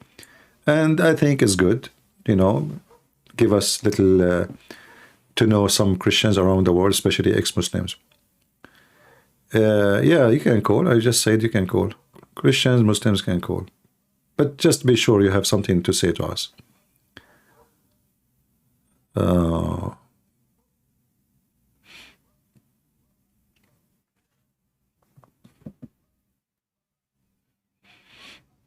No, I don't burn the Quran. I use it. You know, I use it. I remember once I was in the Philippines and I received a phone call. I was speaking Arabic in the elevator. And there's a guy, he, you know, obviously he is Abdul, he's wearing the hat. You know, those, you know, Muslims in Philippines or Indonesia, they try to copy Muslims, the way they dress. So, you know, when we went up in the elevator, I lost connection. So, you know, the conversation is over. So he said to me, Assalamu alaikum. So I said to him, Assalamu alaikum, Abdul. The guy, he looked at me and his eyes become like a frog. He was like astonished. Like, he said to me, MashaAllah, how you know my name is Abdul?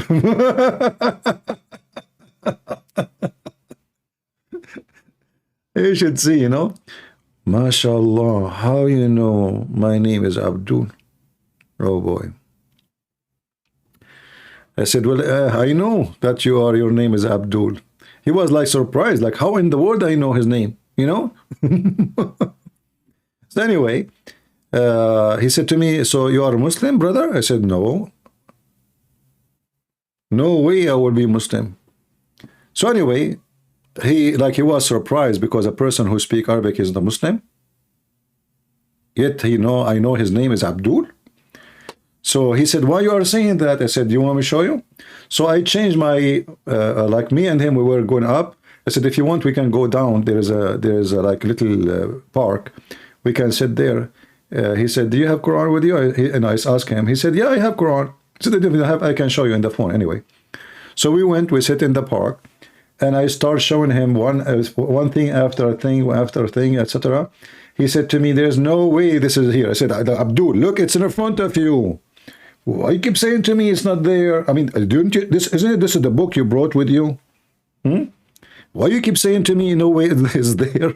And actually, I don't know what he's reading. You know, he was like, you know, it's not in Arabic. So anyway, the Abdul, he kept saying, no way it's there. No way it's there. No way it's there. And then he agreed that he will ask his sheikh, and if this is really what I'm saying is true, he will leave Islam. I saw him after some time in the mall, and he was walking with his wife, and his wife wearing burqa, like terrorist. And he looked at me, he put his hand in the front of his mouth, and he's like saying, like, you know, don't talk to me now. Like, you know, he don't want to tell his wife that he, you know, about the conversation happened between me and him. Yeah, what a potato. He's afraid from his wife. Yeah. Do we have any Muhammadan? Nobody? Yeah, it was funny when I said to him, Abdul, he said, oh, MashaAllah, how you know my name? He was shocked. Like, how in the world? You meet a person in the elevator, yet he knew that your name is Abdul. How? Mystery.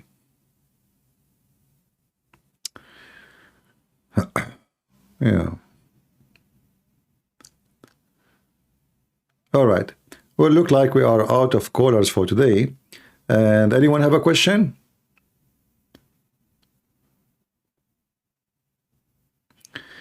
Islamic Kingdom saying when David would go live, he have 1,500. Well, I started the account here. Not many people knows about my account here. Otherwise, we will have way more than one. If I go on YouTube right now, I will have a lot of people too. Okay, somebody trying to call. A Muslim trying to make us jealous, like, you know, it's good. We are happy to see a Christian, he have good viewers.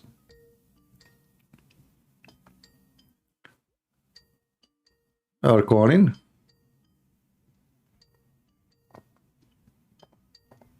Well, you are not answering, my friend. You know, one of the funny things, Muslim, they try to divide us. Like, how come this guy, he have 1,500? If I go live in YouTube right now, I will have 2,000. But who care?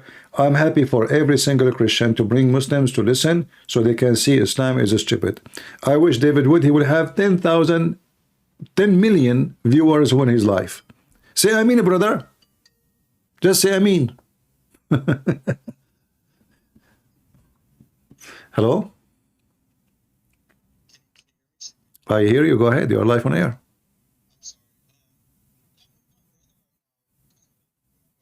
All right.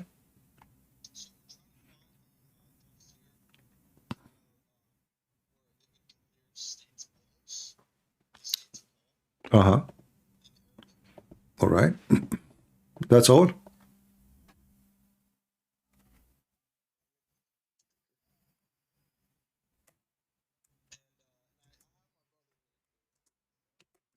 Is your brother is a are you Christian?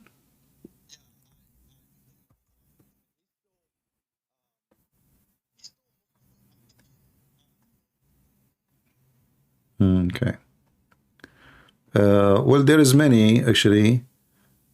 There is many tafsir speaking about Paul, but let us go over some of it. Give me a minute. Do you want like links or just yeah.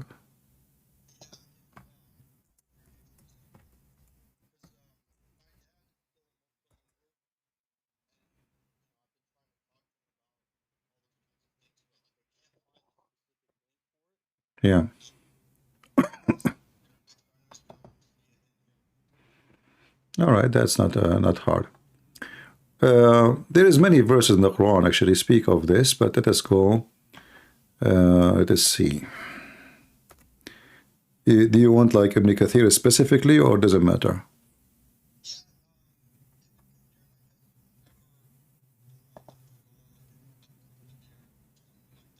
All right.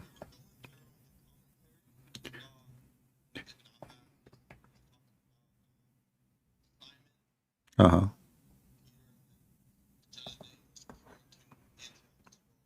All right. I will share. Do you want to share the link in the chat? You can click in the chat. All right. Let's see. Here we go. This is Ibn Kathir, and I will post the link in the chat here. Give me a minute.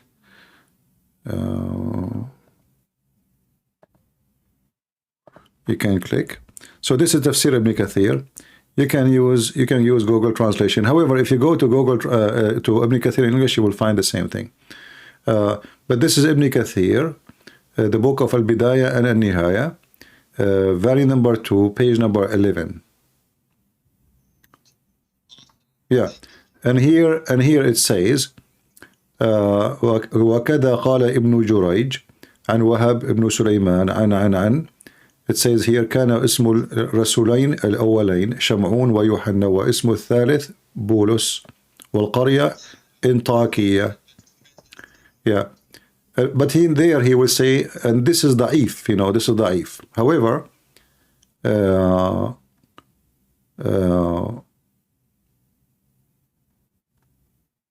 you will see here. So Ibn Kathir is just quoting what this guy said and what this guy said and give his opinion.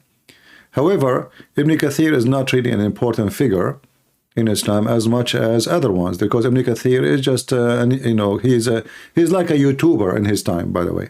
Ibn Kathir, he grew up between the Christians, and he's a Muslim, you know, supposedly he is from Mecca himself, but he was trying, let us say, to refute the Christians. And obviously the Christian, they were using this argument against them. and Ibn Kathir was trying to fight it. So as an example, you have Ibn Abi Hatim, who is way before Ibn Kathir. Ibn Kathir, he died in the year 774-75. Ibn Hatim, he died 320 something. So Tafsir Ibn Hatim says that they are John, the three messengers, and Simon, Peter, and Paulus. And this is Tafsir Ibn Kathir. Let's see, sorry, Ibn Hatim.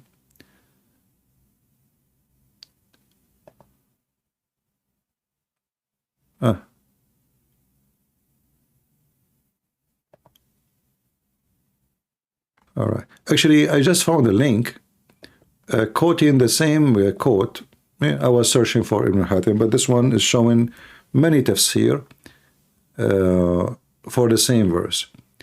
And here you will see Al-Baghawi.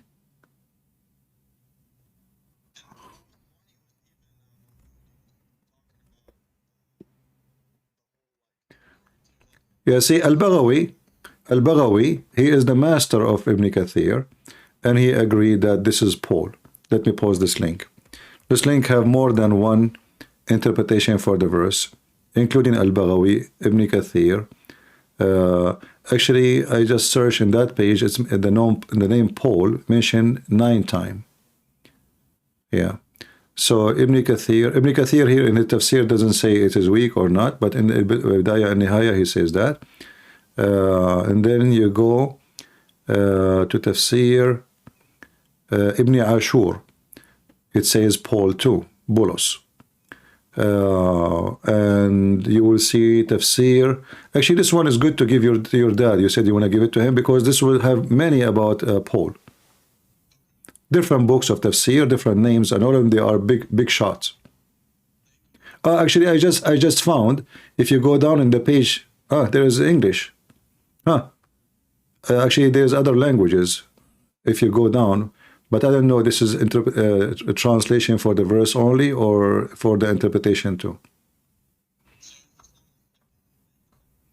The second link, yeah, you will see many languages, but I think this is just a translation for the verse itself. Maybe. Yeah, all right. You're welcome, my friend. Take care, bye-bye. Yeah, we have tons of sources. You know, the funny is the Muslims, all of them, they attack Paul, and they think Paul is the one who fabricated Christianity and the Trinity, which is very stupid, you know. The fact, the same verse we are talking about the 3 messengers, you know, Muslim cannot explain to us why Allah, he sent the 3 messengers to make his message clear. I mean, if you are talking about against Trinity, why does God, Allah, he stuck with the 3? So he sent first 2 messengers and then he strengthened them with the 3rd. Mary, she fasted for 3 days. Zechariah stopped talking for 3 days. If a man divorces his wife 3 times, if you take an oath, you say it 3 times. If you do ablution, you wash your hands, your feet, your face, etc. 3 times. Everything in Islam is 3 times. And then Islam speak against the Trinity. So Islam is a Trinity ritual. All of Islam is a Trinity ritual. Everything in Islam is about Trinity. Even when Allah, he speaks, he says, in the name of Allah, Bismillahir Rahmanir Rahim. 3 names he used. Allah, Ar-Rahman, Ar-Rahim. They say to you, how God can be born of a womb of a woman, but their God himself, his name is womb, because this is what Ar-Rahman, Ar-Rahim mean, coming from the word Ar-Rahm. Rahm is a womb. So the Muslims' argument is the most weird, stupid argument. But their argument can make sense when someone is ignorant who do not know their religion. The second you know their cult, you will laugh at it. As simple as that. Allah could not find a name to call himself except womb. Why he's a womb? As long God cannot be born of a womb.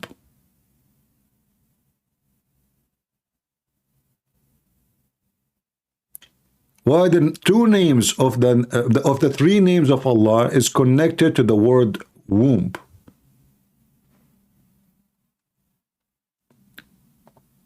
Another person.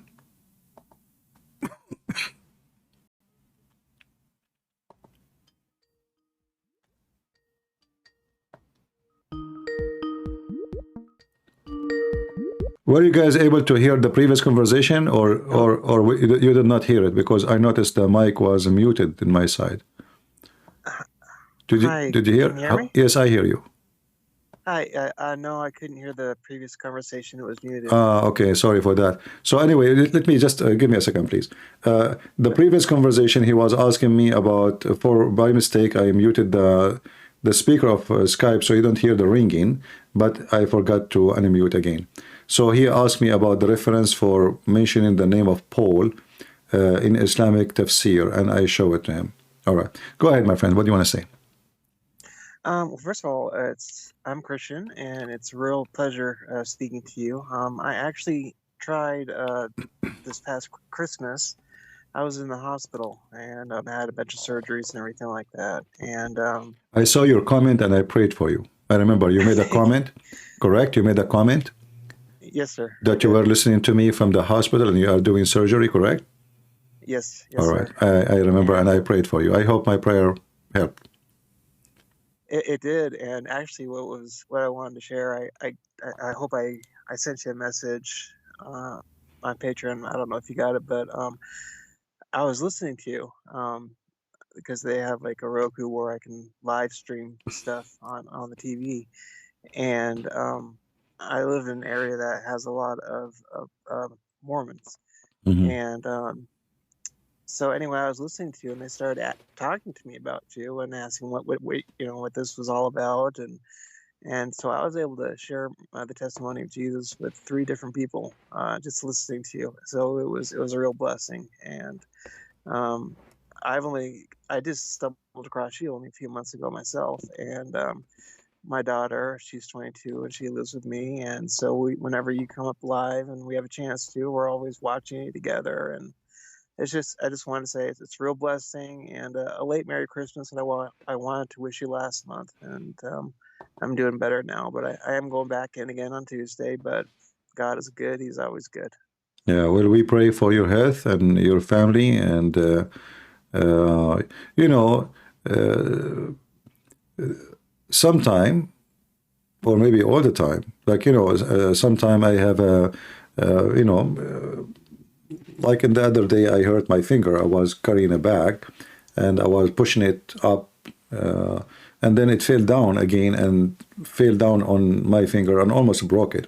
So when I prayed, I said, "Thank you, God, for the pain in this finger, because simply, the pain which we suffer from remind us of all the good time we don't have pain." When we don't have pain, we forget about the blessing we receive.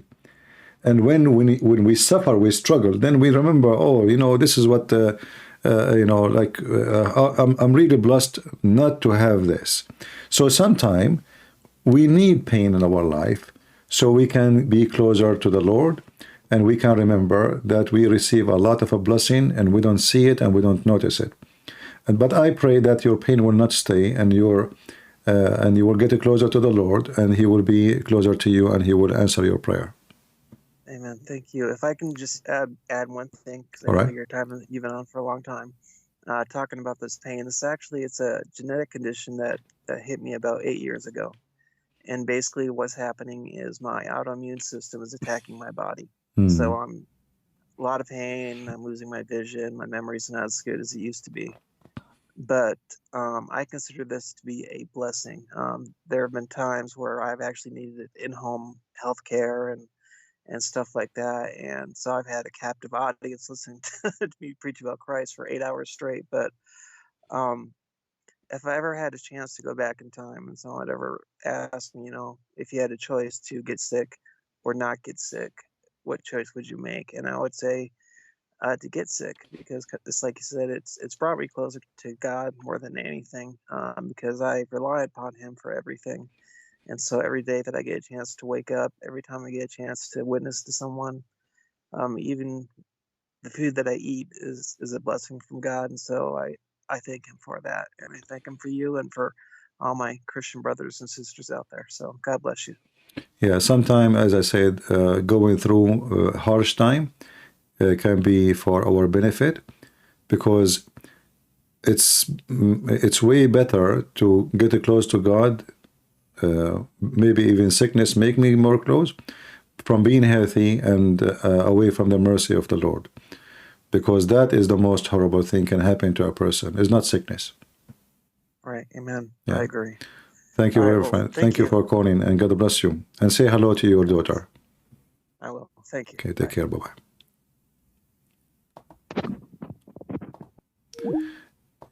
Yeah, human being, when he is very healthy, he feels so strong. He don't need God. I mean, I'm healthy. What God for? Always, when you think you are strong, that is the most weak moment in your life, is thinking and believing that you are strong, because your strength is just temporarily. It doesn't matter who you are. It's just a moment of temporary strength. It's just even fake feeling. It's not even real. There's no human being is really strong or really healthy. That is impossible. Our body is like a countdown clock. As simple as that. Even if you are Samson is dead. It doesn't matter how strong you are. Always remember that you are weak. You are strong when you understand your weakness and you use it for your strength. What does that mean? Because I am weak and understand my weakness, I know that my strength is by my Lord, not by me. And that will give me the strength which will never die. If I understand this point, then I will live forever. Jesus, He said, whoever believes in me and die will live. That is a strength. Let us say superpower strength. You will die, but you will live. Otherwise, I will die and I will never live. So, thinking about yourself as a person who is so strong is so weakness. Everything you have is temporarily. Ability to run, ability to jump, ability to eat, ability to dance, ability to sing, ability to see, all those things are temporary things. They will not stay with you. Even the house you own is not yours. This is how weak you are. Even the chair you sit on right now is not yours. Somebody else will take it sooner or later.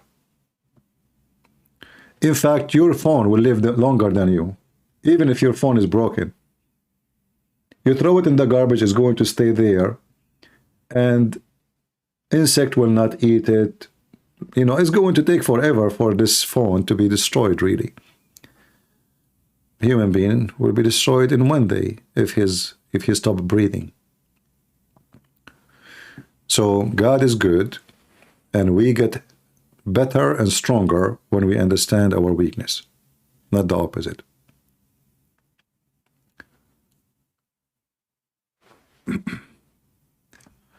All right. Do we have... Look like we have no more callers.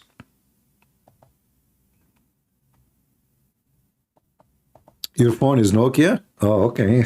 Nokia is better than Samsung. The funny about phones is is how those little things occupy our life. And they can be useful. I mean, who can deny that those are like, you know, they can be blessing for you too. I mean, they make things easier, direction, to find things, even to read books, even to read the Bible. But the same machine, the same tool, but this is how it is in life. The same thing can be misleading, bad. It's not the machine itself, but the way a person can use it. So what we see today is something was impossible for some people not long time ago. But what we have today is going to be very silly for someone who is going to live 500 years from now. If you look at your phone today, he will laugh at you. What is this? Huh. This is how phones used to look like?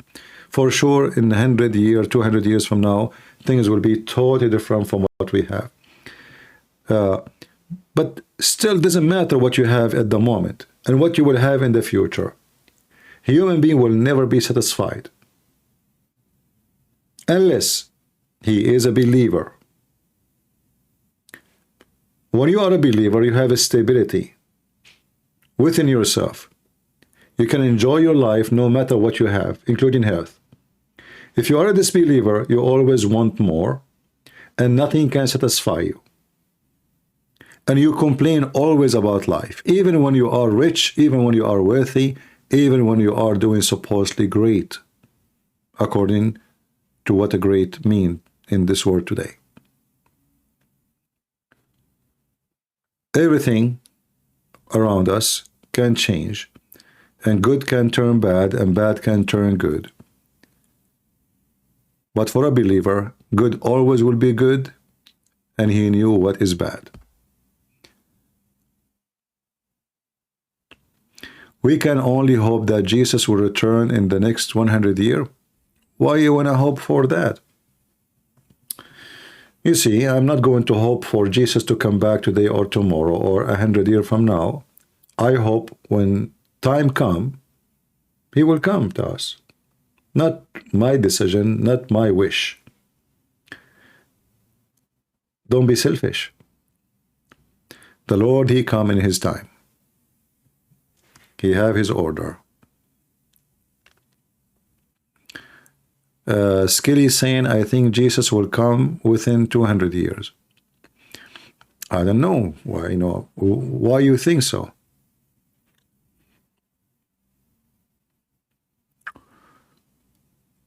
Anyway, this is not really, we should not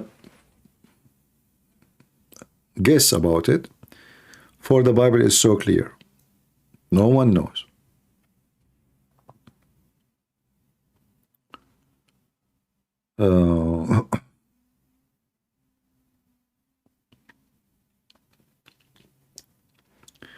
Will people become dumber and dumber because we have dumb teachers, dumb schools, dumb principals, dumb books, and then the whole generation will be dumb. So you have a duty. Don't complain about somebody being dumb. Try to educate them. Do your part. We need Jesus coming back soon because things is going downhill fast. You never know. It might go uphill. This is all depend on your work again. You see, when the Messiah came in this earth, the whole world is a pagan world. Almost. So how downhill it was? Very bad. It went uphill. Things can switch. Things can change.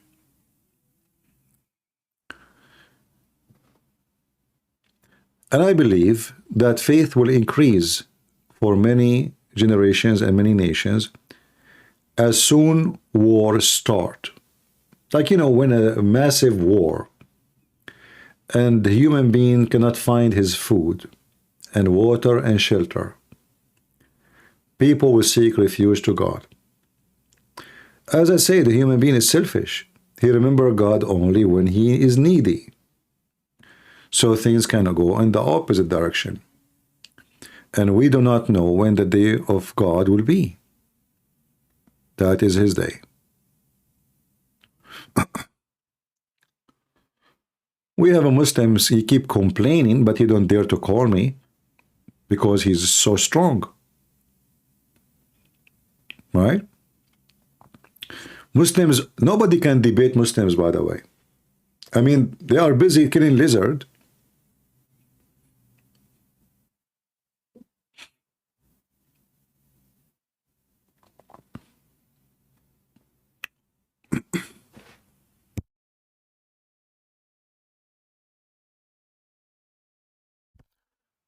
Do we have any Muhammadan would like to call us? Or you guys are hunting lizard to receive a blessing from Allah? You know, guys, what if what if I decide to make a trip, and I would do like those, business guys who claim that they are religious, and they organize a trip to visit Jerusalem, so they make money out of the Christians. But I would do it in a different way. I will do it as a Muslim. Let us go and do Hajj in the Arabian desert, and the mission is to kill lizard. So listen to me carefully. I will not take you to Mecca because we are not allowed. I heard we are allowed actually now. But we can go to Arizona. And who want to join with me? Listen, you pay for nothing except hotel, airline, food, and arrow. The rest is for free. Okay? And water, and bathroom, etc. Yeah. You pay for those only. The rest is for free. And then I will take you to Arizona so we can receive a blessing from Allah. And you know how important it is to receive a blessing from Allah by killing lizard.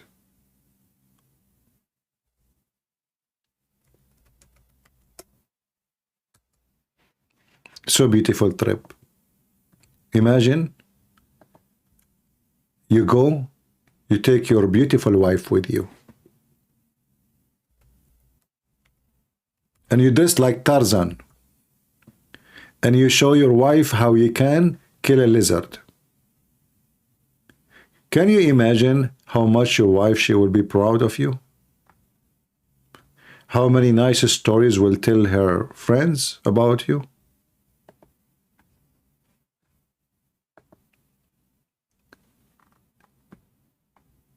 She will tell every friend of her how many blessings you brought to her family by killing lizard.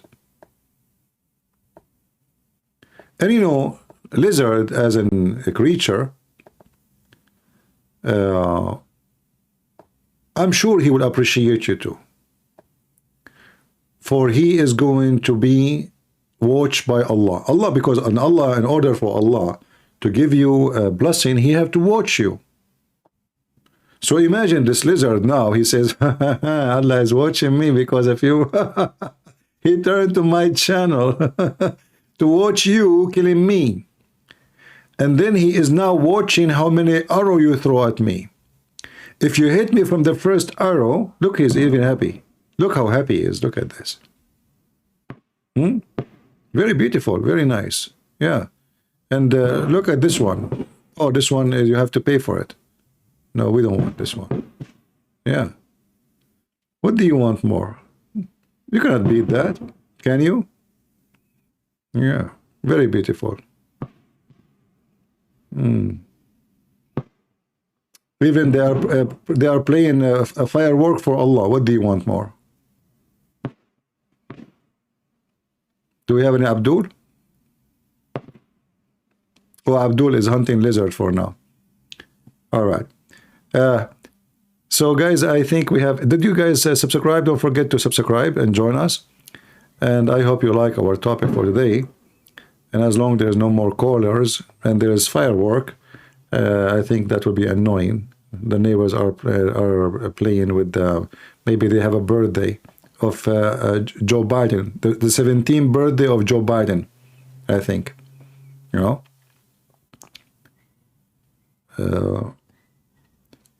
No, this story of the lizard is real, by the way. I mean, this lizard, he tried to burn Abraham. Yeah. I mean, how stupid anyone in the world to believe that a lizard, really, he tried to burn a human being. And the fire, I mean, the fire is so massive, so huge, and now the one who will make it go crazy is a lizard. True story. Yeah, and they are insect. Yeah, and this is the proof that Muhammad is a messenger of Allah.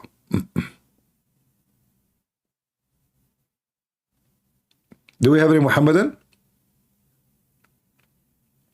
Hey Muslims, when Donald Trump he go to Saudi Arabia, why don't take him for a trip to kill lizard? You don't want him to receive a blessing from Allah, huh?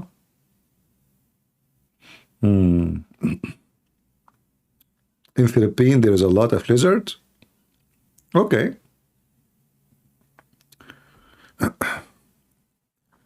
You are scared of lizards?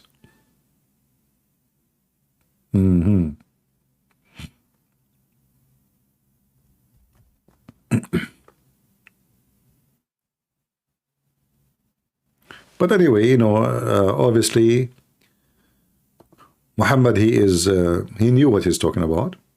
He's very educated. And it's proven scientifically true that lizard, they can set a man in fire and they can kill him. One lizard. Just one. And you know, the funny is, Muhammad, he mentioned that the disbelievers, the king, he ordered his army to make this fire. So why he need a lizard anyway? If the army of this king, they made the fire, and Abraham is captured, he is tied up, and they put him inside this fire, which means like they tied him up with the wood, or let us say a column in the middle, and they put a massive amount of wood, and they you know, it catch on fire. And now the lizard is the one who will keep. Where is the king? And where is his army?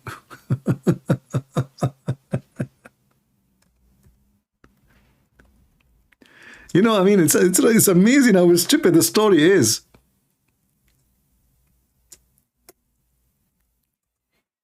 The guy, he is a king. He commanded his army to put Abraham in the fire, supposedly. So who is Mr. Lizard? How he get even there? And all the animals and the insect in the world, they come to stop the fire. Well, this king should believe in Abraham then, because then they will see, oh, okay, you know what? Look at this. Elephants, cats, pigs, cockroaches, flies, fleas, mosquitoes, they are coming to stop the fire on Abraham.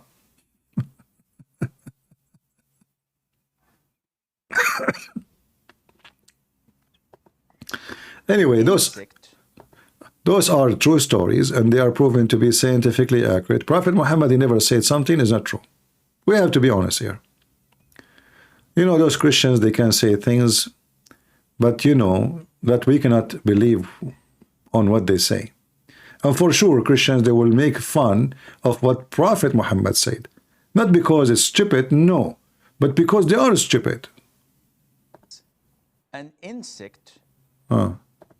I'm not sure. The house lizard is an insect that is harmful. Some of it cause a lot of diseases.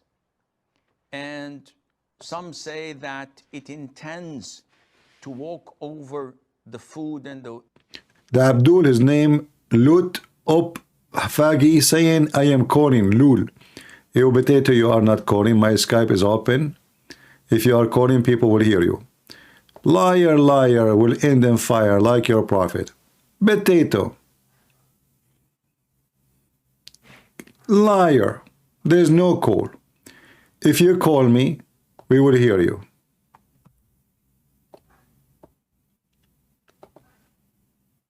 Every single one call me, people, they can hear. I can even show that every single call I receive. Live on the screen. Nobody call me. You are a potato liar. the drinks. Okay, you know what? Give me your Skype, I will call you.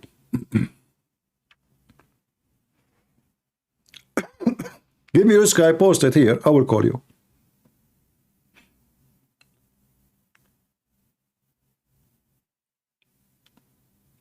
Give it to me. Post your Skype here. I will call you.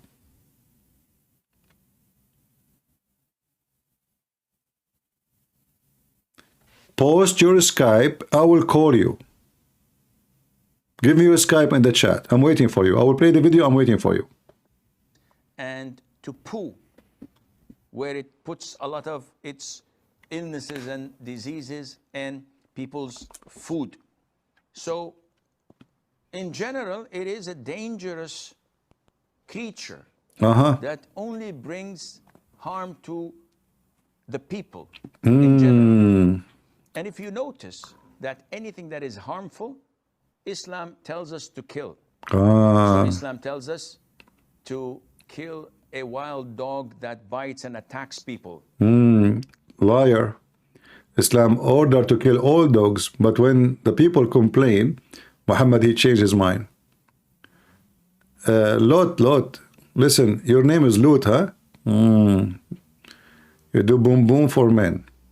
Okay. Be a man and give me your Skype. I will call you right now. Post your Skype here, Potato. People are laughing at you. As long you said you call me, why you didn't give me your Skype in the chat and I will call you? Give me your Skype, Potato.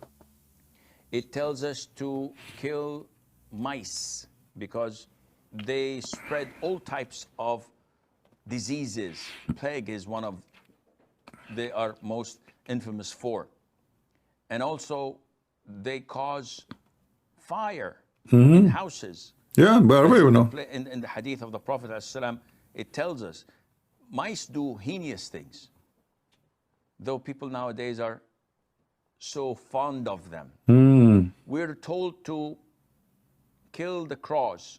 A crow that he command to kill the crow because it's black. Muhammad says kill every black, any animal, every aswadun bahim. Kulla aswadin bahim. Any black animal, creature, kill it totally. also carries diseases and eats dead meat. We're ordered to kill snakes. We're ordered to kill scorpions. And these by nature... Don't stop. And we are ordered to kill the Jews, the Hindus, the Christians, the Buddhists, the atheists. I mean...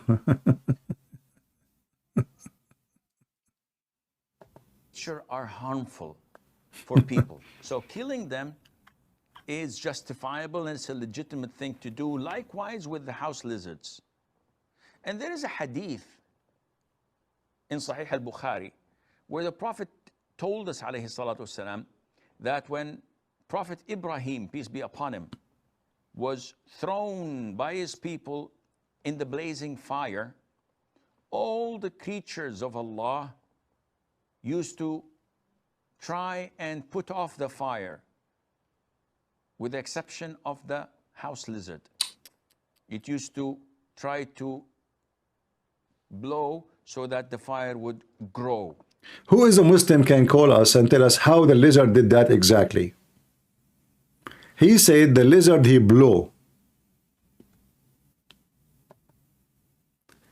Mr. Lizard, he blow. Hey Muslims, this lizard, when he blow, he can affect the fire of Abraham. How much oxygen he provide when he blow? The lizard he blow? This fingery lizard, a lizard in your size of your finger, when he blow, he make the fire glow? That's a real story.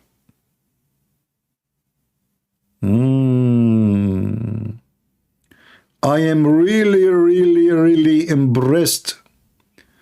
This is your Skype? Okay, hold on. Let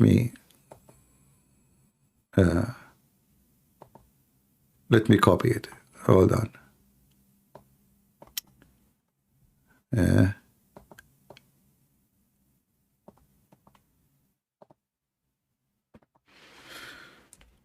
All right.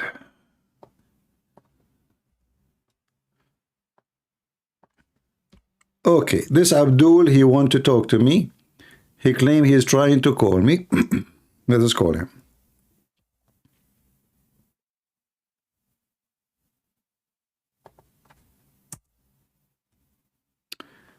No account to be found.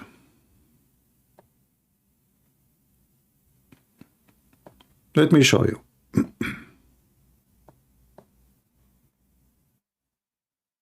I just put what you gave me.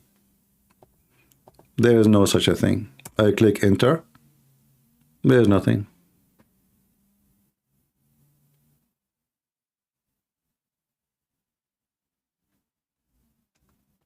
Nothing showing. Potato.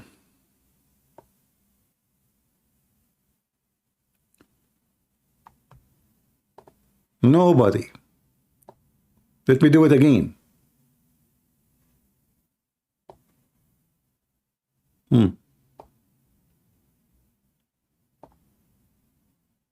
No name found. This is not yours. This is just your account cannot be found. Potato. And this is what I posted in Skype.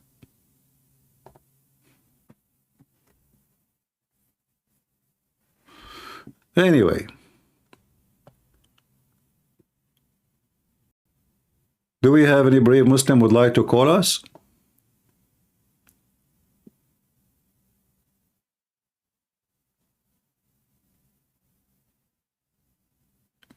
Anyone?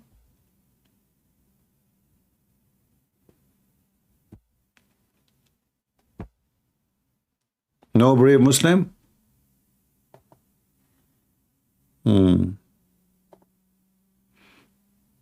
It's okay, you know, I understand. I mean, if you are a Muslim yourself, you will be afraid. No, let him play, it's okay.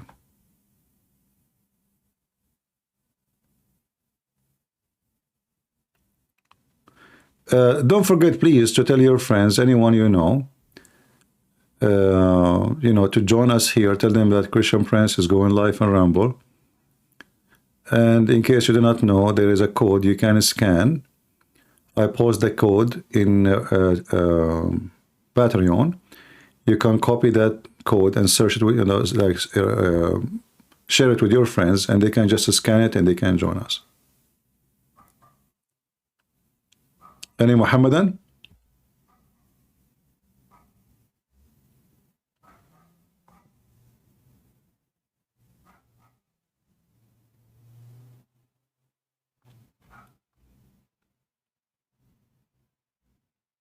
Okay, I see people posting comment already in the video, even though we are not done yet. It's good.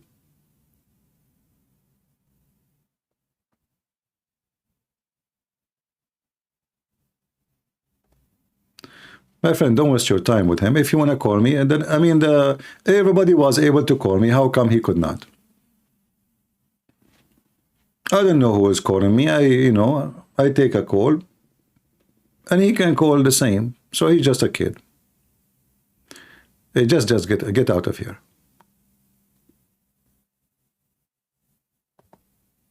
Just go. We gave you too much attention. Go, tell your sheikh to call me. You are not even man enough. I was asking you to call me since I started my broadcast, and until now you decide to call me, and now it's not working. Who's going to believe in that?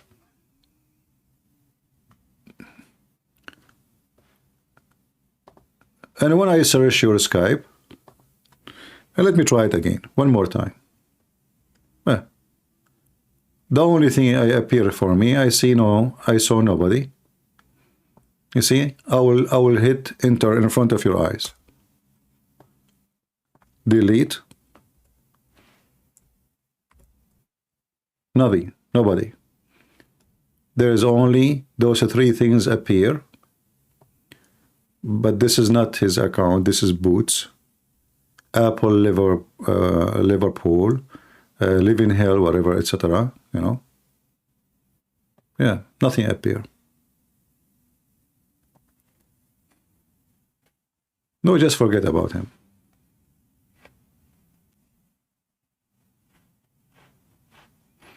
Well, you cannot try him and it came up, but nothing come up with me.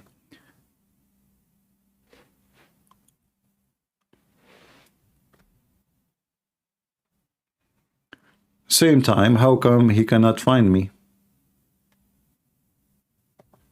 Here we go. I will post my account again.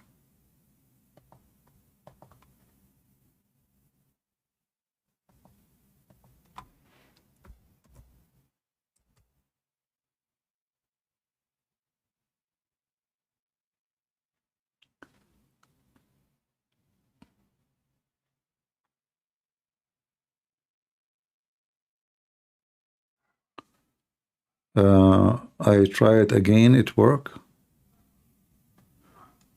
His name is Abbas. Okay, let me, well, I tried twice already. Okay, let me go back to the name to copy it. Take away the life, you said? Don't search for life.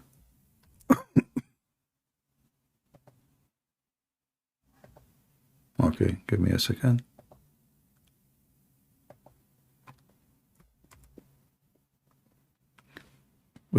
So you guys, you can find things I cannot find. Here we go. I took the life. I took it off. This is what I find. There's nothing. Invite friends. And I have it on all, not like, you know, in a certain group. Let me do it again. So how come you can find it, I cannot? That is a mystery. Right?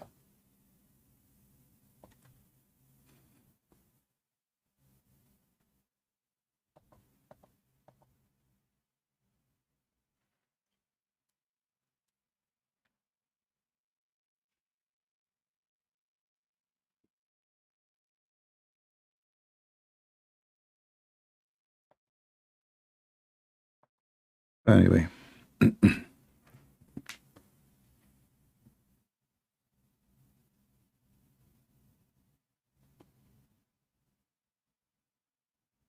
Add the dot in the beginning. What dot you need to add? But shouldn't we have it the same as, okay, add a dot in the beginning?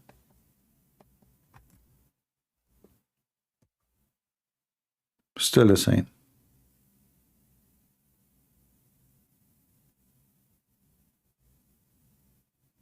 I did, I just did. Here we go. Let me show you. I added a dot. You see it? Let me zoom in. There's nothing. You see, I added the dot here. Click enter. Nothing. It says here connect to anyone by sharing your link, but this is about connecting me, you know. Yeah.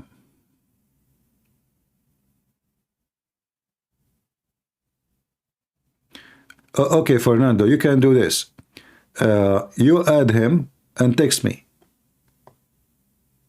You add him and text me. All right?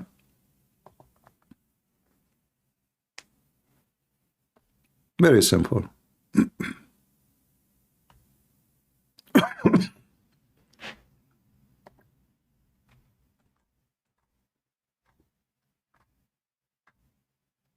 Add me first in Skype,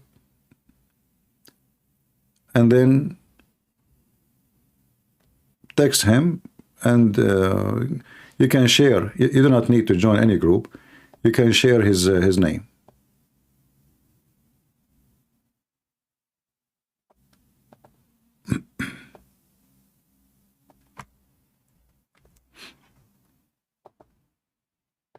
I will be waiting for you.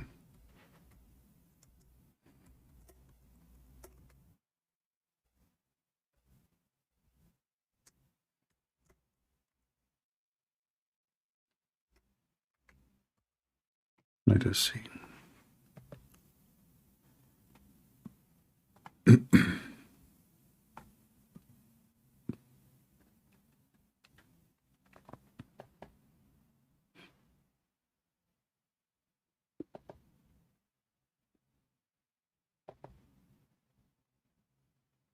Okay.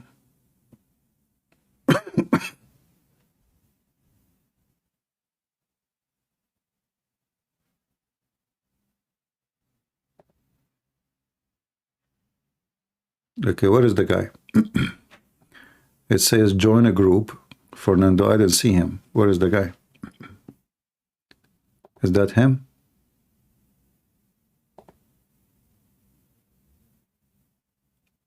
I see tons of names here when I click.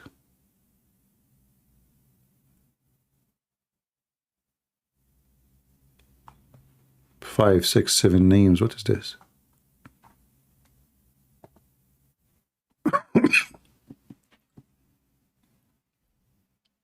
Okay, let me. And what it says a camera. You need to call by camera.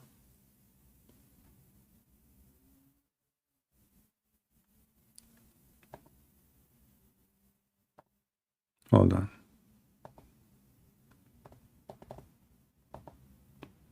Ah, now I see. Look, look, look. You see? This is why his name is not appearing. It says his name is blocked. Look like this is a potato. He called me before and he was blocked maybe a long time ago. Let me search his name in a blocking list. Take it off. Give me a second. This is why it doesn't show.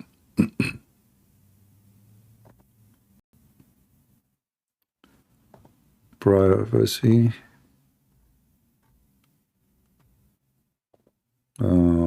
Contact. Okay. Abbas. Sorry. I don't know. I'm coughing these days. Abbas. Ahmed Abbas. Ahmed. Okay, let's search for Ahmed Abbas.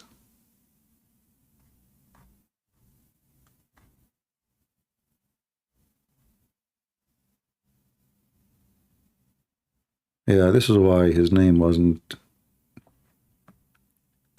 Ahmed. Ah, here we go. We found Ahmed Abbas.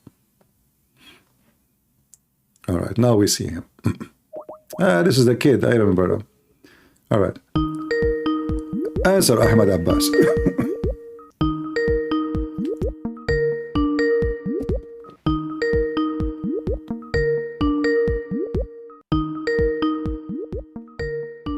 Answer Abbas.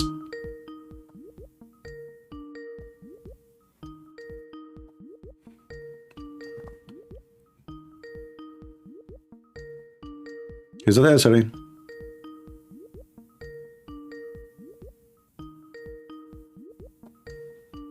Oh boy. See, he's not answering.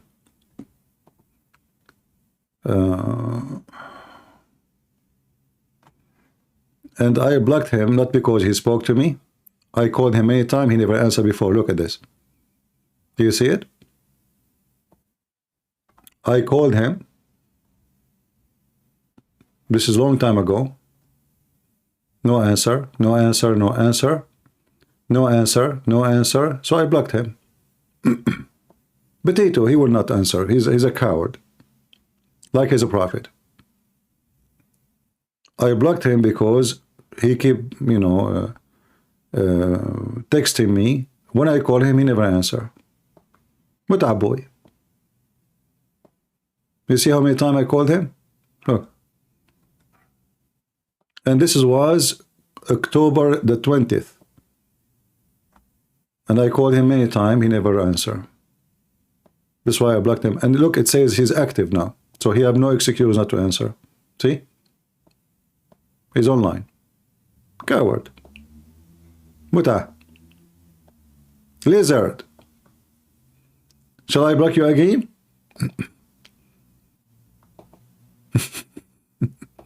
I will give you 3 minutes to call me. If you don't, I will block you.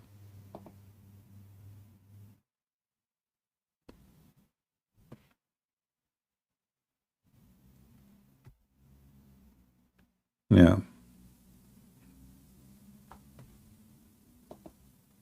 Now look how many times I called him, you know? Look. They just want to disturb us. 1, 2, 3, 4. And then the other day, 2 days after, October 31st, I called him twice. So, and I told him, usually I say, if you don't answer this time, I'm going to block you. But what do you expect? A lizard. Let me block him now.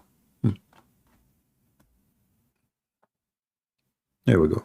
You are blocked again. Potato.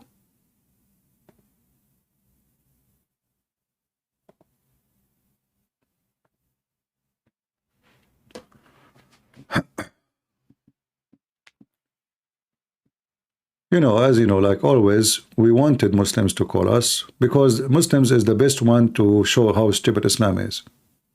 And that's why actually he don't want to, you know, speak to me, because the second he speak, people will laugh at Islam. So what they do, they prefer not to talk. For talking will be a problem, not for the benefit of Islam. It's not something good for Islam.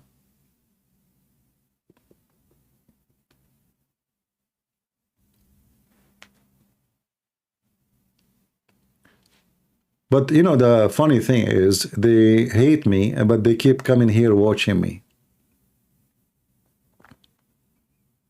Like bugs, you know? They hate you to death, but they cannot live without you.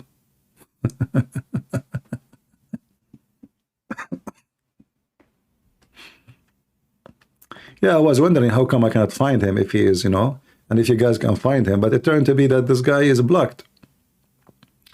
Not because he called me and you know, but he never answered my phone call, my call.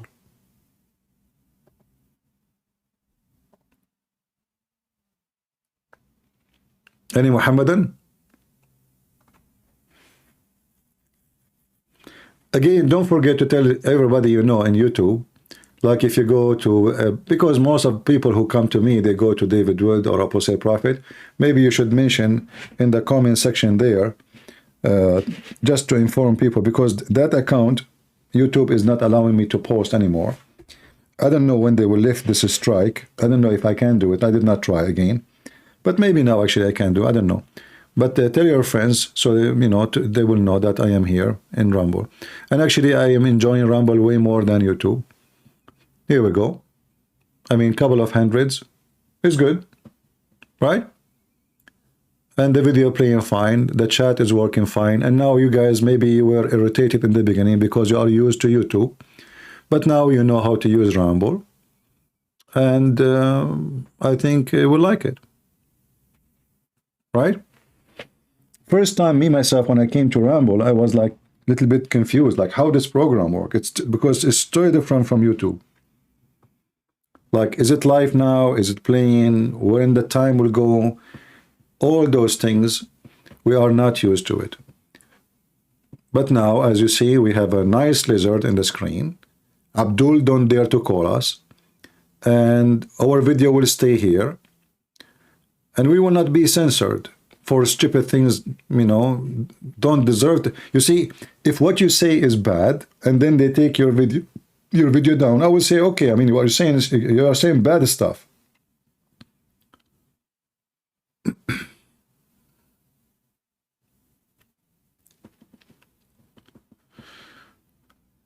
All right.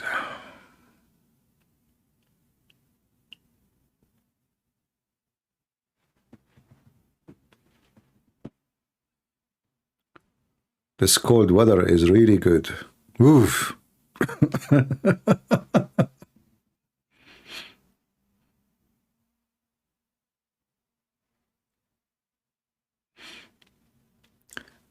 Yeah, I know people will share, and you know, if we go to Patreon, if you go to Patreon, let me see if I can share the link with you for the code. You can share this code with your friends, and I think this is the easiest way, even better than a link. Here we go. Let me share this link with you here. You can copy this code, save this image, and you can share it with your friends.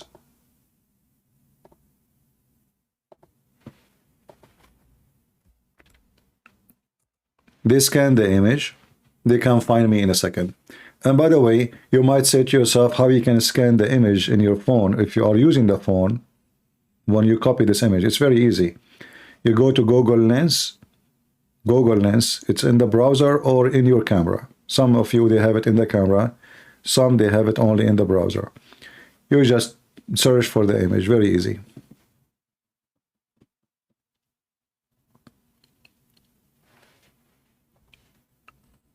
Oh, did not make a full link. Hold on. How come?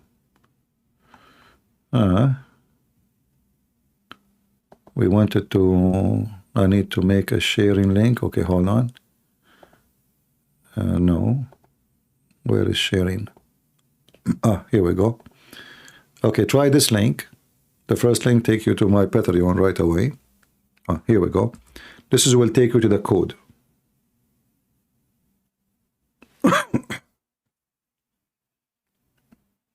If you click at the link, you will see the code to scan. You can save the image, share it with your friends, post it in Twitter, Facebook, wherever you have, and people will be able to find me right away.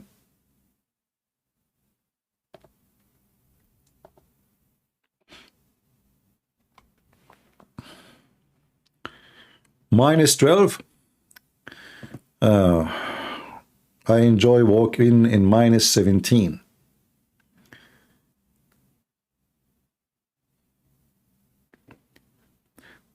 I feel cold when I am inside more than cold when I'm outside, because when you are outside, you dress. Actually, I don't dress too much heavy. I wear, like, short sleeves and jacket only. Yet I don't feel cold really. But inside, for some reason, maybe because you are not walking, like just sitting, you feel more cold. But if I walk outside and it's -17, and I don't wear more than a jacket, always I have short sleeves.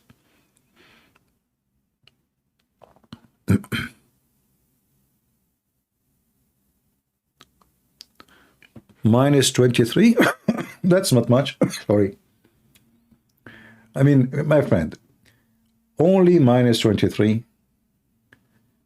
You should sue the government. We need more. And they talk about the global warming.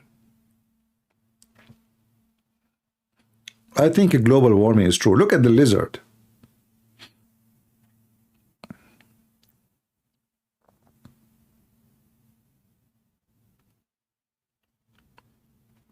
Yeah, but if I talk and I'm holding the phone in such a degree, that will be not fun. The hand will suffer really. So if I make a phone call using the, in such a cold outside, you can hold the phone maybe for 3-4 minutes, and after that your hands will struggle with the cold. Salam al-Masih. Will be with you too. Peace of Christ to you, brother.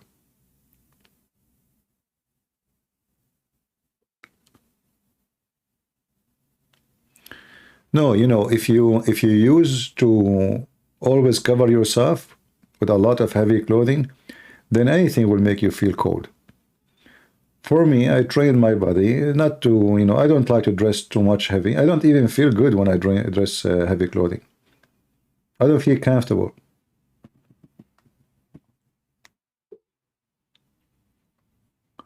If you go to bed and you sleep and you are wearing a thick pajama and then thick cover, maybe 2-3 covers, it's like an oven. Then you wake up in the morning, what will happen? Your body became so, like cooked, literally cooked. It's like coming out of the oven. And then you want to go out. That's not healthy. So the less you cover yourself with, the better your body will become stronger and able to fight cold.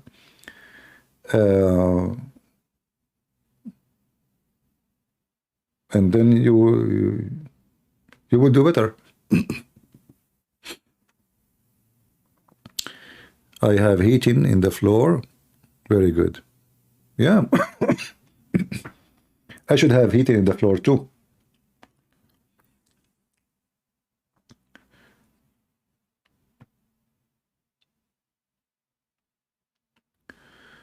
Thank you, Faris, Sir Walter.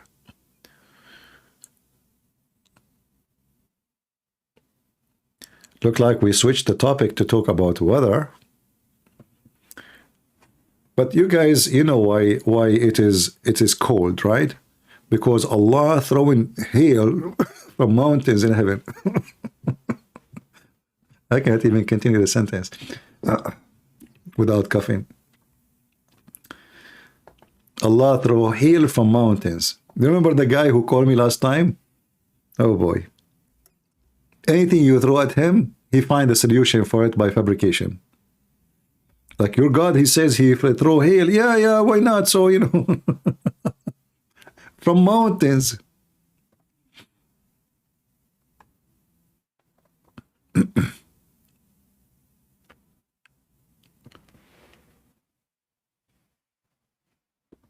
Well, it's very stupid, you know, to hear, I mean, this government in Canada or in USA, like, you know, Canada have a lot of gas and resource, so they should even have the heat for free.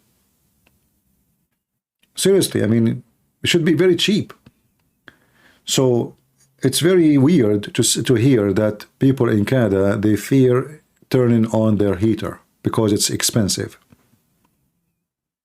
So what the country will do? I mean, Canada have a small population and the resource is really huge. Why people will be afraid to turn on their heater? Because you have a stupid government. They are liberals. They are global warming worshippers. And they want to freeze you to death.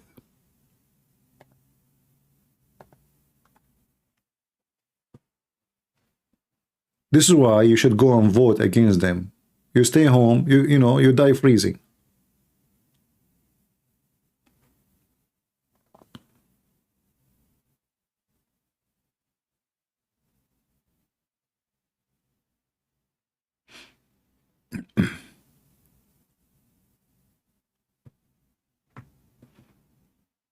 Yeah.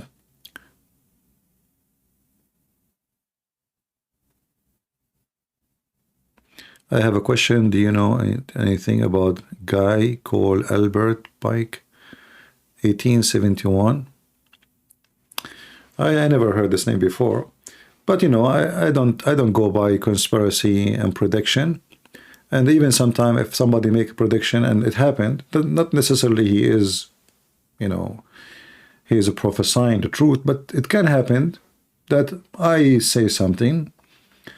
Let us say I say in next century, you know, a war will happen, a huge war. But wars always happen in every, you know, big wars.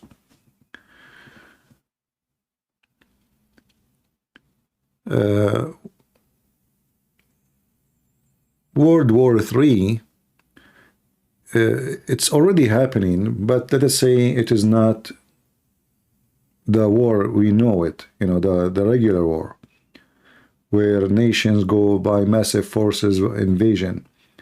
The war happening right now is different. Like, you know, it's about technology, about semiconductor chip, computers, energy, you know, fusion energy. This is where the war is now focusing, because the one who, let us say, advance in those fields, he controlled the world. You do not need to go in war anymore.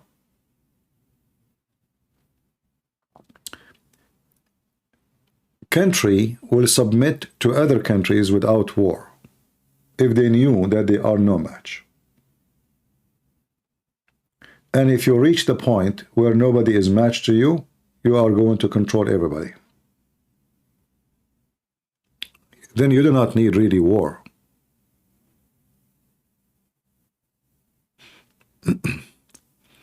But as I see, all those who call themselves superpower, they are losing ground. They are not winning. even though they claim they have a lot of, let us say, advanced technology. As an example, China, they have a very short or shortage in population, specifically male gender. So the communist government, because of their stupidity, they force women, they can have only one child. And then women, sorry, they have a male more than female, sorry. So what women they do, or families, they choose to have a boy because this is you know, Eastern culture, and the boy is the one who support the family. So now they have very short number. They are short in a number of females, and not only that, even when they allow it now to have more than a baby, nobody getting married no more, because this stupid communist government, they created a new system, a new tradition. People living single is better. It is more efficient. Why you need a child? You know, you are going to have a, you know, retirement. So now they are struggling for their future to survive. China cannot go in war, real war no more, because simply their population is not even good. Even their men, they will not fight because he is the only kid in the family. You know what I mean? All right.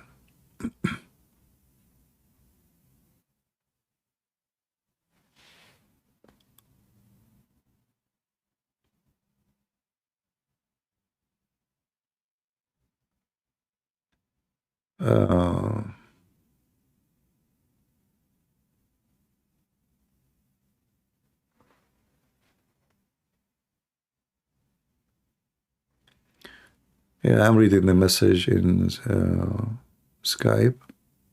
Yeah.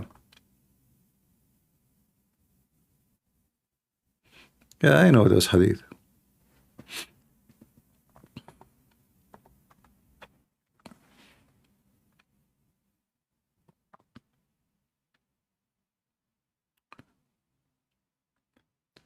All the wars you see around you,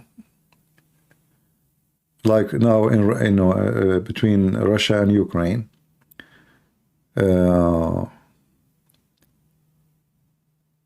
it's not based on any right, anyone claim. You know, it's just a greedy and stupid decision, let us say, from leaders. Obviously, this you know, Putin, he let's say misestimate the power of Ukraine, because Russian always look down at the Ukrainian. They are poor, they are farmers, they are, who are they? You know, they are nobody for them. So because they, you know, control them through centuries, they cannot accept that Ukrainian, they can have a different direction except under the command of the Russian. However, it was a very stupid decision. The Russian, they can take over control of Ukraine if they were taking a different approach. As an example, make them love you. Make them see that you support them. You are not their enemy. In fact, until now, there's a lot of Ukrainian, they support Russia, until now. So, you know, I mean, very stupid decision to go in war. They lost a lot of support, I mean, the Russian, because of the decision of Putin. And until now, they could not accomplish anything. And both of them, they are getting exhausted, burning each other, fuel, army, men, manpower. Very, very, very disgusting.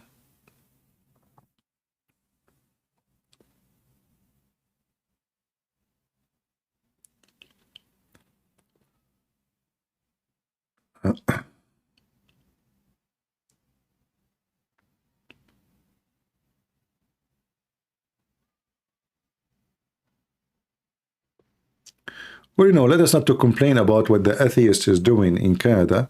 What about we go and vote and don't let them do what they are doing? Right?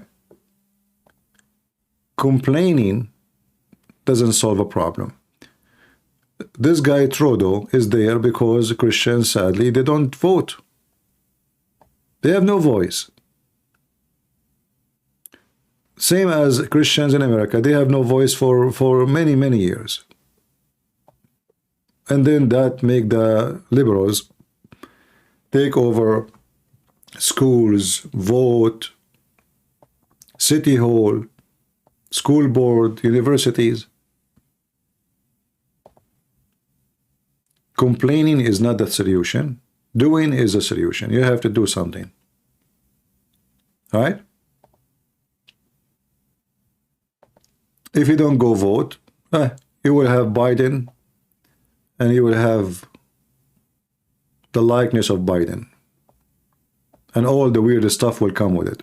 So when the vote comes, if you are in America, anywhere in the world, you have to fight for your rights.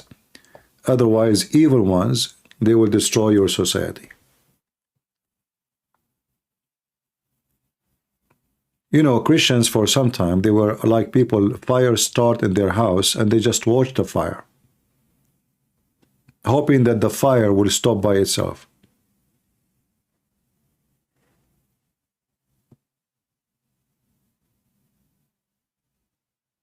Right?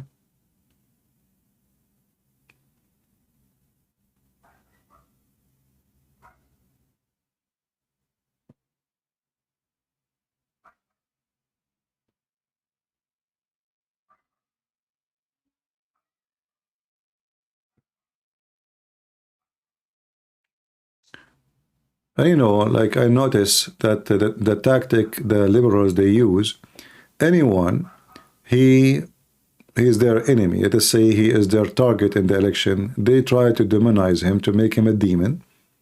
He is racist. He is evil. You know, I mean, they frame you. But I don't blame the liberals for doing that. They are, you know, they have no ethic. What is the name of this guy? He was talking in, I saw his video in YouTube. He was talking about he have to lie about Trump to scare people so he will not be elected. He said, I have to lie about him.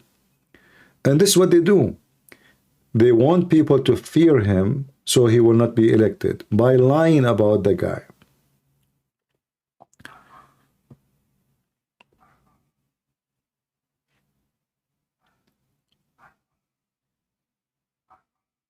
Pakistan versus Iran. Yeah, but I don't think any of them will go into a war. I think this is just friendly kisses.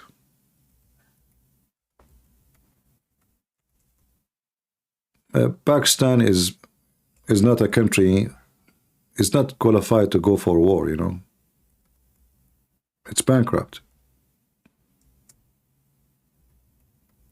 War is very costly. War is not just let us go for war. Like in the old day, you have a sword, you have a donkey, and you attack the neighbor. War these days is very costly. And if Pakistan go on war with Iran, they have oil. Pakistan have nothing. So Iran always will have a supply to supply their war. Pakistan even cannot afford to pay for their fuel. Yeah.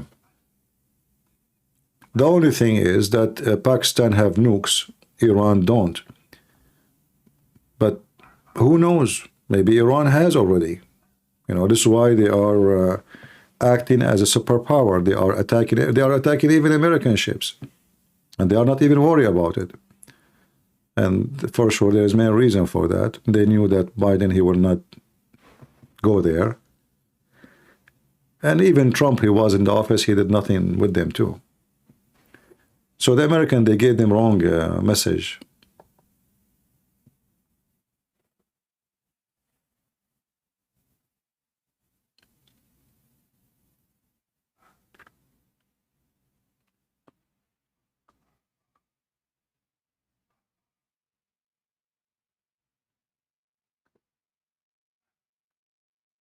All right. Be nice with the Muslim guy, guys. Don't take it easy on him. We have a Muslim. His name is Timis1. Okay, you like to join us, Timis? We have a Skype. You can call us.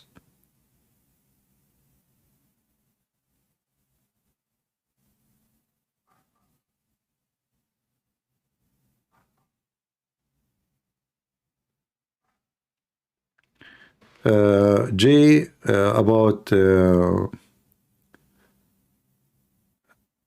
this person, Albert. I cannot speak of something I don't know, really. I never read about this person, so I can say I'm ignorant about him. And it might be true what you are saying.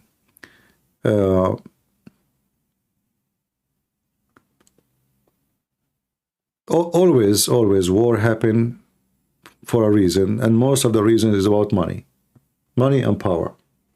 It's not really about anything else. Always there is space for people to live, always there is food to eat, always there is enough water, still they go in war. So obviously the reason for war never was about, okay, you are eating my food. The reason of the war was always greedy. Somebody want to take over somebody else. And for sure, always war, there is somebody behind the war. It doesn't happen by itself.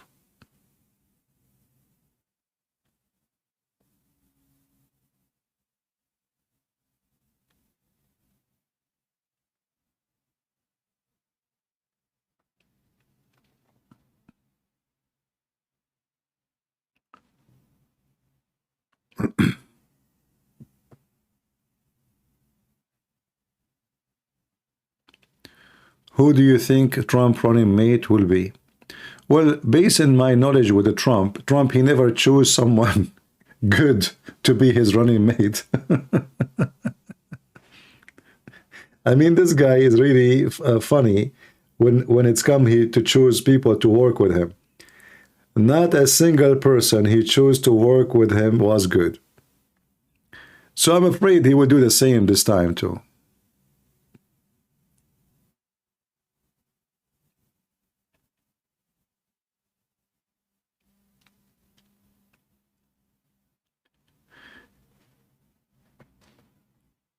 All right.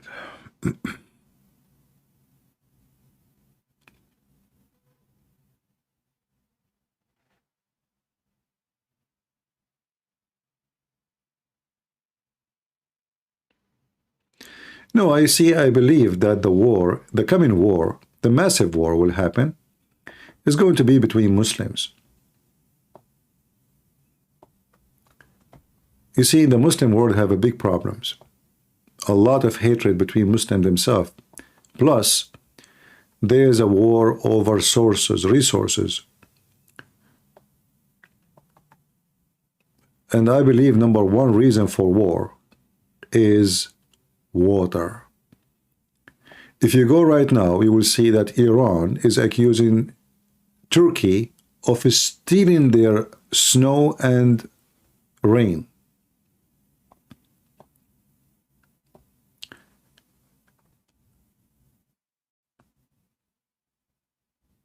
So the drama, the big drama will happen is because of water. Iraq has no water no more. The country is dying. Syria is the same. Jordan, don't even mention it. They can't even flush their toilet seat. Saudi Arabia never have water anyway. Egypt is terrified because the Ethiopian, they built a big dam and now their resource of water is shrinking. If you go to the east, things is even more horrible in those countries. Iran is doomed. Afghanistan, not even mention it. Pakistan is dying from flooding. So if you focus in this area, you will find that the coming war is not about oil or gas, it's going to be about water. No water, there's no water. And Turkey now, after cutting all the rivers going to Syria and Iraq and Iran, still they are very much short of water.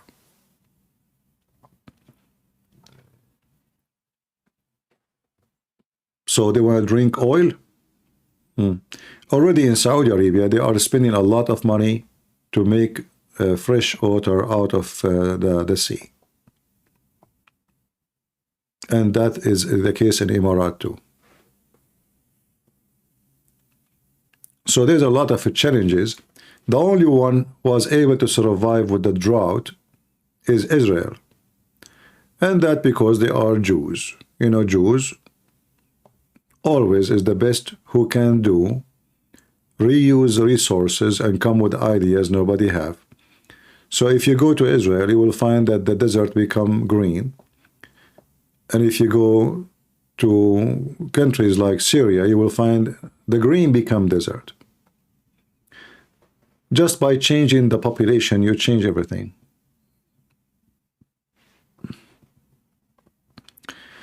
Other problems in Asia. China is going very aggressive against their neighbors, especially the weak ones. So they are soon, you know, they are going to try to hijack some islands from Philippines, from Malaysia, from Indonesia. Obviously, they are not satisfied with what they have, and they are a nation seeking more resources. And this is why now you will see that those countries trying to seek some kind of alliance together so they can stand against China, which a country they cannot really fight. They are no match.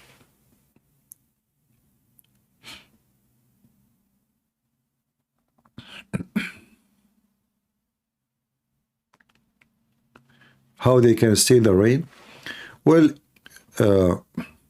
it's not possible to see the rain, but what I know that these days there's technology to make a cloud rain in a place before they go to different place.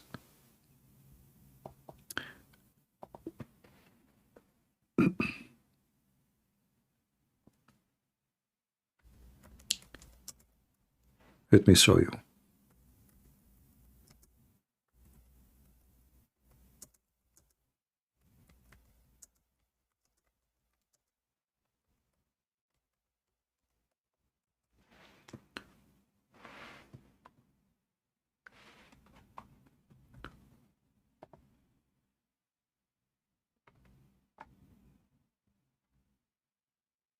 Yeah, this is January 11. This news is January 11.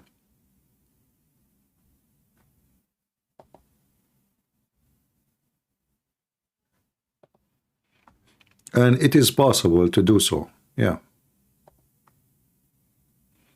It's not like impossible.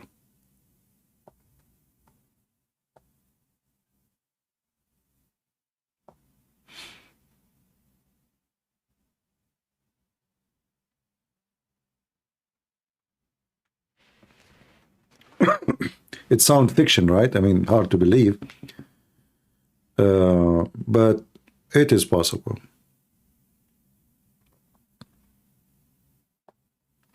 You see, many things you used to watch in fiction movies, they are happening now, and they can do them. All the things you used to watch before about AI and, you know, they are going to happen, you know, sooner or later. And now there is a technology where they can make a rain fall earlier than its time. I saw actually in the news, United Arab Emirates,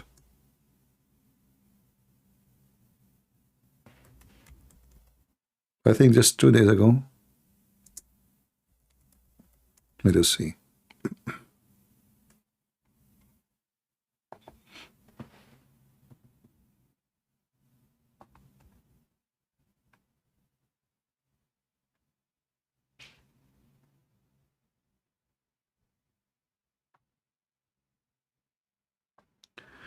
Yeah, this is a Western technology, and this is not, you know, and it works.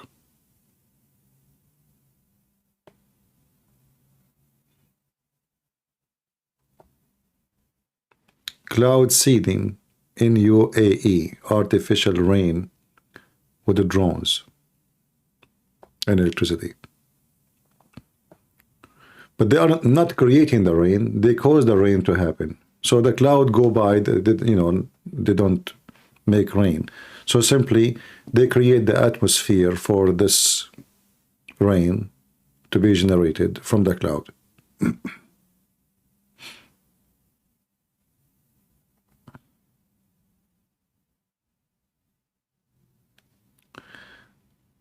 Saudi Arabia turning much green. Saudi Arabia will never be green.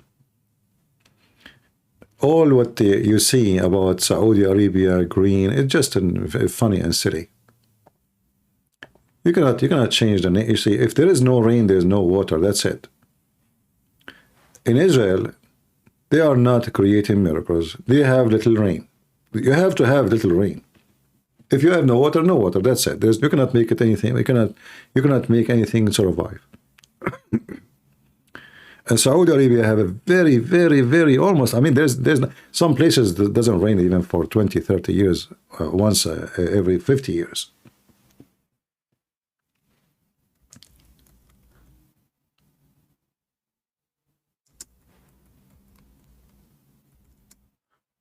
So what they do in Saudi Arabia is something stupid. They are using their resource of water to create a fake green, which means temporarily. The only areas they have a greenery in it is in the close to Yemen. Like here. If you go like Abha, Jizan, Najran, but even that areas, the green is very small, tiny, limited, very, yeah, mountains area. And this is nothing really compared to the massive size of the country. And it's very costly too.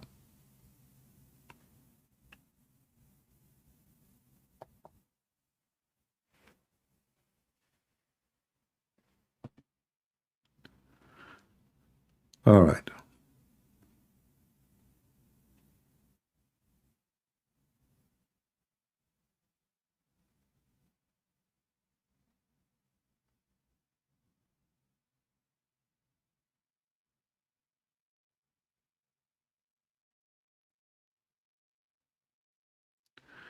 Christian, did you just become a conspiracy theorist?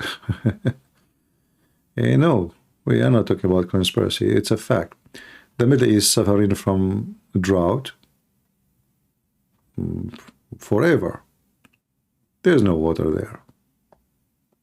All the water in the Middle East is not coming from their countries. Like Egypt is the biggest country as population in the Mediterranean for like Muslims area.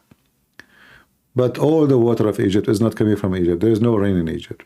All the water of Egypt is coming from here. Ethiopia and Sudan, Uganda, etc. Here is the water. The rest of Africa is dead. There's no water. So the rich ones actually in the future will be the one who have water. The rest is going to be dying countries. They are dead already.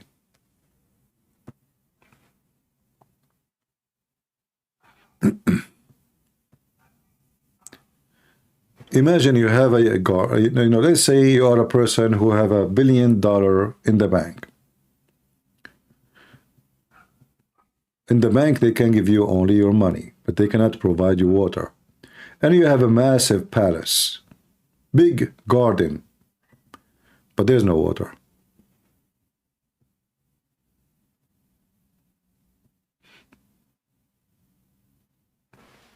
Then your billions is equal to nothing.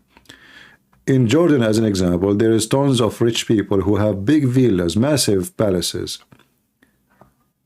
but they are not allowed to put water in the swimming pool.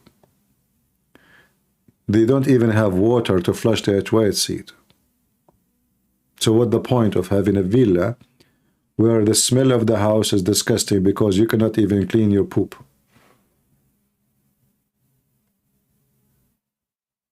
All those countries are dead countries. No water. You see, when the war started in Ukraine,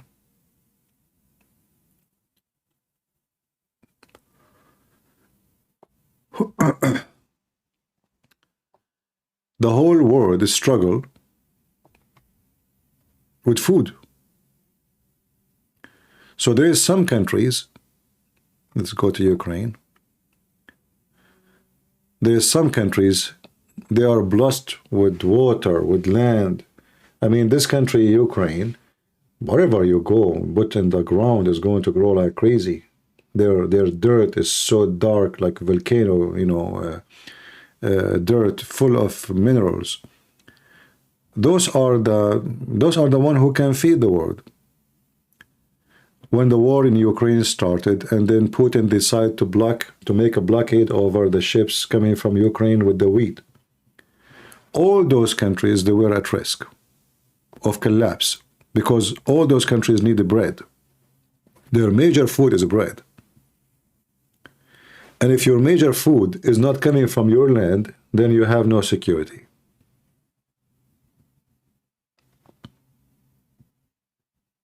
As simple as that. If you cannot even make your own bread, how you can say you have security? A country who don't have food security, don't have security. Because anyone can make you go hungry, starving. So these countries are blessed with rain and greenery, and those are not Islamic countries. As you see, if you look around you. Either Europe or Russia or Africa.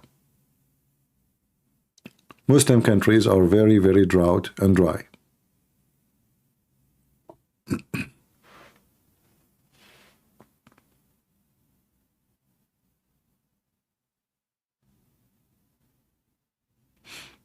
All right.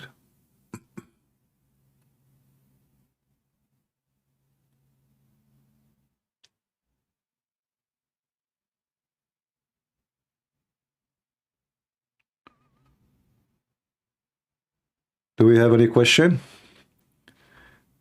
Any Muslim? Look like we don't have any. And maybe we are done for today. What do you think, guys?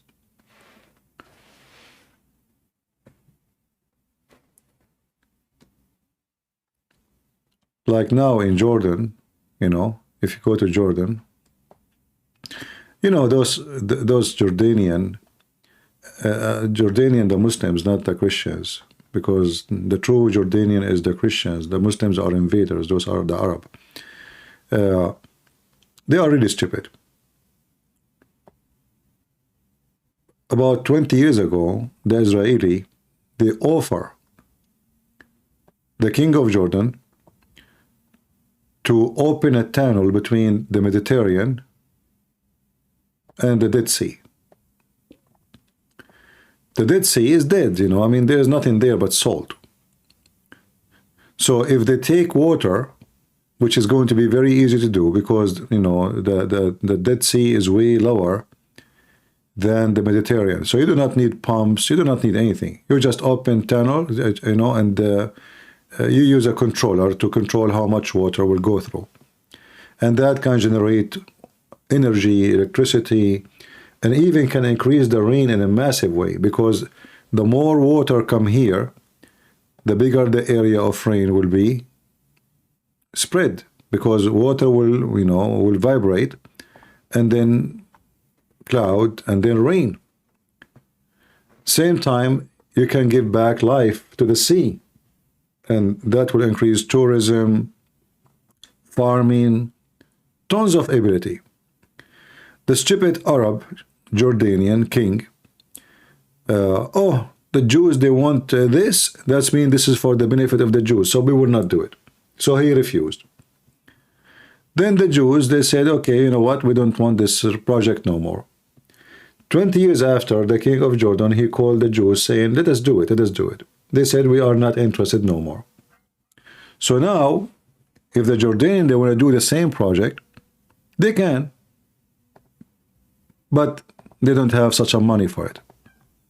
And the cost will be way more bigger. Why? Because the only way to do that is to take water to run tunnel from Al-Aqaba, which is in the Red Sea. Here, let us zoom out. So they have to dig a tunnel from here all the way there. And Jordan is a bankrupt country. They cannot afford such a thing, such a huge project. So it was going to be very easy if they do it through the Israeli, for the benefit of both.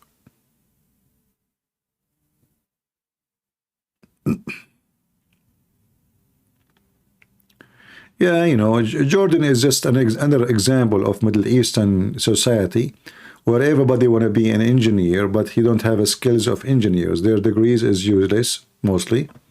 Same time, there's no jobs for them. Nobody want to wear dirty clothing. Nobody want to be a plumber. Nobody want to marry a plumber. Everybody want his son to be a doctor, but I mean, just... But this is the case for the whole Middle East. Messed up.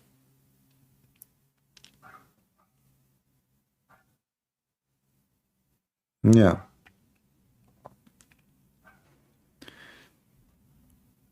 If you see, if all those neighbors of Israel, they sign agreement and they really want peace with Israel, this area can be way better than now. But now, because of their stupidity and their hatred and their religion, they spend a huge budget on war, preparing for war, attacking their neighbors. So those countries, they will never have future. Never, never.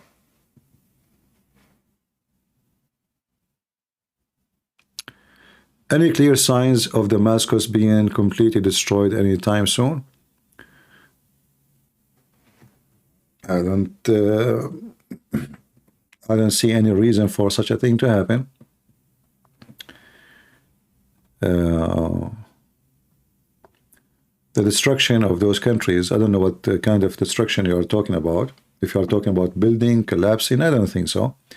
But I think the country is collapsing. There's no jobs, there's no money, there's no resources, there's miserable.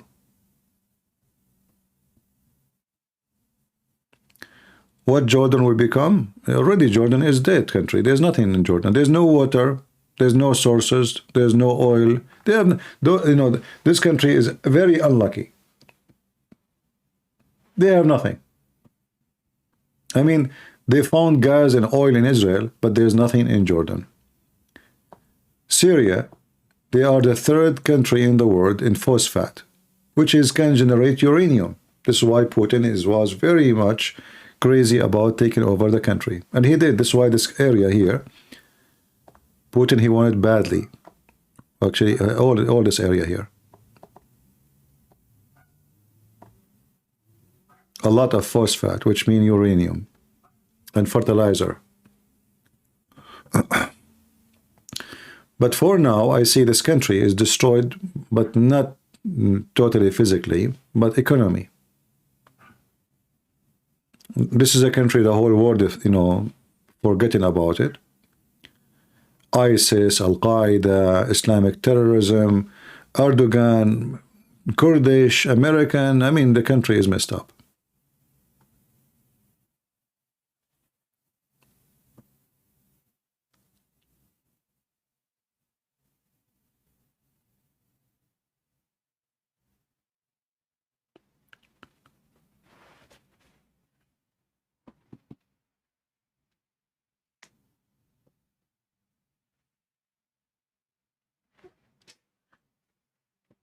Yeah, destruction of a city, we don't know.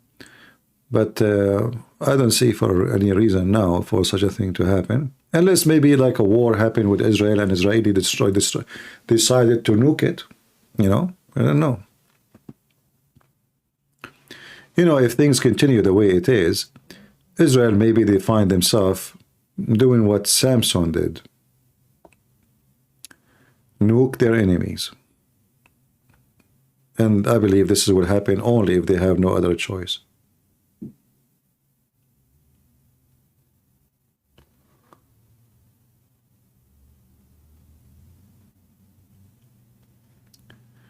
You know, I don't like to describe those countries they used to be westernized, because I don't think westernized is a good example to be.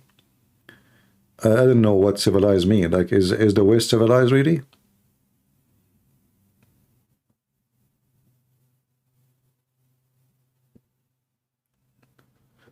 Because if civilized mean homosexuality, and you know, this is not civilized. If civilized people having sex in the beach, this is not civilized. This is uncivilized actually, because you know, you don't even have a shame to go and you know, have sex with somebody in the street. Is walking naked in the beach is civilized? So we don't want to make the West as the example of civilization, because it's not. But in the West, there's good things, but there's a lot of bad things too. So if you want your country to be better and to be good, don't wish it to be the same as Western countries, because obviously the Western is, you know, the West is failing right now. For the adopting ideas have zero ethic, yet they claim, those liberals, that it is very ethical, according to their code of ethic.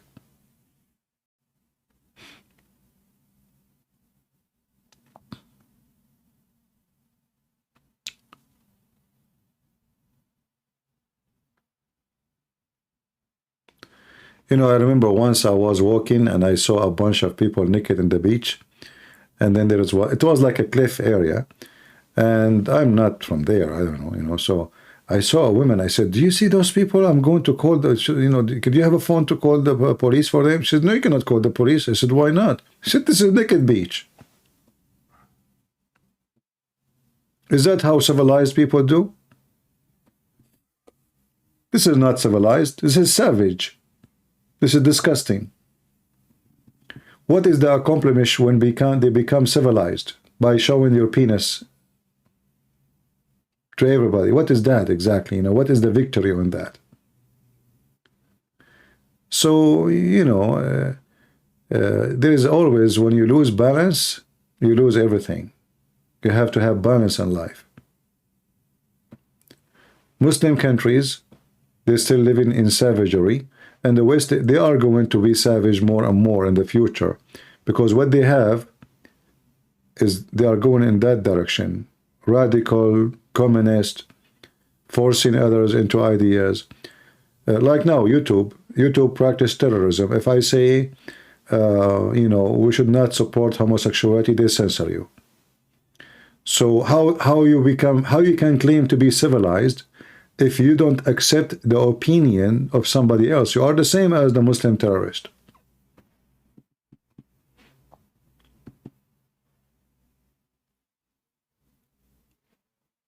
All right? Only Eastern Europe is preserving true Christians. Not true. Eastern Europe is infected with the same disease, but maybe less. But still, they are infected.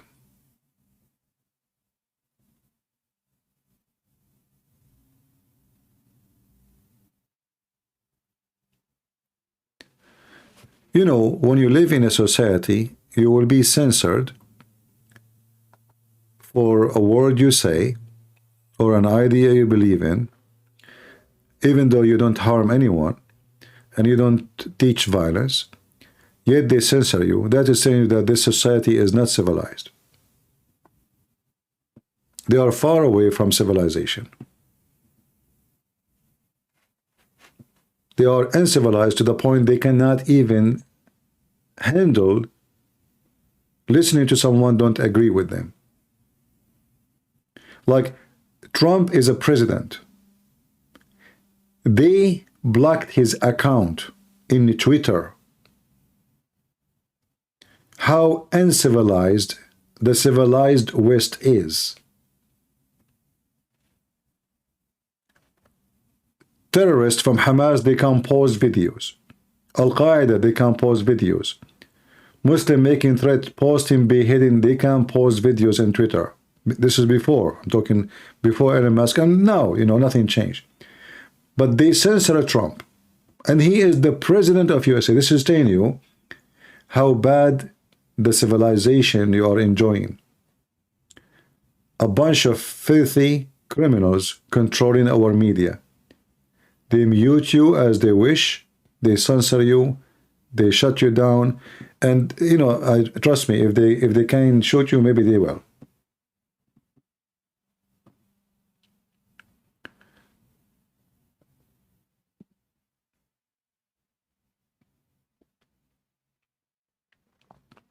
Yeah, I'm telling you. I mean, if the guy is the president and they block his account, so blocking the account of a Christian prince is nothing, you know, right? I mean, we are talking about the president, the one who can, you know, the most powerful president in the world. They block his account, literally. And he could not even open it.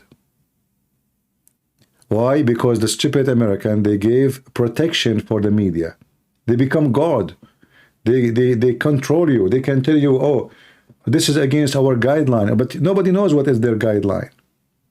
Their guideline is very flexible, depends who you are.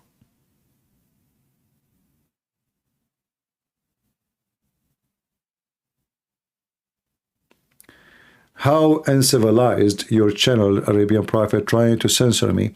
Well, this is a lie, because simply you are texting. Same time you can call me. So you are talking about how uncivilized, and yet you are a Muslim who you kill anyone, insult the Prophet. Look who is talking.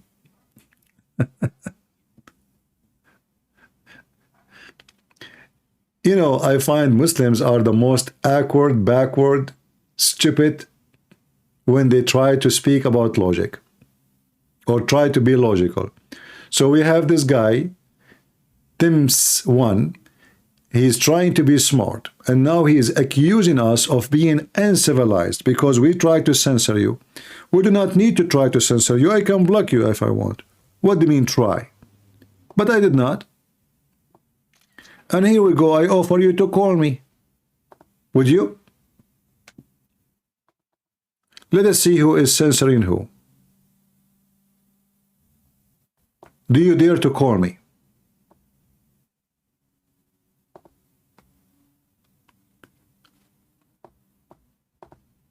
Muslims, all their leaders are dictators. Their prophet is a filthy criminal dictator, and they talk about being civilized. They even beat their women.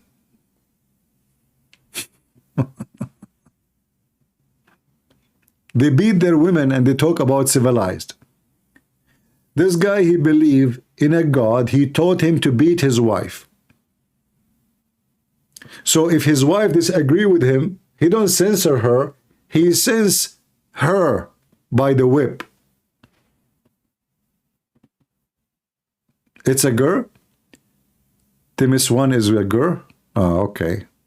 She's in a burqa now?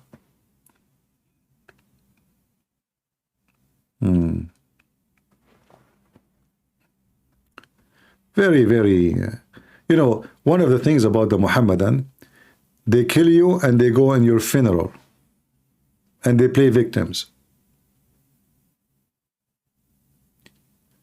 Block me, show me how uncivilized you are. If this is will make you prove your point, I will help you, no problem. Here we go. Because we don't want drama here. Are you happy now? I blocked you. Who cares what you think? You are just a potato.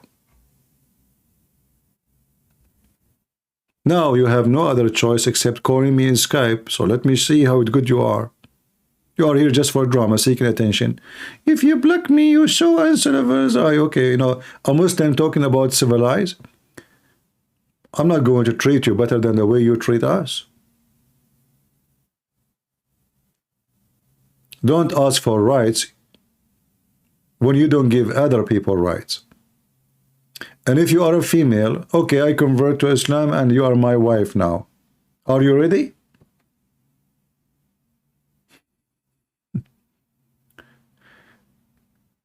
Don't forget to heat the water because I want somebody to wash my feet. Civilized. A civilized Muslim woman, she believe that a Muslim girl, she is 6 years old, she can have sex with 54 years old man. You are very civilized. And because you are civilized, you believe that your husband, he can beat you anytime he wish. And you believe he can have more than one woman any time he wish. And not only that, your husband, he can inherit twice as you, just because you are a female.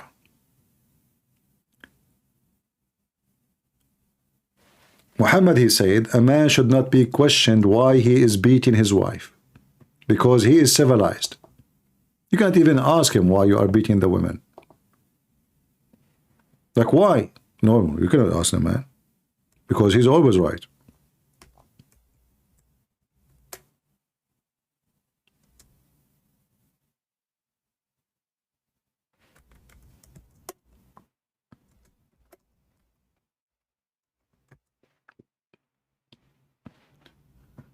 Very civilized people. The Prophet said, no man should be asked for the reason he beat his wife. Do you see it? Can you ask? Okay, let us say your daughter married a man and he did beat her, and you are the father. Because you are the father, okay, you feel for your daughter, right? You cannot even ask the husband why you are beating her. I mean, this is his goat. In America or in the West, if there is a witnesses that somebody beating an animal, doesn't matter what animal it is, you go to jail. I guarantee you. In the civilized Muslim world, if a man he beat his wife, no one can ask the man why you did beat her. For simply, this is the right of the man. He have the right to beat her, brother. Look, even Trump is laughing. And they come here, they play victims like, civilized,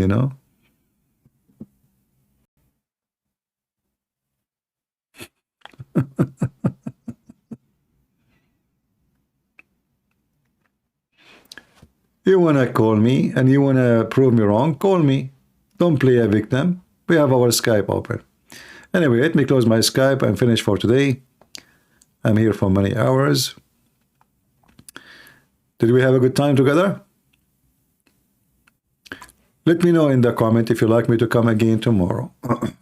Even though maybe it's too much talk. You believe it? I was saying to myself I will go only maybe for 2 hours.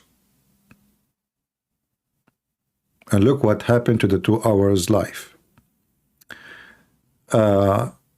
Anyway, I really enjoy being with you guys and really enjoy all those who called us.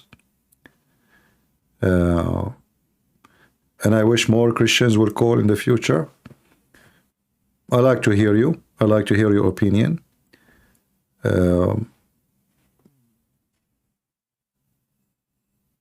We learn from each other. Even when you say something about your life, like from those who called us, we learn something about them. And we learn something about ourselves too. Every one of us, he see life from his own point of view. And your point of view can be totally different. Even if we are looking at the same scenery.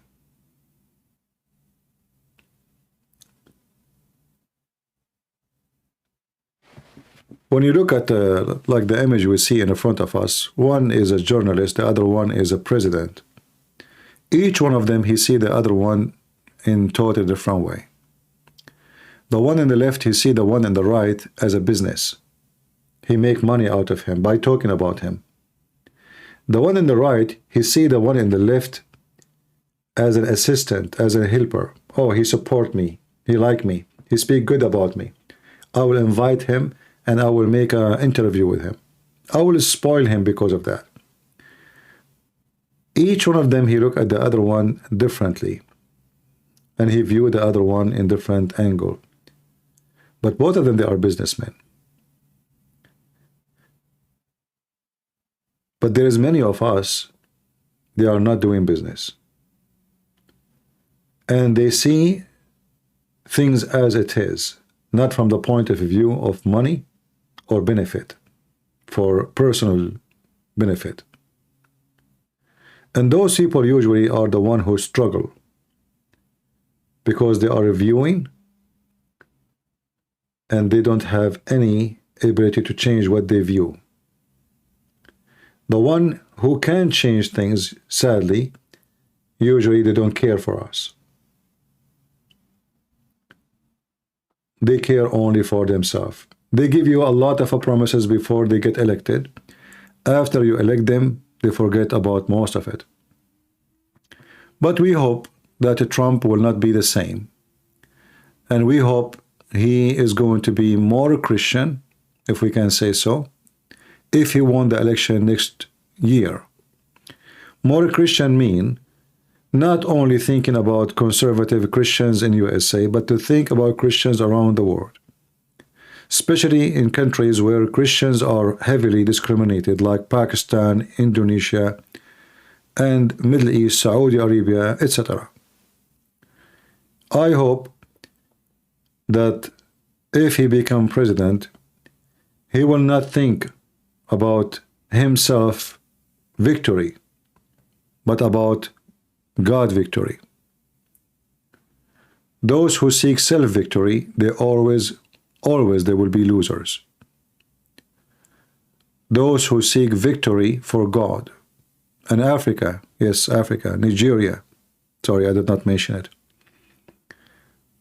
All those Christians in Africa, they are struggling badly because of terrorism. We need to support them. So losers is the one who seek victory, personal victory. Winners is those who seek victory for the benefit of mankind by the blessing of the Lord. We don't want to destroy any Muslim nation. We don't want any Muslim even to be hurt. But at the same time, we need a leader who will not allow criminals to hurt Christians around the world, who will force government, who they are mistreating and discriminating and killing and kidnapping and raping Christian girls and women and men, to behave, and he can do so.